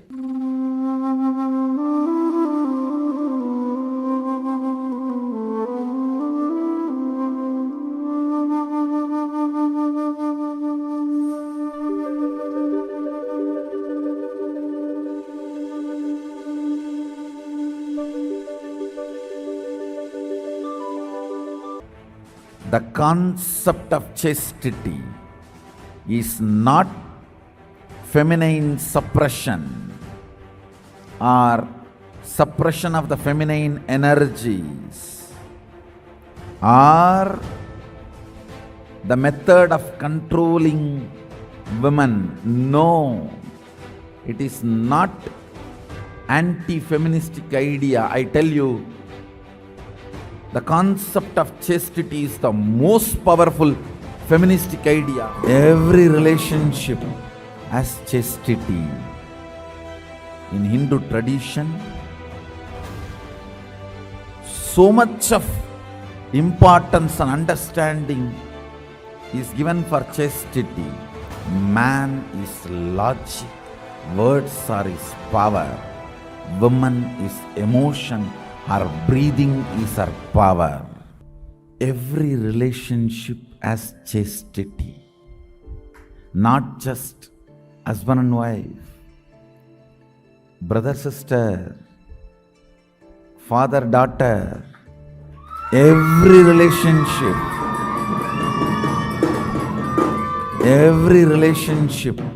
has chastity. In Hindu tradition, so much of importance and understanding is given for chastity, and all the so-called anti-Hindu forces try to say it is against feminism are masculine suppression, or all the third-rate names they use. Please understand, no. The concept of chastity is not feminine suppression or suppression of the feminine energies, or the method of controlling women. No, it is not anti-feministic idea. I tell you, the concept of chastity is the most powerful feministic idea. In Hindu tradition, 3 rain per month is supposed to happen. Between Purnima to Purnima, 3 rains should happen every month. கற்புடை பெண்டிற்கோர் மழை, வேதம் ஓதும் வேதியர்க்கோர் மழை, செங்கோல் வளையா செங்கணனுக்கோர் மழை. One rain is for chaste woman. How come? Chaste woman can be responsible for rain? Maybe it's a concept to keep the social stability. No. Man is logic, words are his power, woman is emotion, her breathing is her power. Understand? Chaste breathing is a command given to cosmos. A pure Pandit, a pure Vedic Pandit, he need to give command only through his words. His chanting, his words will impact the universe. A chaste woman, her breathing will impact the universe. All big successful house or organization, I guarantee there will be a chaste woman on the top. Maybe behind the screen, behind the scene, there will be a chaste woman who keeps the things together. Understand?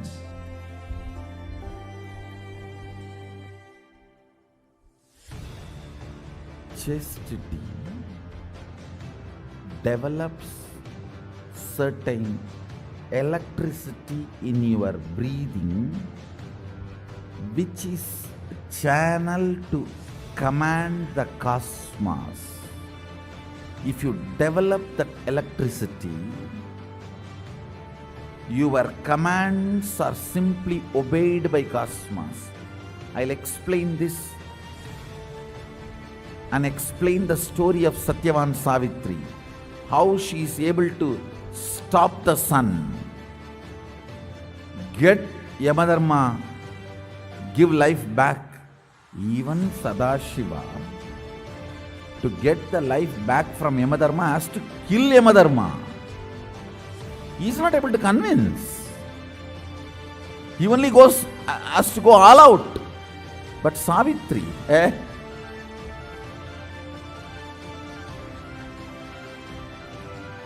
chaste woman seems to be more powerful than a Shiva Bhakta. Understand?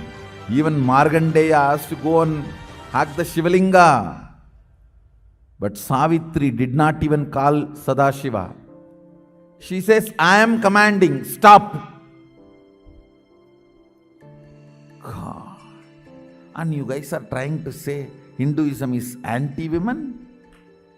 Which religious shastra has given such grand space for women? I tell you, if you have a chaste woman in your life, I am not saying it should be only your wife relationship, even as a sister. Because chastity is a quality which radiates in all relationships, not just in one relationship. A chaste woman will be amazing mother, amazing sister, amazing daughter, an amazing administrator. Because it is ability to convert lust into relationship. Chastity is the alchemy process of converting lust into relationship.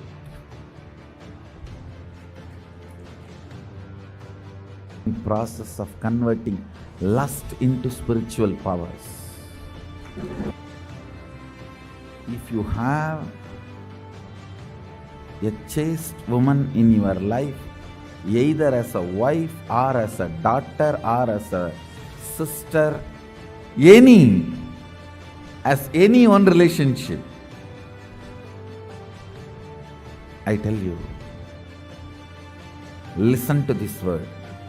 You will never have accidents. You will always be protected by all the unknown, unseen problems. A chaste woman, one chaste woman in your life, either as a sister or as daughter or as mother or as a wife, any one relationship, it can be any. But one chaste woman is there in your life, you will not have any unknown, unseen problems. The whole cosmos, grahas, will simply protect you. You may think I am giving two big mystical words. Understand, I believe that. I myself a believer of this truth. I myself a believer of this truth. The chastity of the woman. Let me define again the chastity. The achalatva dimension of consciousness manifesting in body and mind in all relationships is chastity. Man having the chaste woman in their life, either as mother or daughter or sister or spouse or whatever, some relationship brings cosmic protection. Please understand, first and foremost relationship is mother. Ability to learn, even idea to relate starts with mother. How to relate starts with mother. Understand? Your idea to relate, your ability to relate starts with mother. Mother's contribution in your life, either by doing some things or by not doing some things. Please understand, even if she was not there in your life, the impact of that remains forever. Either she is there or not there, her impact on you remains forever. If she was there, if she is there in a positive way, If she was not there,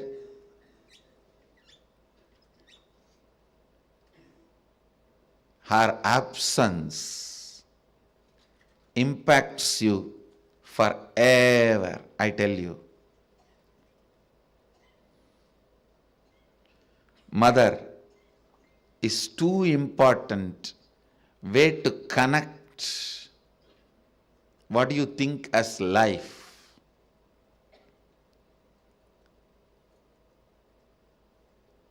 In Vedic tradition, our rishis were aware. Your ability to connect with the mother should be directed to cosmos. It should inspire.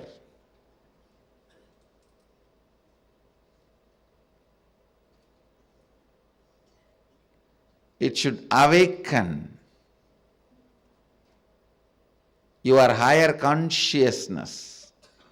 It should inspire your higher consciousness to express through you. It should awaken your higher consciousness.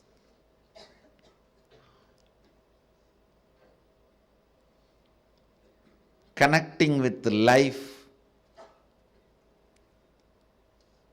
as mother is the most sweetest, most beautiful, most easiest form to ever connect.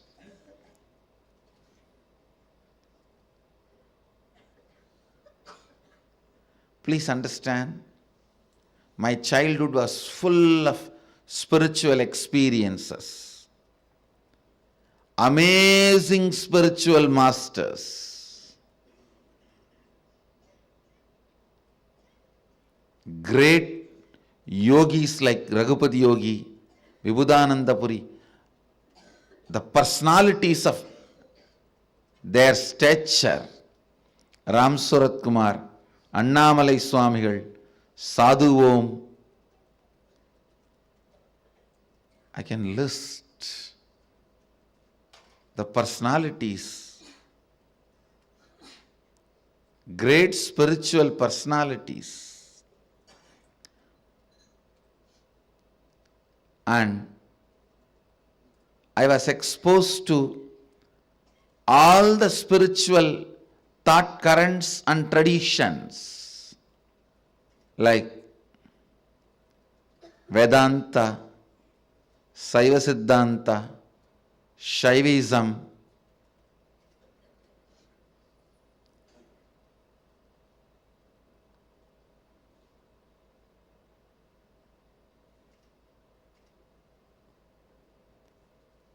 even the thought currents of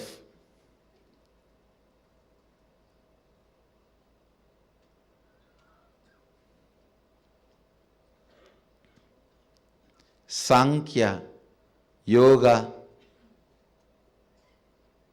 Nyaya Vaiseshika, Purvamimamsa, Uttaramimamsa, various yogic sampradayas. But I tell you, I found most easiest, most powerful, most inspiring, most exciting way to connect with life as the form of mother. It's mother worship I myself chose. After being exposed to so many spiritual masters, experiences and philosophies, I tell you, if you want tremendous peace and healing in your inner space, choose mother worship.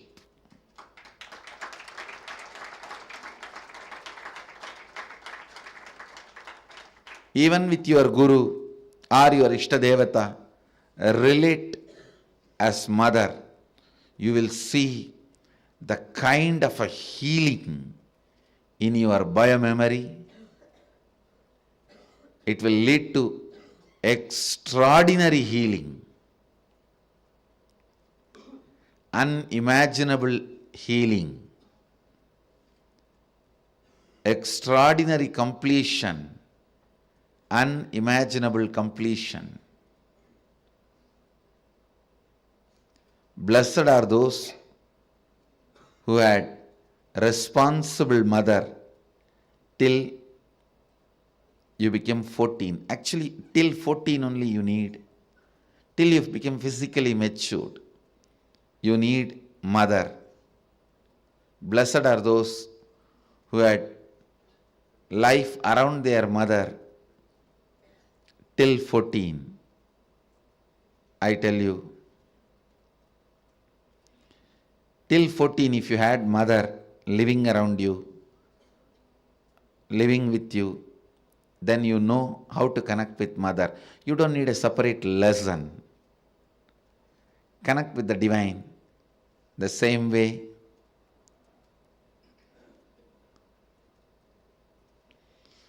So much completion will happen to you. So much means really, really so much, I tell you.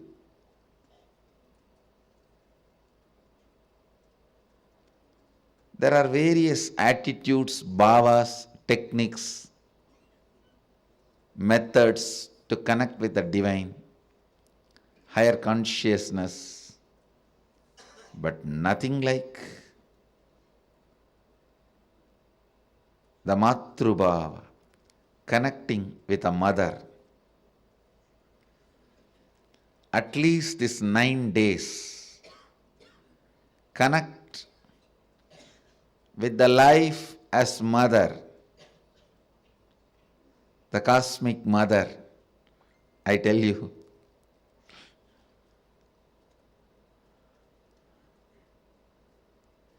Then you will understand, you will never be same again after these 9 nights.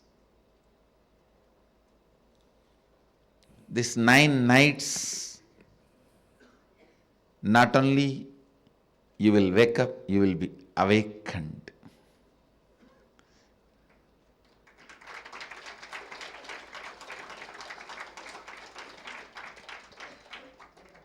If you can connect with the life with the same attitude of connecting with your mother, and if you had incompletions with your mother, complete with that first. And connect with the cosmos, the cosmic mother.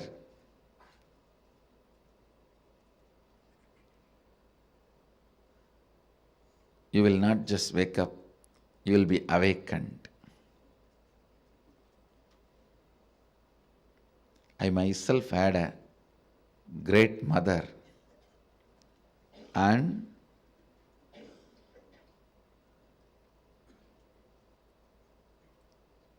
amazing connection with life in the form of mother.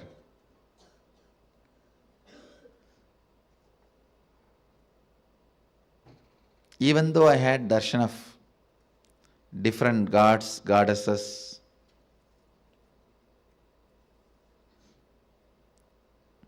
Mahadeva himself in the form of Arunagiri Yogeshwara,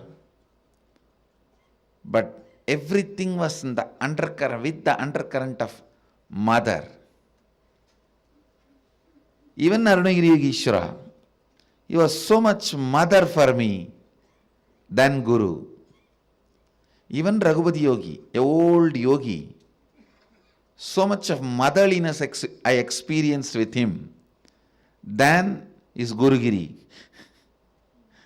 than him being a Guru. I tell you, of course, Mata Vibhudananda Puri, she is a woman, an elderly woman. By nature, naturally you will experience her motherhood. But even with Raghupati Yogi, the kind of a motherliness I experienced is amazing. Connect with cosmos. the form of mother, you will experience so much completion, so much motherliness in everything.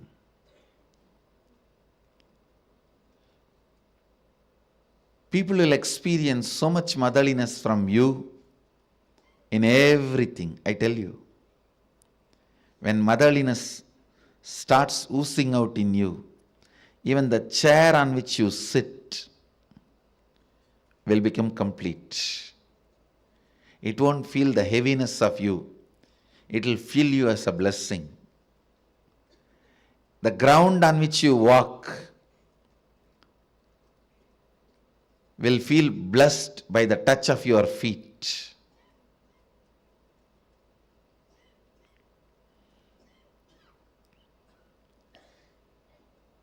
The air you breathe will be blessed. People whom you see with your eyes will experience that love and compassion. I tell you, nothing can be compared to receiving the love of motherliness and sharing, radiating the love of motherliness. If you can't radiate, receive and radiate, whoever you may be, you waste your life. You are missing one of the major dimensions of your life. Whether you relate with your Guru or your God, it can be any God, Shiva, Vishnu, Parvati, Durga, Kali, Ganesha, Subramanya, any God. If you can relate with the tremendous motherliness, if you can perceive motherliness from your God and Guru and radiate that motherliness to the people around you, you have succeeded in the game of completion. You will bring so much completion into you and to others. So much completion into you and to others. My Navaratri message to all of you: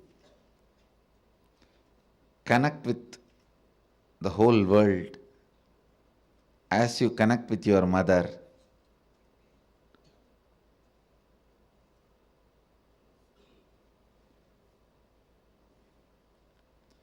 Be a child to life. Be a mother to people you are giving life. Be a child to the life to receive life in you. Be a mother to people to whom you are giving life. That is enough. You will bring so much of healing and completion to the planet Earth wherever you move, whatever you do. Whether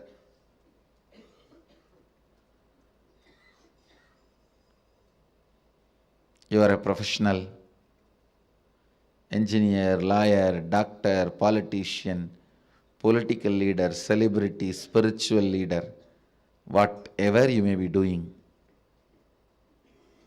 motherliness completes you and others. Today I wanted the Vakyartha Sadas to be done on connecting with life as mother. Being a child to life and being mother to the people you have to give life.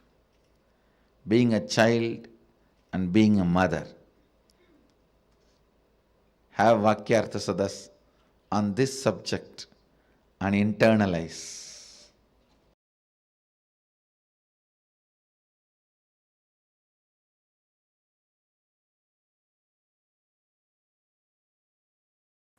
सदाशिवसमारम्भां शङ्कराचार्यमध्यमाम् अस्मदाचार्यपर्यन्तां वन्दे गुरुपरम्पराम्.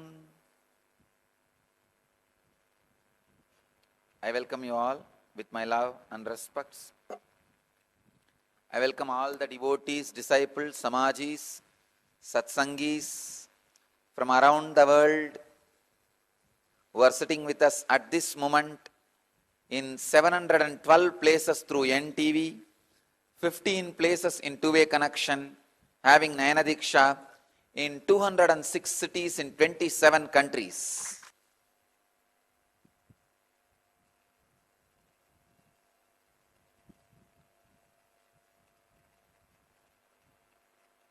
Today's subject for Satsang is woman and spirituality.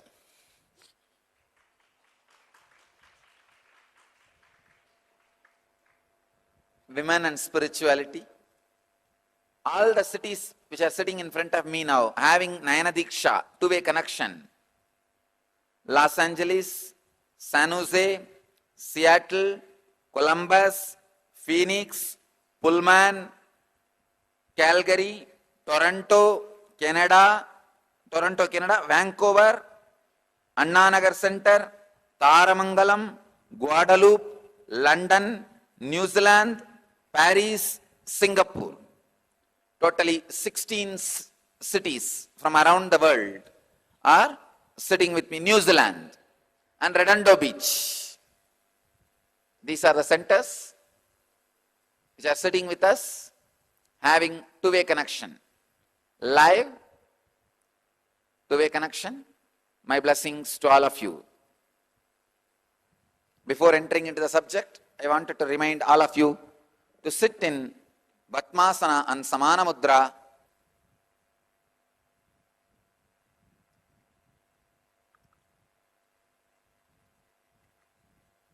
Women and spirituality.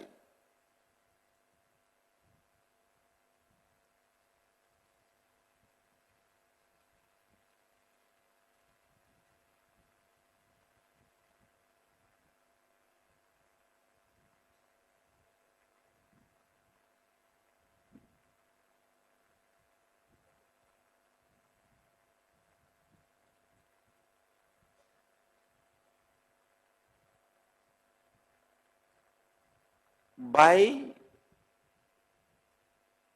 the nature of the muscle memory, women are hardwired for the major three qualities which can lead them to enlightenment quickly, which is a basic necessity for enlightenment: receptivity, passivity, and the ability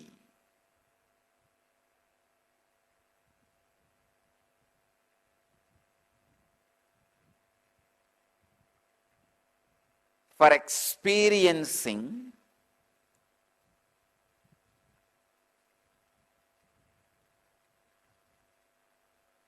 the feeling connection beyond logic. Please understand.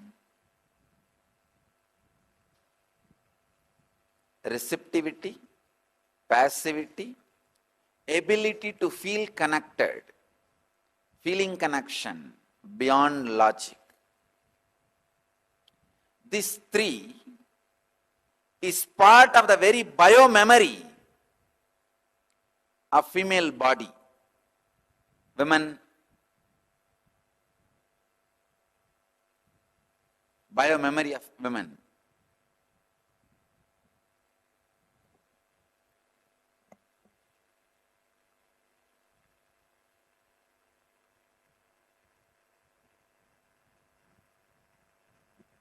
Receptivity, the ability to receive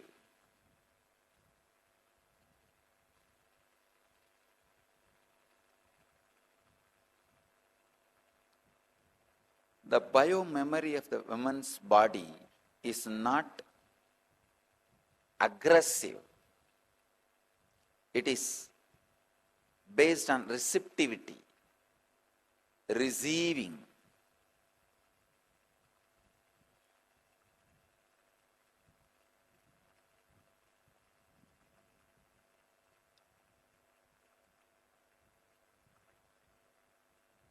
It is not based on violence. It is based on passivity.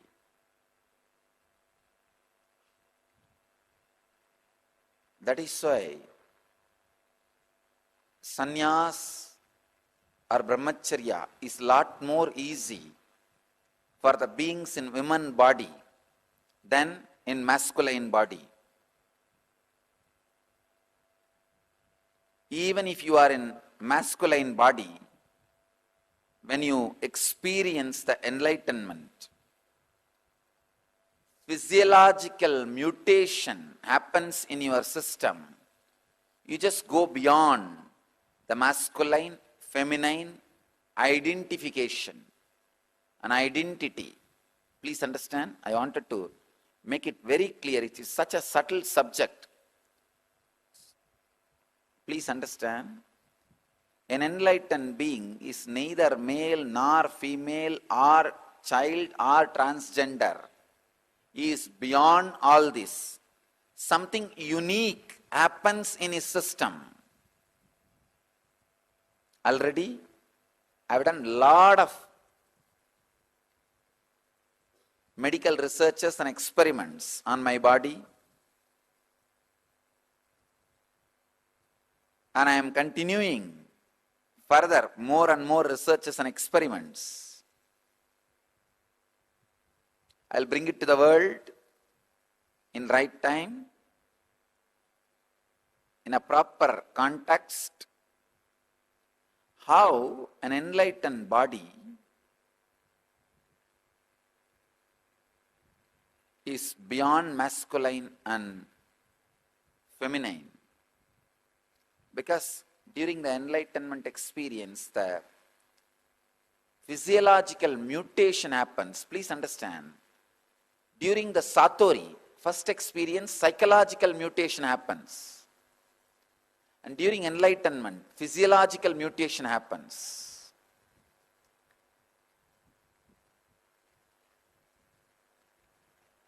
Because in masculine body, feminine consciousness gets awakened. It gets awakened so strongly, the physiological mutation happens. Side effects and after effects of the physiological mutation, only I have studied. For last many years I have studied successfully. Now also I am continuing to study. I will present to the world when time comes. I wanted to insist this one important thing. By nature, feminine biomemory, women's muscle memory is for receptivity, passivity, and feeling connection beyond logic. For enlightenment to be transmitted to you, you need to feel connected to something which is little beyond your logic. But masculine biomemory is in constant insecurity and fear. It is justified. Men say, no, we go out and do business and we are cheated, exploited. So we need to develop a shield of protection, security, and we need to think logically. Okay, it is justified. I am not saying your insecure feeling is unjustified. But what to do? Enlightenment happens only when you are able to feel connected. Maybe God has sent one gender to create infrastructure on planet Earth, one gender to enjoy enlightenment. Only one problem is enlightenment is eternal, infrastructure is ephemeral.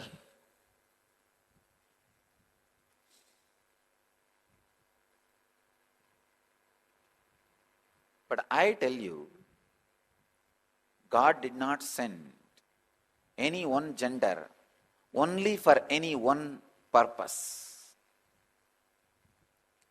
Women can create infrastructures, men can radiate enlightenment. Women have proved they can create infrastructure equivalent to men, but men have not proved they can be enlightened or experience feeling connection equivalent to women. Still, men need to do their homework.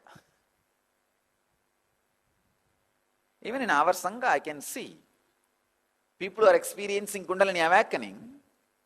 It is not that I bless only that side. I bless both sides. By nature, their system is built for receptivity, passivity, and feeling connection beyond logic.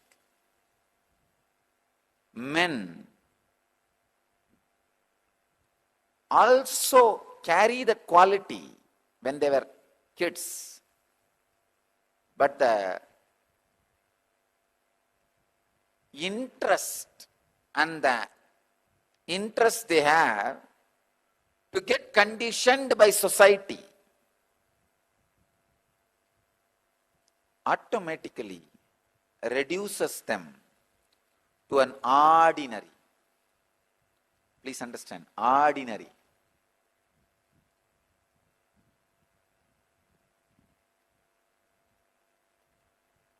Insecure,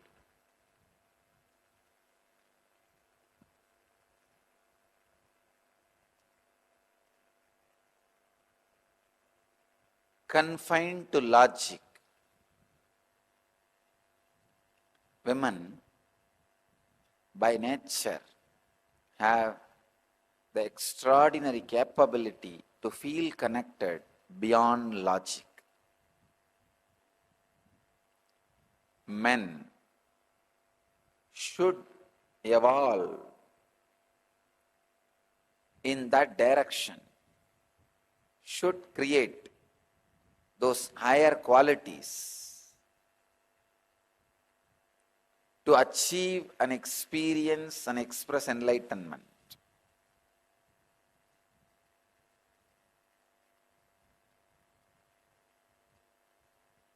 Receptivity, passivity, feeling connection beyond logic are the basic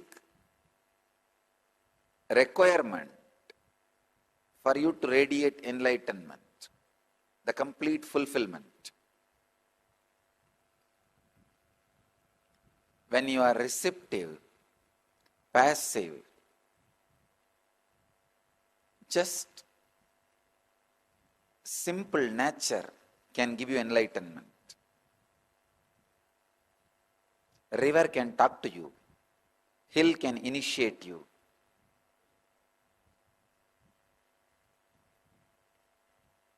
Ocean can fill you. See Ramana Maharshi. Even Ramana Maharshi became intensely feminine. That's the reason Arunachala initiated him into enlightenment. If you see his marital garland of letters in Mathura Bhava, he just radiates that feminine consciousness in the mood of being receptive to Mahadeva, Arunachala.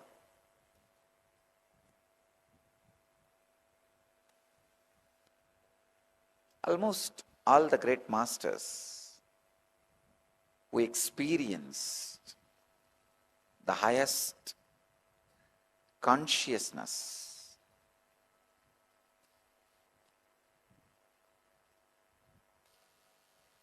radiated extraordinary feminine qualities.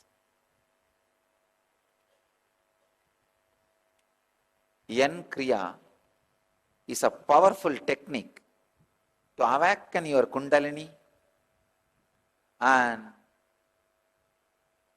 make you experience receptivity, passivity, to experience the feminine consciousness and reach enlightenment.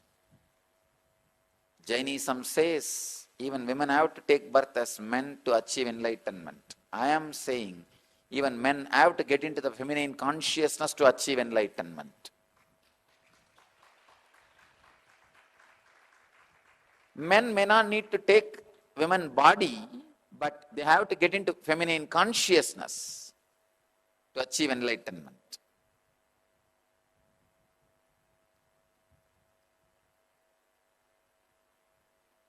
Jainism says women need to take one more birth as a man in masculine body to achieve enlightenment.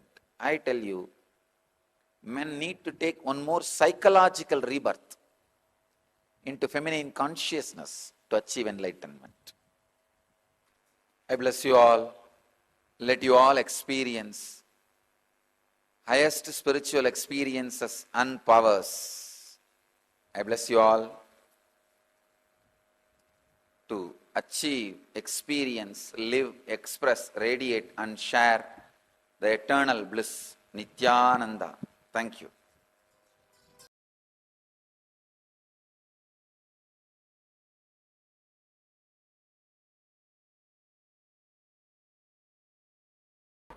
So now we come to the first chakra. First chakra is Muladhara. As I told you, there are two ways to open these chakras. One is meditation, and one is maturity. Maturity means just understand in which way these chakras are locked. Get the key and open the chakras. If you know how to open the chakras, you will see the maturity descends on you. This chakra is locked by a particular emotion. Each chakras are locked by a particular emotion. If you know how to unlock it, the chakra energy will be released in you and you can float with the energy of the chakra. The Muladhara chakra is concerned with the sex.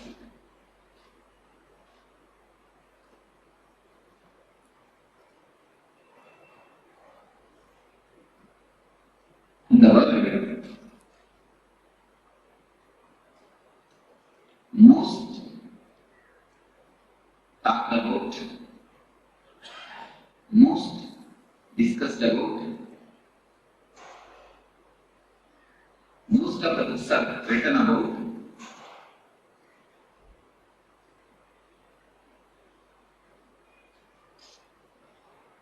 I think on these three sentences, most of the books have been written about, most talked about, and most discussed about.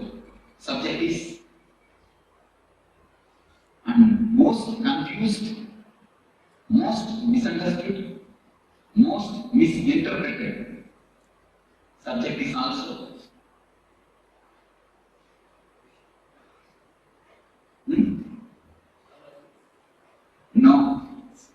No. Sex. This is the subject. Most talked about, most discussed about, most written about, and most confused, most misunderstood, most misinterpreted. No other subject is talked about so vastly. No other subject is talked about so vastly as this subject. But no other subject is misunderstood as this subject. We try to avoid the subject, we try to indulge in the subject. The man who tries to avoid the subject tries to avoid the big pit in front of him. If he doesn't know that pit is there, how is he going to pass it? Man who tries to indulge subject is trying to jump into the pit.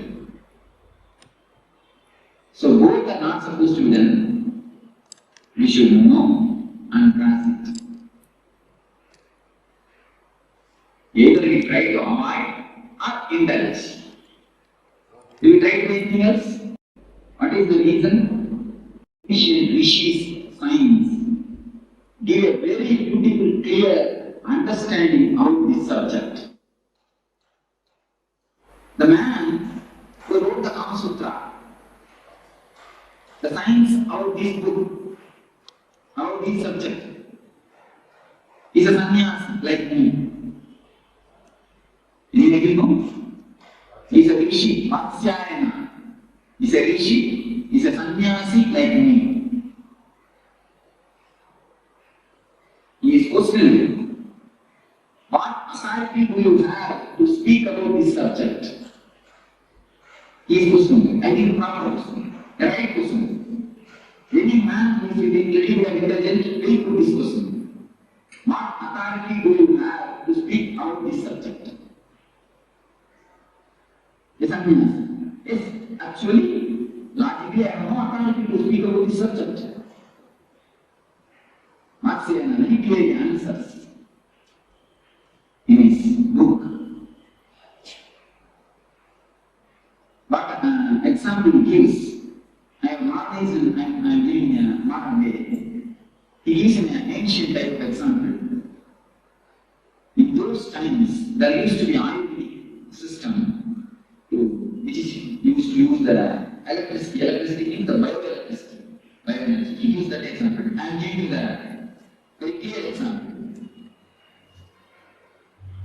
Electrician knows how to switch on and off the switches. He knows what is the circuit behind the switches and the instruments.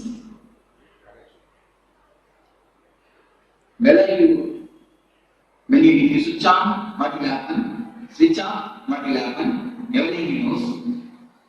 He may not have switched it on and off. He may not have directly done it. But he knows the science behind it. He knows the energy flow behind it. But a man every day uses a switch. He is switching on and switching off. He may not know the science behind it. Am I right?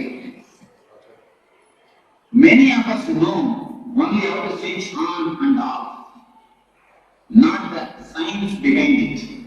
That is why many times we get shocked. That is the reason many times we get shocked. We all many fathers, grandfathers, we have all grown up finished our life. We may have done it. Just like an normal man who knows only how to switch on and off the switch. But he doesn't know the mechanism or energy flow behind it. Just like an ordinary animal, living with a simple basic instinct.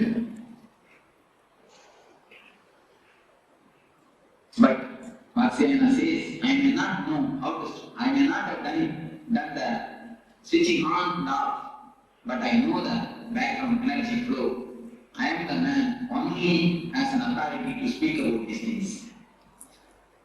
Vatsayana says, a real sannyasi is the only person who is authorized to give an idea about the subject. Nobody else has got any authority, he says. Because he gives one more example. Some two persons are playing chess. Saguranga, chess. Two persons got involved in chess. When you see from outside, you will be having a right idea, you will be having the right move, you will be knowing the right movement, but they will not be knowing that. Have you any time experienced it? When you see from outside, you will be knowing the right movement. They will not be knowing it. But when you sit and play, you will not be knowing the right movement. The person who is outside, he will be knowing the right movement. Will you accept this? What is the reason? He has no pressure that he has to win. The man who witnesses has no pressure.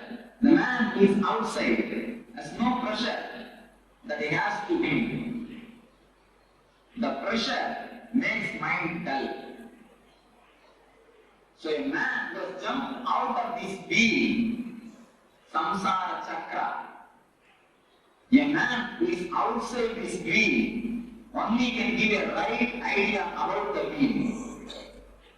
If you are sitting in a giant wheel, you can take the example of giant wheel. If you are sitting in a giant wheel and rounding, can you give a right idea about the giant wheel? Can you? When you have jumped out of it, when you are away and looking the things, seeing the things are happening, you can give a right idea about giant wheel. So a man who has come out of it, who is beyond, who has transformed energy, who has jumped out of the samsara chakra, can only give a right idea about this subject. So we come to the question, what is sex? Today, biology proves all men are 51% men, 49% women. All women are 51% women, 49% men. Just 1% this way or that way. 1% only, this way or that way. But when we start growing, society doesn't allow the women part of us to express. When we do the meditation, many times I observe, men always cry, women try to laugh. Why the reason you know? The women, feminine part of us has been suppressed. The masculine part of the women has been suppressed by the society continuously.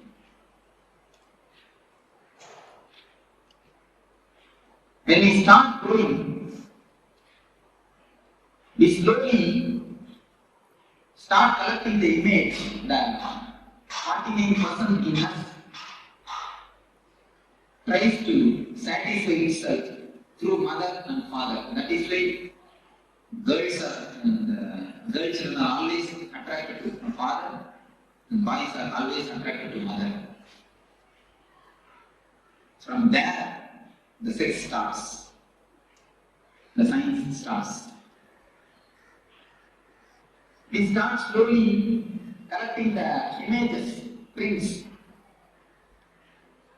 All men try to fulfill their image with mother. All women try to fulfill their man image with father. The art is suppressed by the society. When it is suppressed, we try to fulfill it with the father and with the mother, having some loving relationship. Then after a few years of growth, we start collecting the images from many people, from the outsiders, how a real woman should be, especially from media, how a real man should be. We start collecting the images and start preserving it in our system. The repressed or suppressed women is always in the unconscious. It's the real science actually, what is happening in the mind. When we go after a certain age, we will start collecting images from many actors, actresses, many stories, especially from the TV serials. From all these things, we start collecting the images and start preserving it. How a right man should be, how a right woman should be, how a many things, how a husband should be, how a mother should be, how a father should be. Many images we start collecting. We keep the imagination of a woman inside, the ideal woman. Sometimes, rarely, at the age of 15, after 18 to 23, in that age, we see somebody outside, and from distance, it looks like as if they resemble this image, which you have inside. We continuously start searching for this image.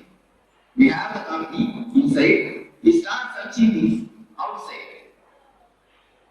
We start searching whether some image will suit with this image, whether some real person will suit with this image, which we have collected and kept it in our mind. So actually, when you see somebody from distance, you feel as if that your image is resembling with that real person. We start falling in love. The falling in love happens in that moment only. The science behind the falling in love is different. We have an image and we search. In distance we feel. In distance we feel as if the both are resembling. As if the both are looking alike. Then we fall in love. But when you come here, you will immediately find the image is image and real person is person. You can never find image in a real person because it is image. Not because of anything, because it is image. How can image be a real person? Because it is image. This is the base of this where we start expecting something from the other. This is the greatest expectation all of us have. We always want the other. Other means either wife or husband should act according to our image. Is it possible? Can it be possible?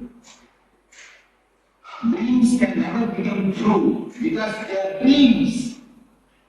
The very word denotes they are dreams. If they can become true, why will they be called as dreams?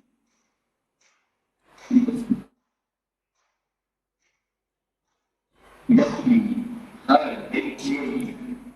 Please listen with full attention and try to digest what I say. That's why I'm speaking very slowly. If any question, please raise. Now we will come to the clarification.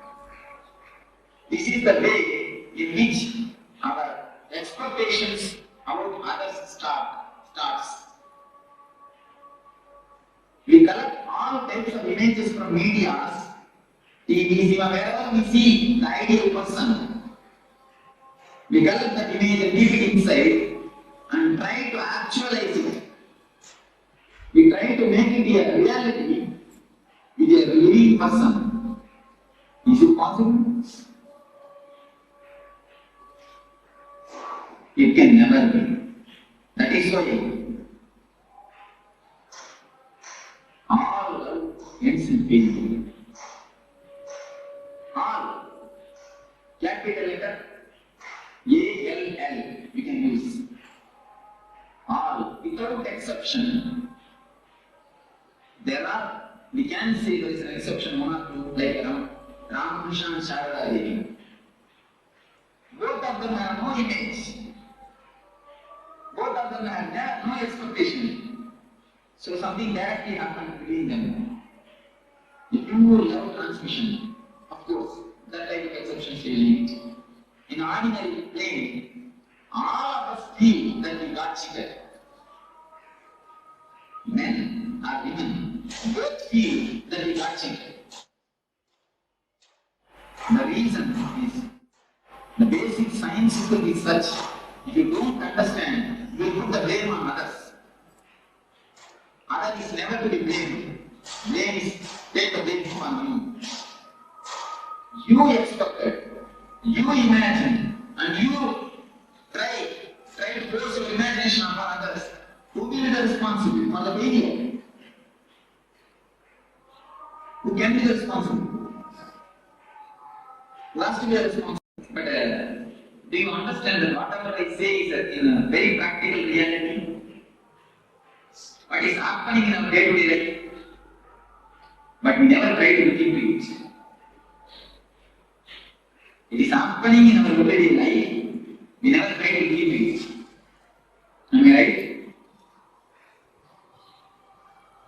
It always happens. We never look into the breakthroughs. Amen. So, when we see that our image is not a reality, when we saw from inside a distance, it looked like, what is in my hand? Oh, it is green. That also looks like a green. When it comes near, no, it is little yellowish. When it comes more near, no, it is slight white. When it comes near, you will see it is red and it is white, it is green. Totally opposite and totally different. Then you think you have desired wrongly. Then what we do? We don't keep quiet. We start sculpturing the man according to our image. Women sculptures man, man starts sculpturing women. We try to possess each other. We try to make them into a matter. If you want some furniture, if you have a chair, you can keep it where you want. It will act as you say. If you keep it there, it will be there. You can give it to somebody else. And if you have wood, you can make furniture according to you and keep it there. But as you possess these furniture, do you think you can possess a live person? If you possess a live person, what you are doing then? You are making a spirit into a matter. You are reducing a man into a matter. You are degrading him or her. When you degrade somebody, do you think she will respect you or he will respect you? No. Pranam starts. Pranam starts. The unending war starts. Almost I can say unending war. Unending war starts. Our whole life, the so-called life, is nothing but this unending war. Any of you, of course, I can go more deep into this subject. Many of you can raise any questions. Always it goes in such a way. So they have an image and we start carving. The whole day, 24 hours, she is with hammer and chisel, you are also with hammer and chisel. When you find her, you start chiseling. When she finds you, she starts chiseling. The house is continuously completely filled with the sizzling sound. Keep quiet. Don't stand. All these sounds are nothing but sizzling sounds. The continuous sizzling sound is resounding in the house. So, this is the way this chakra is locked. When you expect something from others, when you try to fulfill your imagination by disturbing others, this chakra gets locked. This chakra has nothing to do with sex as you think, as you get the meaning of the word sex. This chakra is something to do with deeply our imagination. This chakra has nothing to do directly with sex. This chakra gets locked or unlocked with the imaginations. When I say that this chakra has nothing to do with sex, I mean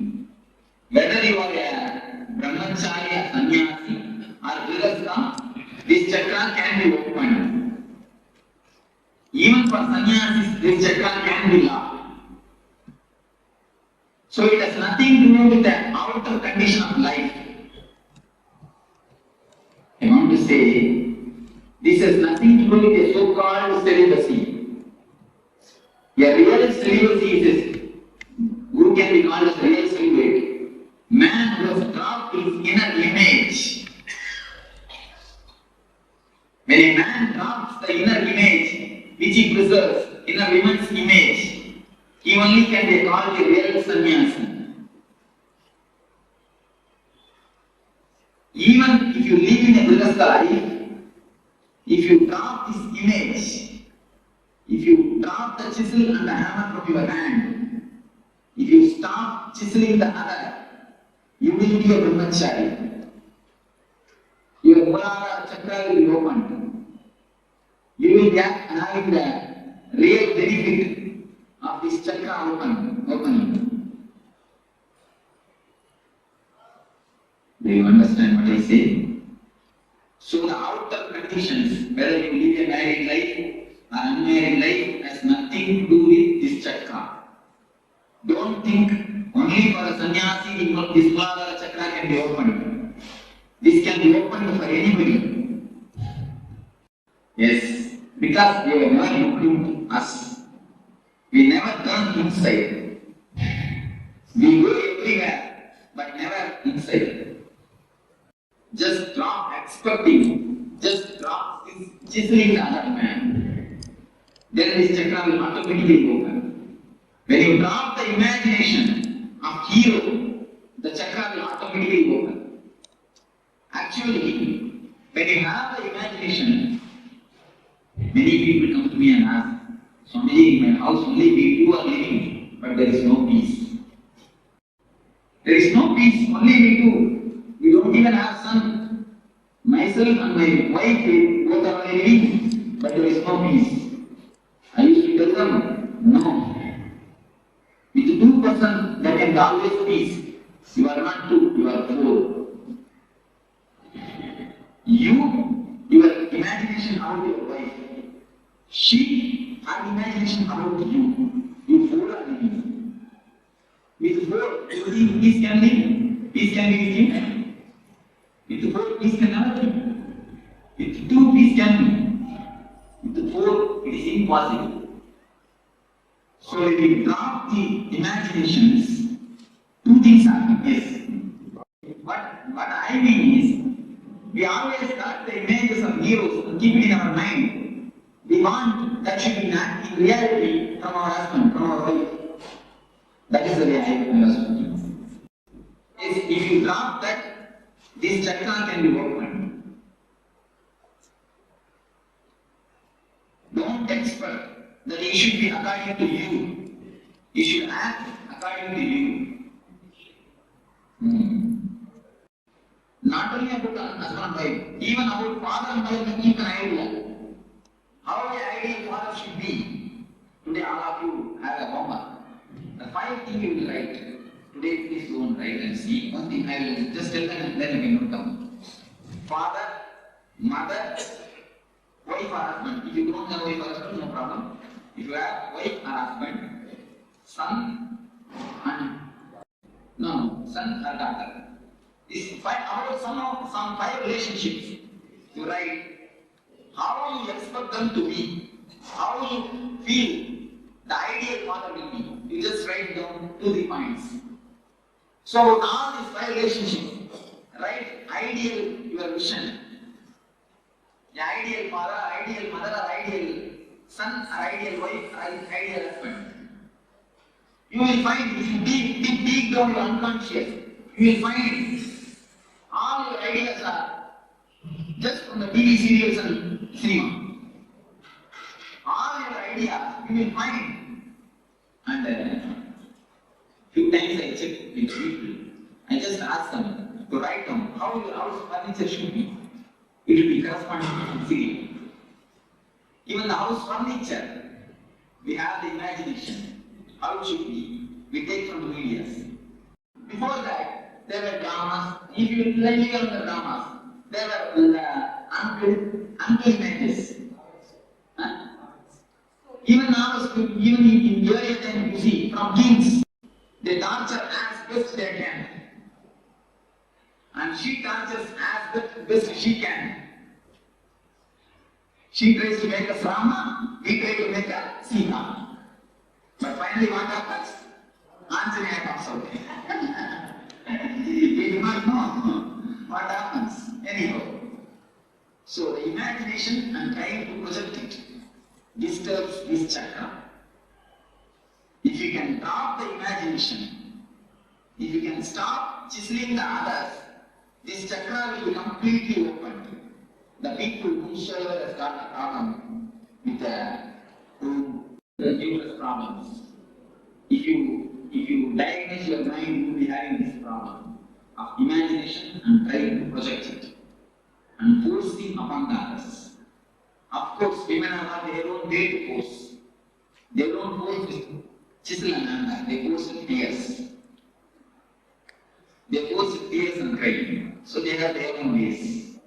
Apart from the husband and wife, relatives, what happens to the boss asking his employees living according to what he wants to chisel them? What about You see, in this, so in business world, there is no other way. One thing you can do, you do your art of chiseling with consciously. Do all your chiseling and see that it doesn't disturb you. It can be done. Now, if we chisel, afterwards we will come and sit and feel the guilty consciousness. I was scolded, or I have done something wrong.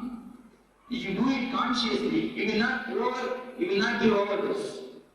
Even if you are angry, anger is just like a money, because anger is a great energy given to us. It's a great presentation of God. One person came to me and he says, I am not able to control my anger. I told him, you take a photograph when you are angry and keep it in your worship. Puja room and do puja every day. He started laughing. Swami, what you are telling? I told him, please do it and then come and tell me. Anger is a great energy given to you by God. When you worship that energy, when you have respect for that energy, you will not misuse it. Lust is also a great energy given to you by God. Karma is a great Shakti given to you by God, which can produce another life. But you are misusing it, dissipating it, because we don't have respect on that energy. You never misuse the money.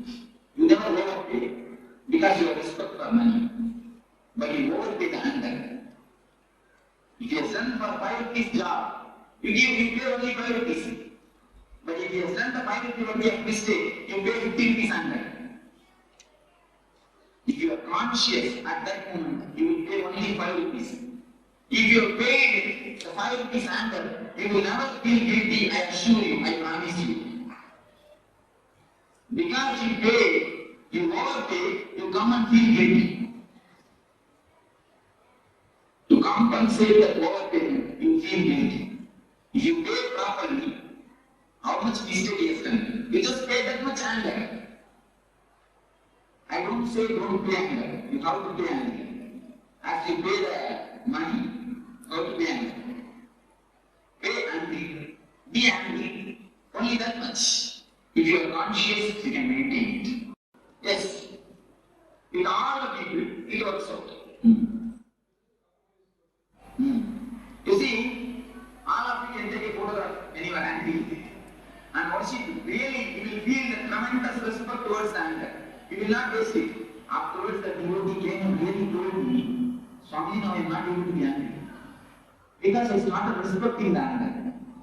Once you respect that energy, you will never waste it. We never feel that anger is an energy. When you get angry, just see what happens. A new type of energy flows all over your body. Your eyes are becoming red and blood started flowing more and beating becomes faster. See the difference. See the energy flow. Because we always fight with the energy. If we don't fight with the energy. If we know how to use it consciously, you will never have that. There is no need that other person should know. You can show him the outer result. What you are asking is, if I don't show the enough result, outer result, enough impact, enough punch, he will not respect me next time. That's what you are asking. You can give a good punch, there is nothing wrong. But see that you are not disturbed. That is what I mean by the word consciously angry. If you are angry consciously, you will disturb him enough. You will give him a right dose. But you will not feel that disturbed. Be very clear. This is the situation. I have to handle the situation. This much only. Don't allow the situation to control you. You control the situation. And be angry. Whatever has to be done, logically, clearly, do it. Do it perfectly. Then afterwards, don't feel guilty. If you have done it consciously, you will not feel guilty. Yes, right word. Knowledge of anger reduces anger. Right word. Same way, knowledge about lust reduces the lust. Because both are one and the same. Both emotions are two sides of the same coin. If it is allowed outwardly, it is called lust, karma. If it is stopped, if some obstruction comes, then it turns as anger. If somebody doesn't allow to have what you want, then immediately it is converted, it transforms, it becomes anger. So both emotions are the two sides of the same coin. So how to open this chakra is just drop all the imaginations which you have. Don't expect anything.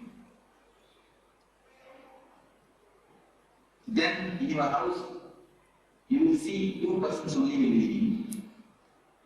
Accept the person as he is. There are few people come to me and tell, Swamiji, I love my wife very much. That is why I try to convert her. I make her as I want to. I want her to be. Am I right? Many people don't tell me. And you also think, because I love him, that is why I force him to do what I want. Is to answer them. You don't love your wife. You love the image which you have in yourself and try to force that image on her. You will love her if she acts according to your image. If she doesn't, you won't be loving her. So your love is not towards her. Your love is towards the image. That's the real truth. Your love is towards the image. How she should be. That is why you force her to be as you want. So, when you drop these imaginations, the Mooladhara chakra energy will be awakened. One thing. As a byproduct, your house all will become a great kshetra. All our houses are almost ready to this good kshetra. Our houses have become good kshetras. Am I right? Our houses have become really good kshetras. Actually, so if I speak about Namrata, I will pull down the whole structure of Jyotisha. It is a sheer nonsense.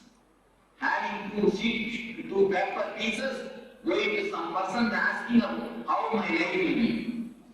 What right you have to live if you don't decide how your life will be? Going and asking some person who is unknown about your life, giving him 2 pieces of paper, please just see and tell me how my life will be. What type of life you are living, I don't understand. You are the man who is living.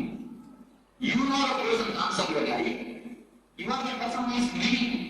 You don't know about your life. You are going and asking him. Then what type of intelligence, which intelligence we are living, I don't know. It is sheer bullshit. In Jyotish Shastra, there is a science. there is some truth. In original Jyotish Shastra, it is complete science. But going to some Jyotish is an utter reality. It means we don't know about our life. We don't even have the intelligence to run our life. If we don't have intelligence to run our life, if we don't have intelligence to decide about our situations, if we are not able to take the responsibility of our life, we have no authority to live. Actually, a real man will not go to somebody and ask, what will be my future? Many people come to me and ask, Swamiji, what will be my future? I tell them, never ask, what will be my future? Ask, how to make my future. Never come to me for prediction. Come to me for design. If you come to me for designing, I can help you. If you come to me for prediction, I can't. Go and repeat. There are so many people sitting for 5 rupees to 10 rupees. Daily. About how your life will be. Going and asking a parent. There are videos here, about how my life will be. The parent itself doesn't know its life. It is unattractive.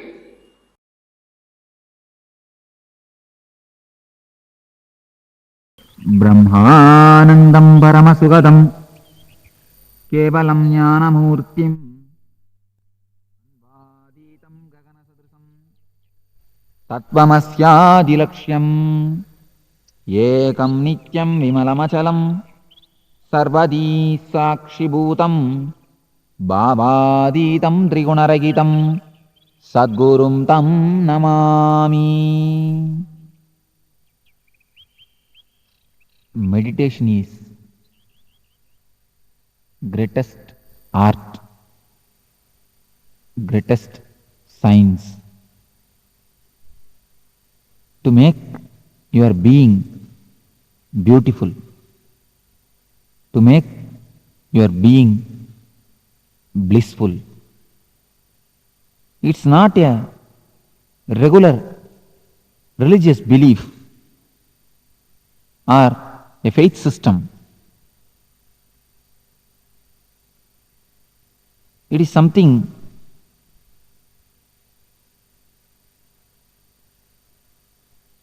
which can directly touch your life,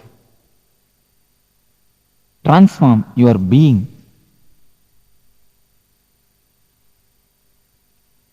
which is practical spiritual life. It's not a belief system. Of course, it is anti-belief.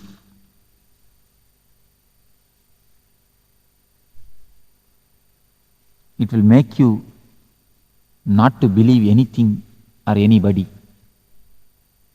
You will be completely independent and individual. As it has become a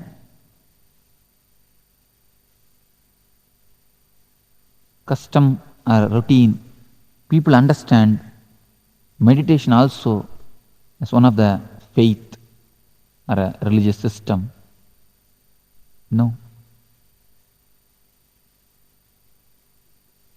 It will make you religious, that is true, but meditation is not religion. It is practical, spiritual system. It's a science to transform your life.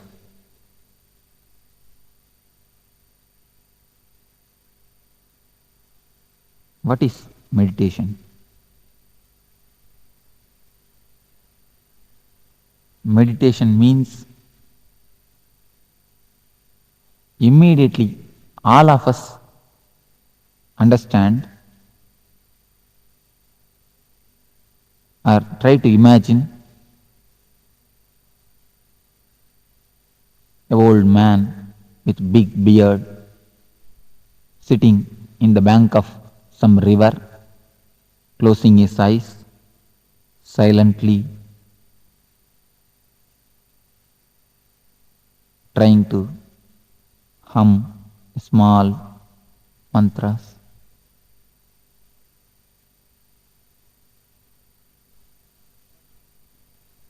But that was ancient methods, techniques. Today, if I ask you to sit silently and control your mind, what will be the result? All of you can try a method. Just try to sit and make your mind quite calm, peaceful, blissful. What will be the result? Most of you who tried some ancient traditional meditation techniques or other systems to control your mind will know how futile it is, how disturbing it is. Many people come and report me that Swamiji, if we sit for meditation, we get so many number of thoughts, so much unnecessary thinkings that we don't know from where these things are coming out, from where they are erupting out, from where they are gushing out. We don't know how to control. We don't know what to do. Almost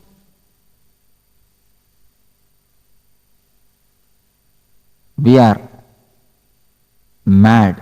We feel that we are mad. There is a small story. Once a man wanted to meditate, went and asked a guru, please give me some mantra that I want to meditate.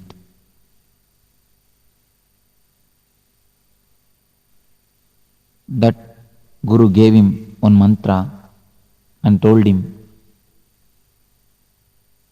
you will achieve your desires by meditating with this mantra, but only one condition, you are not supposed to remember monkey when you start meditating. This man told, okay, oh yes, verily, this is not a big condition, because none of us remember monkey, and he also never remembers monkey, unless he is the devotee of Anjaneya. He is not a devotee, and he never remembers also. He came, took his bath, and sat for meditation. As soon as he started the mantra, you all can really imagine what would be the first thing which entered in his mind, thought which occurred in his mind. Surely nothing but monkey.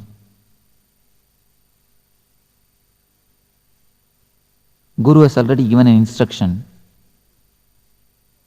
If you remember monkey, immediately you should take bath once and then you should sit for meditation.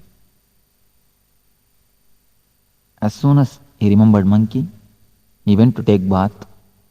He took bath, came back and sat, started the mantra. Immediately, before his Ishta Devata, he remembered what he is not supposed to remember. Monkey.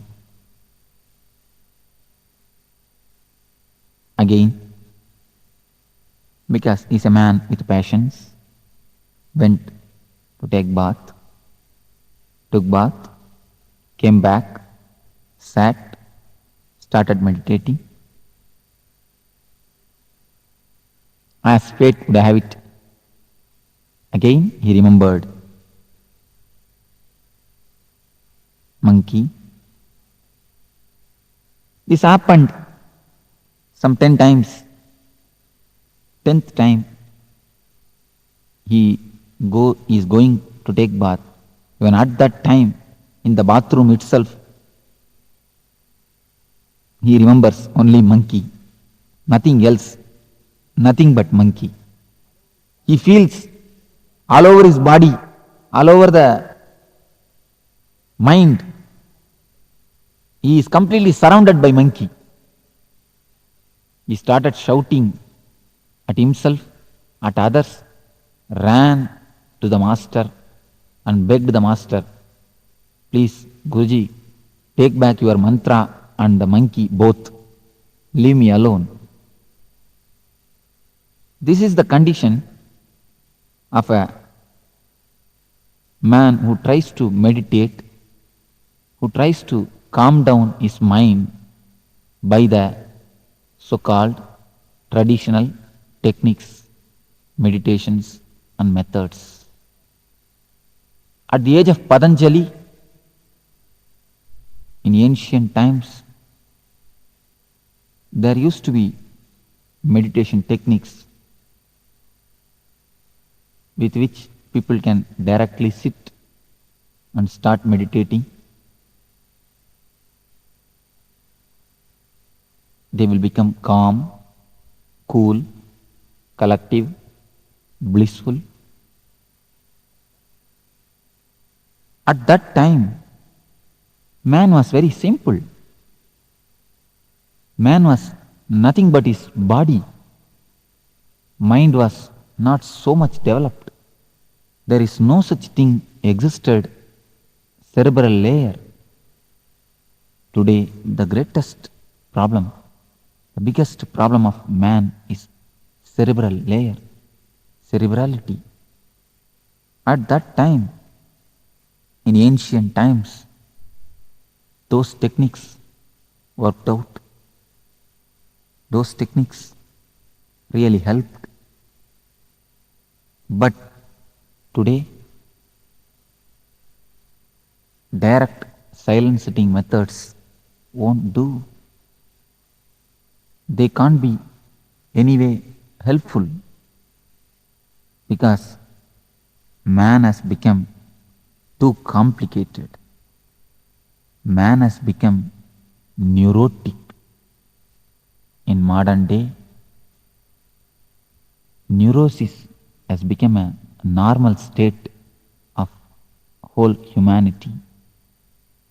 Along with the growth of science and consumeristic society, almost all of us are in the condition of neurosis, neurotic. So, the ancient techniques, the old techniques which are designed at the age of bullock cart is not going to help us, as the bullock cart is outdated. The bullock cart age techniques are also outdated. Today,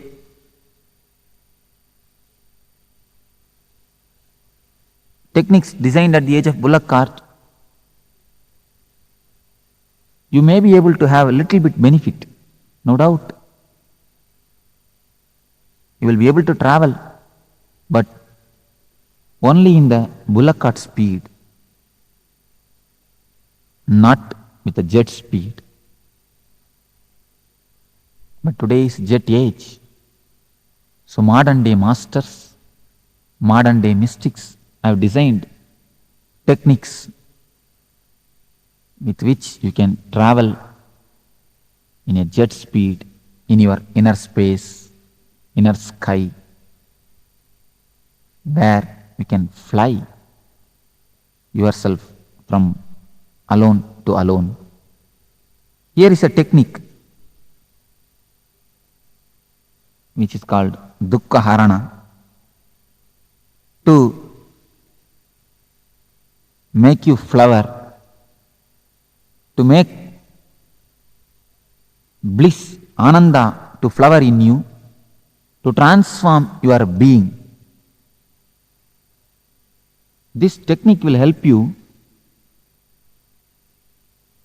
really to meditate, throwing out your cerebral layer.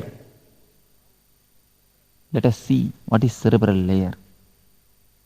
Complication in the mind which is created by medias is cerebral layer. Continuously you are bombarded by medias, TV, radio, advertisement boards, hoardings, newspaper, many consumeristic ideas, consumer products are injected in your being. You are hypnotized, you are continuously mesmerized. For example, wherever you turn, a certain product is advertised. Lux is best soap. In book, you read the same thing. In paper, you read the same thing. In TV, you see the same thing. In radio, you hear the same thing. In hoardings also, you see the same thing. Then, naturally, when you go to shop in a half-sleep state, you ask, give me Lux. Just like that, whole your being is completely filled with the cerebral ideas, with the imaginary livings, with a lot of imaginations. Unless you throw out your suppressed desires, suppressed emotions from your being, you can't sit quietly. You can't sit silently. This is the meditation through which I am trying to pull out the insanity in you. I am not trying to force sanity in you. I am trying to bring out, erupt out the insanity in you. Then naturally sanity, bliss will flower, blossom in you. You are already in Nityananda. You are with Nityananda. Only thing, I have to kill the dukkha. I have to kill the layer of dukkha. I have to cut the layer of dukkha to make you Nityananda. I have to bring it out, the dukkha which is in you. This technique will help you to kill the dukkha, to throw out the dukkha from you. That is why this is called dukkha harana. This technique will help you to throw out all the suppressed emotions, repressed anger, and cleanse your being, make you well-being. Let us enter into the technique. This is called dukkha harana. Various masters have used this technique using various names. This technique is designed from the message of all the enlightened mystics. First, this technique lasts for 30 minutes. First 10 minutes, chaotic breathing, deep breathing, with no system, with no regular breathing system. First 10 minutes, you are supposed to breathe chaotically. We start with breathing because breathing is the bridge to universe. Breathing is the system with which you are living. With breathing, you are alive. Your mind and breathing has got a deep relationship between each other. If your mind is calm, your breath also will be slow, steady. If your mind is aggressive, restless, your breath also will be restless. So your breath and mind is very closely connected. Unless you work with your breath, you can't directly work with your mind. So the first 10 minutes, chaotic breathing to create a chaos in your repressed system. You have repressed lot of emotions in you.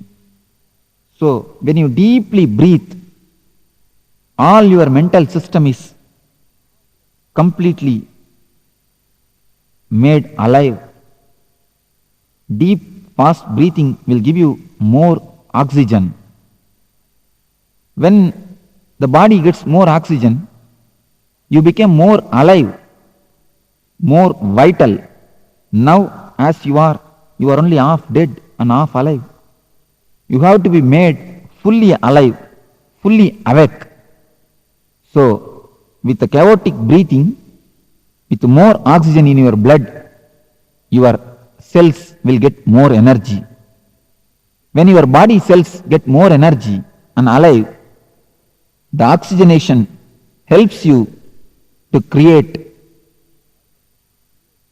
more body electricity, more bioenergy. So this bioenergy, this body electricity will make you more alive, will melt all the repressed emotions which are in your being like a ice. The cold, frozen ice in your nervous system, the repressed emotions will start melt. The next step, the second step is catharsis. What is meant by catharsis? What is the need of catharsis? Catharsis means throwing out all the poisons in you. If you want to scream, scream. Give complete freedom to your body. Allow whatever expressions. Just scream, shout, roll, sing, dance, jump, make faces. Speak the language which you don't know. If you know Kannada, speak Tamil. If you know Tamil, speak English. Shout like animals. Through this technique, through this catharsis, you will throw out all the repressed emotions, all the suppressed emotional hangovers. You can throw out in the air. You can cleanse yourself, you can cleanse your being by this great meditation technique. Now, for example, in your office or in your place of work, your boss may fire you for some mistake. Your boss may scold you, but you will not be able to fire him back, scold him back. You will become tense. You will be angry. Your body will be active, alive, aggressive to kick him, to beat him. Just like an animal, your body will be releasing an acid, a chemical to react, but you will not be able to react. You are not permitted to react. You will not be able to react. Then what will happen to the chemical? What will happen to the anger energy which is released? You will suppress it. You are going in two-wheeler on the street. In signal you are stopping. Just next to your vehicle, one car comes and stops. As soon as you see the car, you will have one thought, a desire to possess it. You may repress it afterwards, but naturally a desire to possess it. What will happen to these desires which are continuously repressed? Sexually, so much of desires has been repressed, suppressed. What will happen to all these suppressed emotions, suppressed desires? If they are all there in you, How can you sit silently? How can you taste, enjoy the silence, the bliss in you? So throw out all the poisons. Just shout, shake your body, make faces, do whatever you want. Just freak out. By freaking out these 10 minutes, you will be able to see that all the repressions are emptied. You become vacant. All the repressions are thrown out. You are now calm, cool, collective. When the cassette says stop at the 20th minute, stop as you are. If your one leg is raised, if one hand is raised, if your mouth is open, wherever it may be, whatever it may be, the condition, the situation, stop as it is. Become completely frozen statue of ice.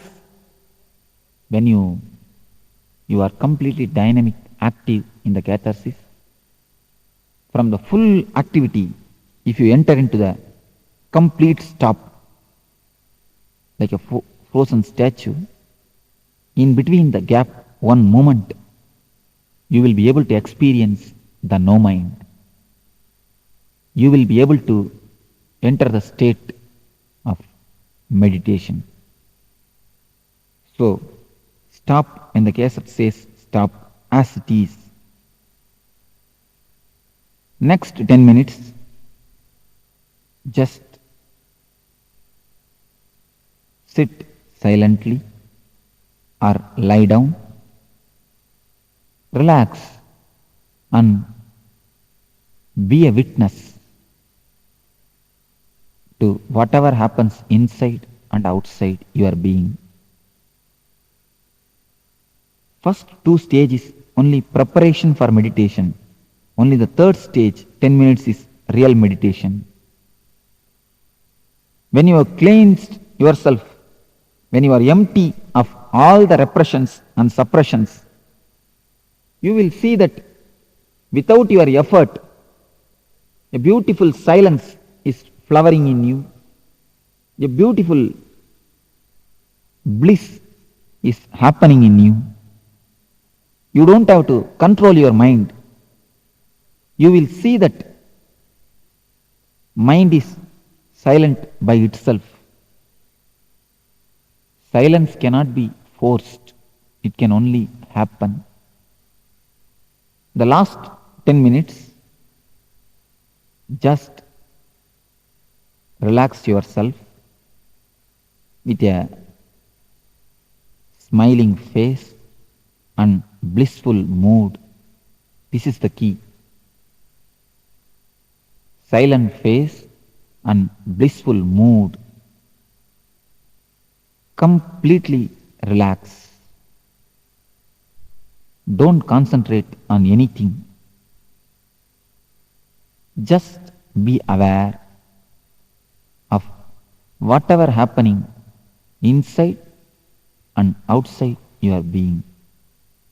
There may be many experiences. You don't have to worry, bother about experiences. Just as you watch TV, as you watch television, movies, layer by layer, film by film, picture by picture, watch your mind, thought by thought. Be completely relaxed.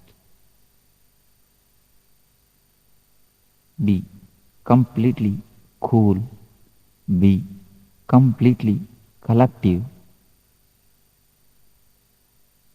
Be completely in a state of bliss. This meditation, Dukkha Harana, should be done in the morning. There should be no food taken before the meditation. You should be with empty stomach. Loose white cloths are best. And do it along with this music,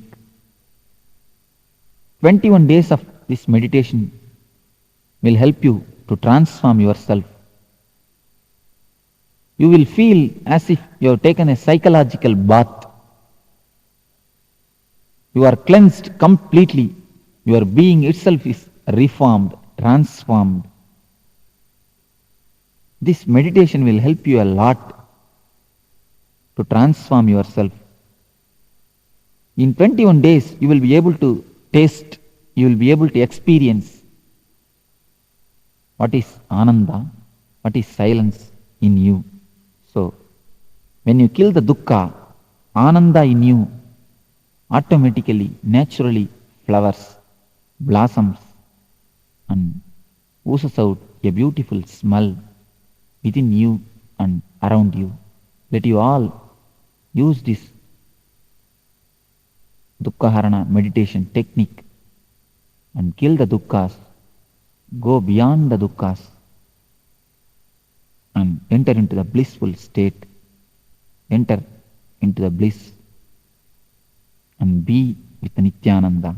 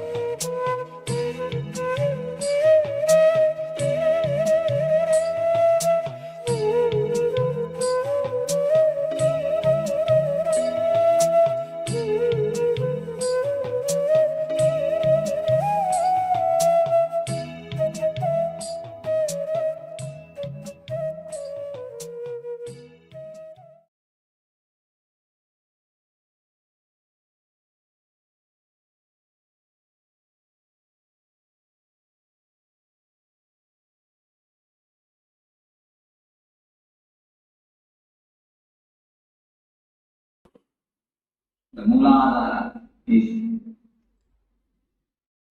situated near where your spinal cord ends. The Swadhisthana is little bit above and below navel. Swadhisthana is little above the Mooladhara and below the navel center. And exactly in navel, near navel, the Manipura chakra is situated. See, the ancient Tantra system stays elaborated about these chakras. And today morning, biologists say there are corresponding glands situated in the body. Whereas the Agni, biologists say the pituitary glands is there. Corresponding to each chakra, nearly there is a glands. The glands gives energy through these chakras. What is meant by the word chakra?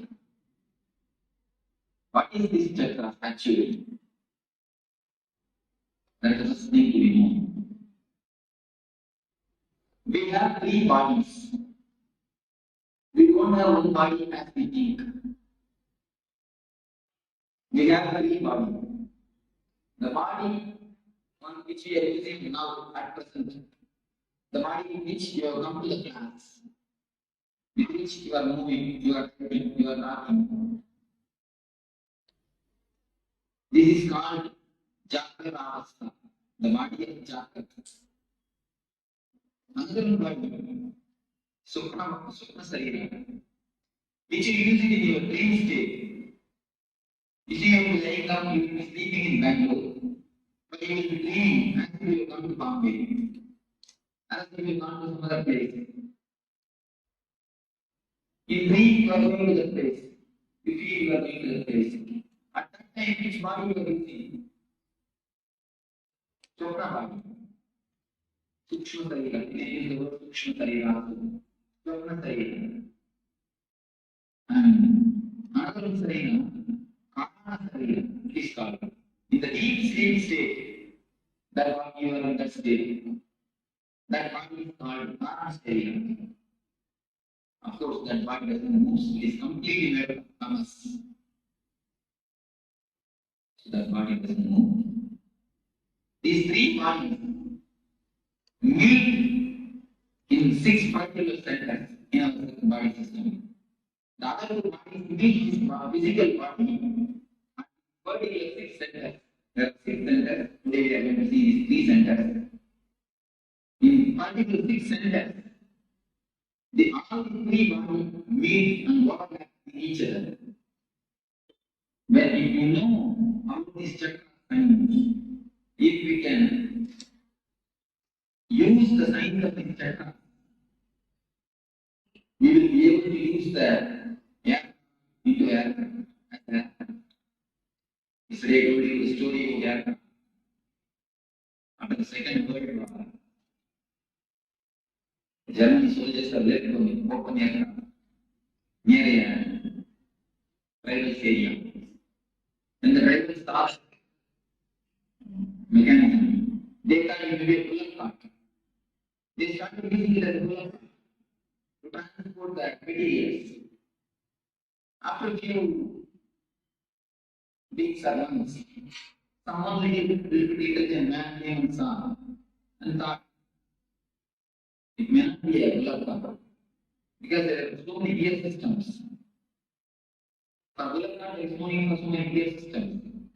He thought it would be a tractor, and he started using it as a tractor. After few months, he thought man that started, and he instructed them how to start and use it as aircraft.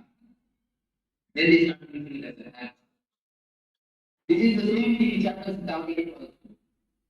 If we don't know the gears and mechanisms of these chakras, we will be using our body as a tractor or bullock cart. At the most, we use only as a bullock cart. We don't really use as a tractor. If we know the mechanisms, if we know how to use these gears of our tractor, we can fly with this the science of flying, that is the science about chakras. If you know the science of chakras, you can use this body, you can use the energy in much higher state, in much higher way, not in the lower forms in which we are using at present. If these chakras get open, your energy will be used in a higher place. It will be transformed into a higher energy. So how to open this? What is the science of these chakras? To open these chakras, two methods are followed. One is meditation, another one is maturity. What I call by the word maturity, we can use the word jnana, wisdom. But what is called as jnana, wisdom, I call it as a maturity. Jnana, word is too much seriousness. And we listen to the word, we immediately feel that it is not for the Christians. That's why I am not using the word jnana, I am using the word maturity.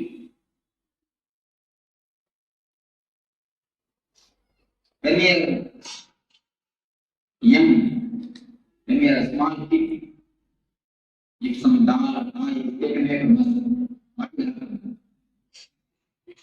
We eat, we cry, and if today somebody takes away some dal, some pie from us, we don't want much. We don't cry. Why? It became mature. Mature.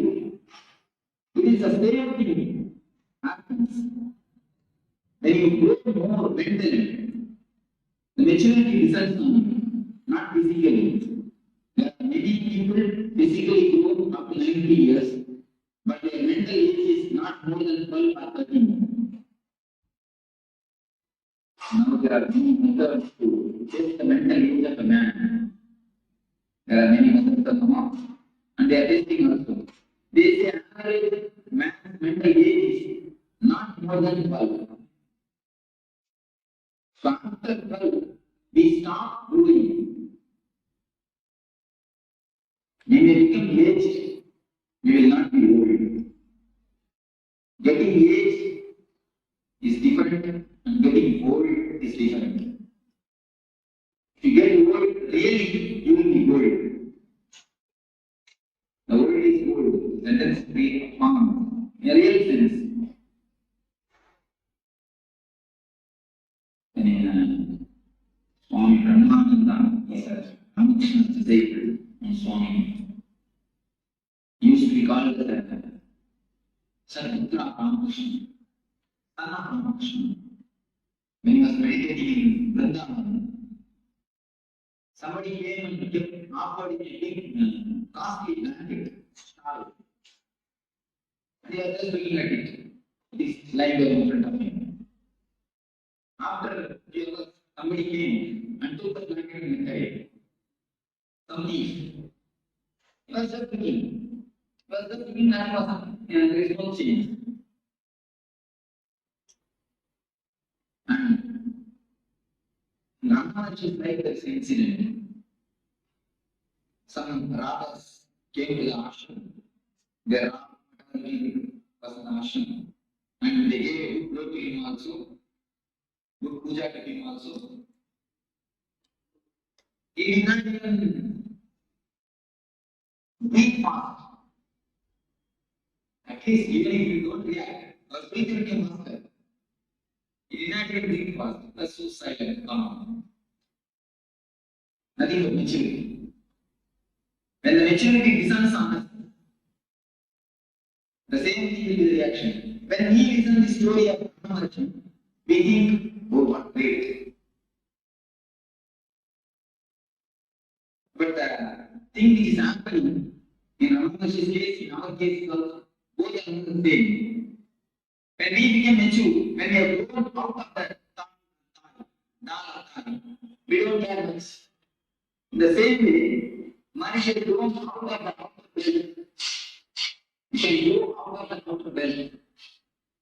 At present, we are growing bodily. They are not growing mentally.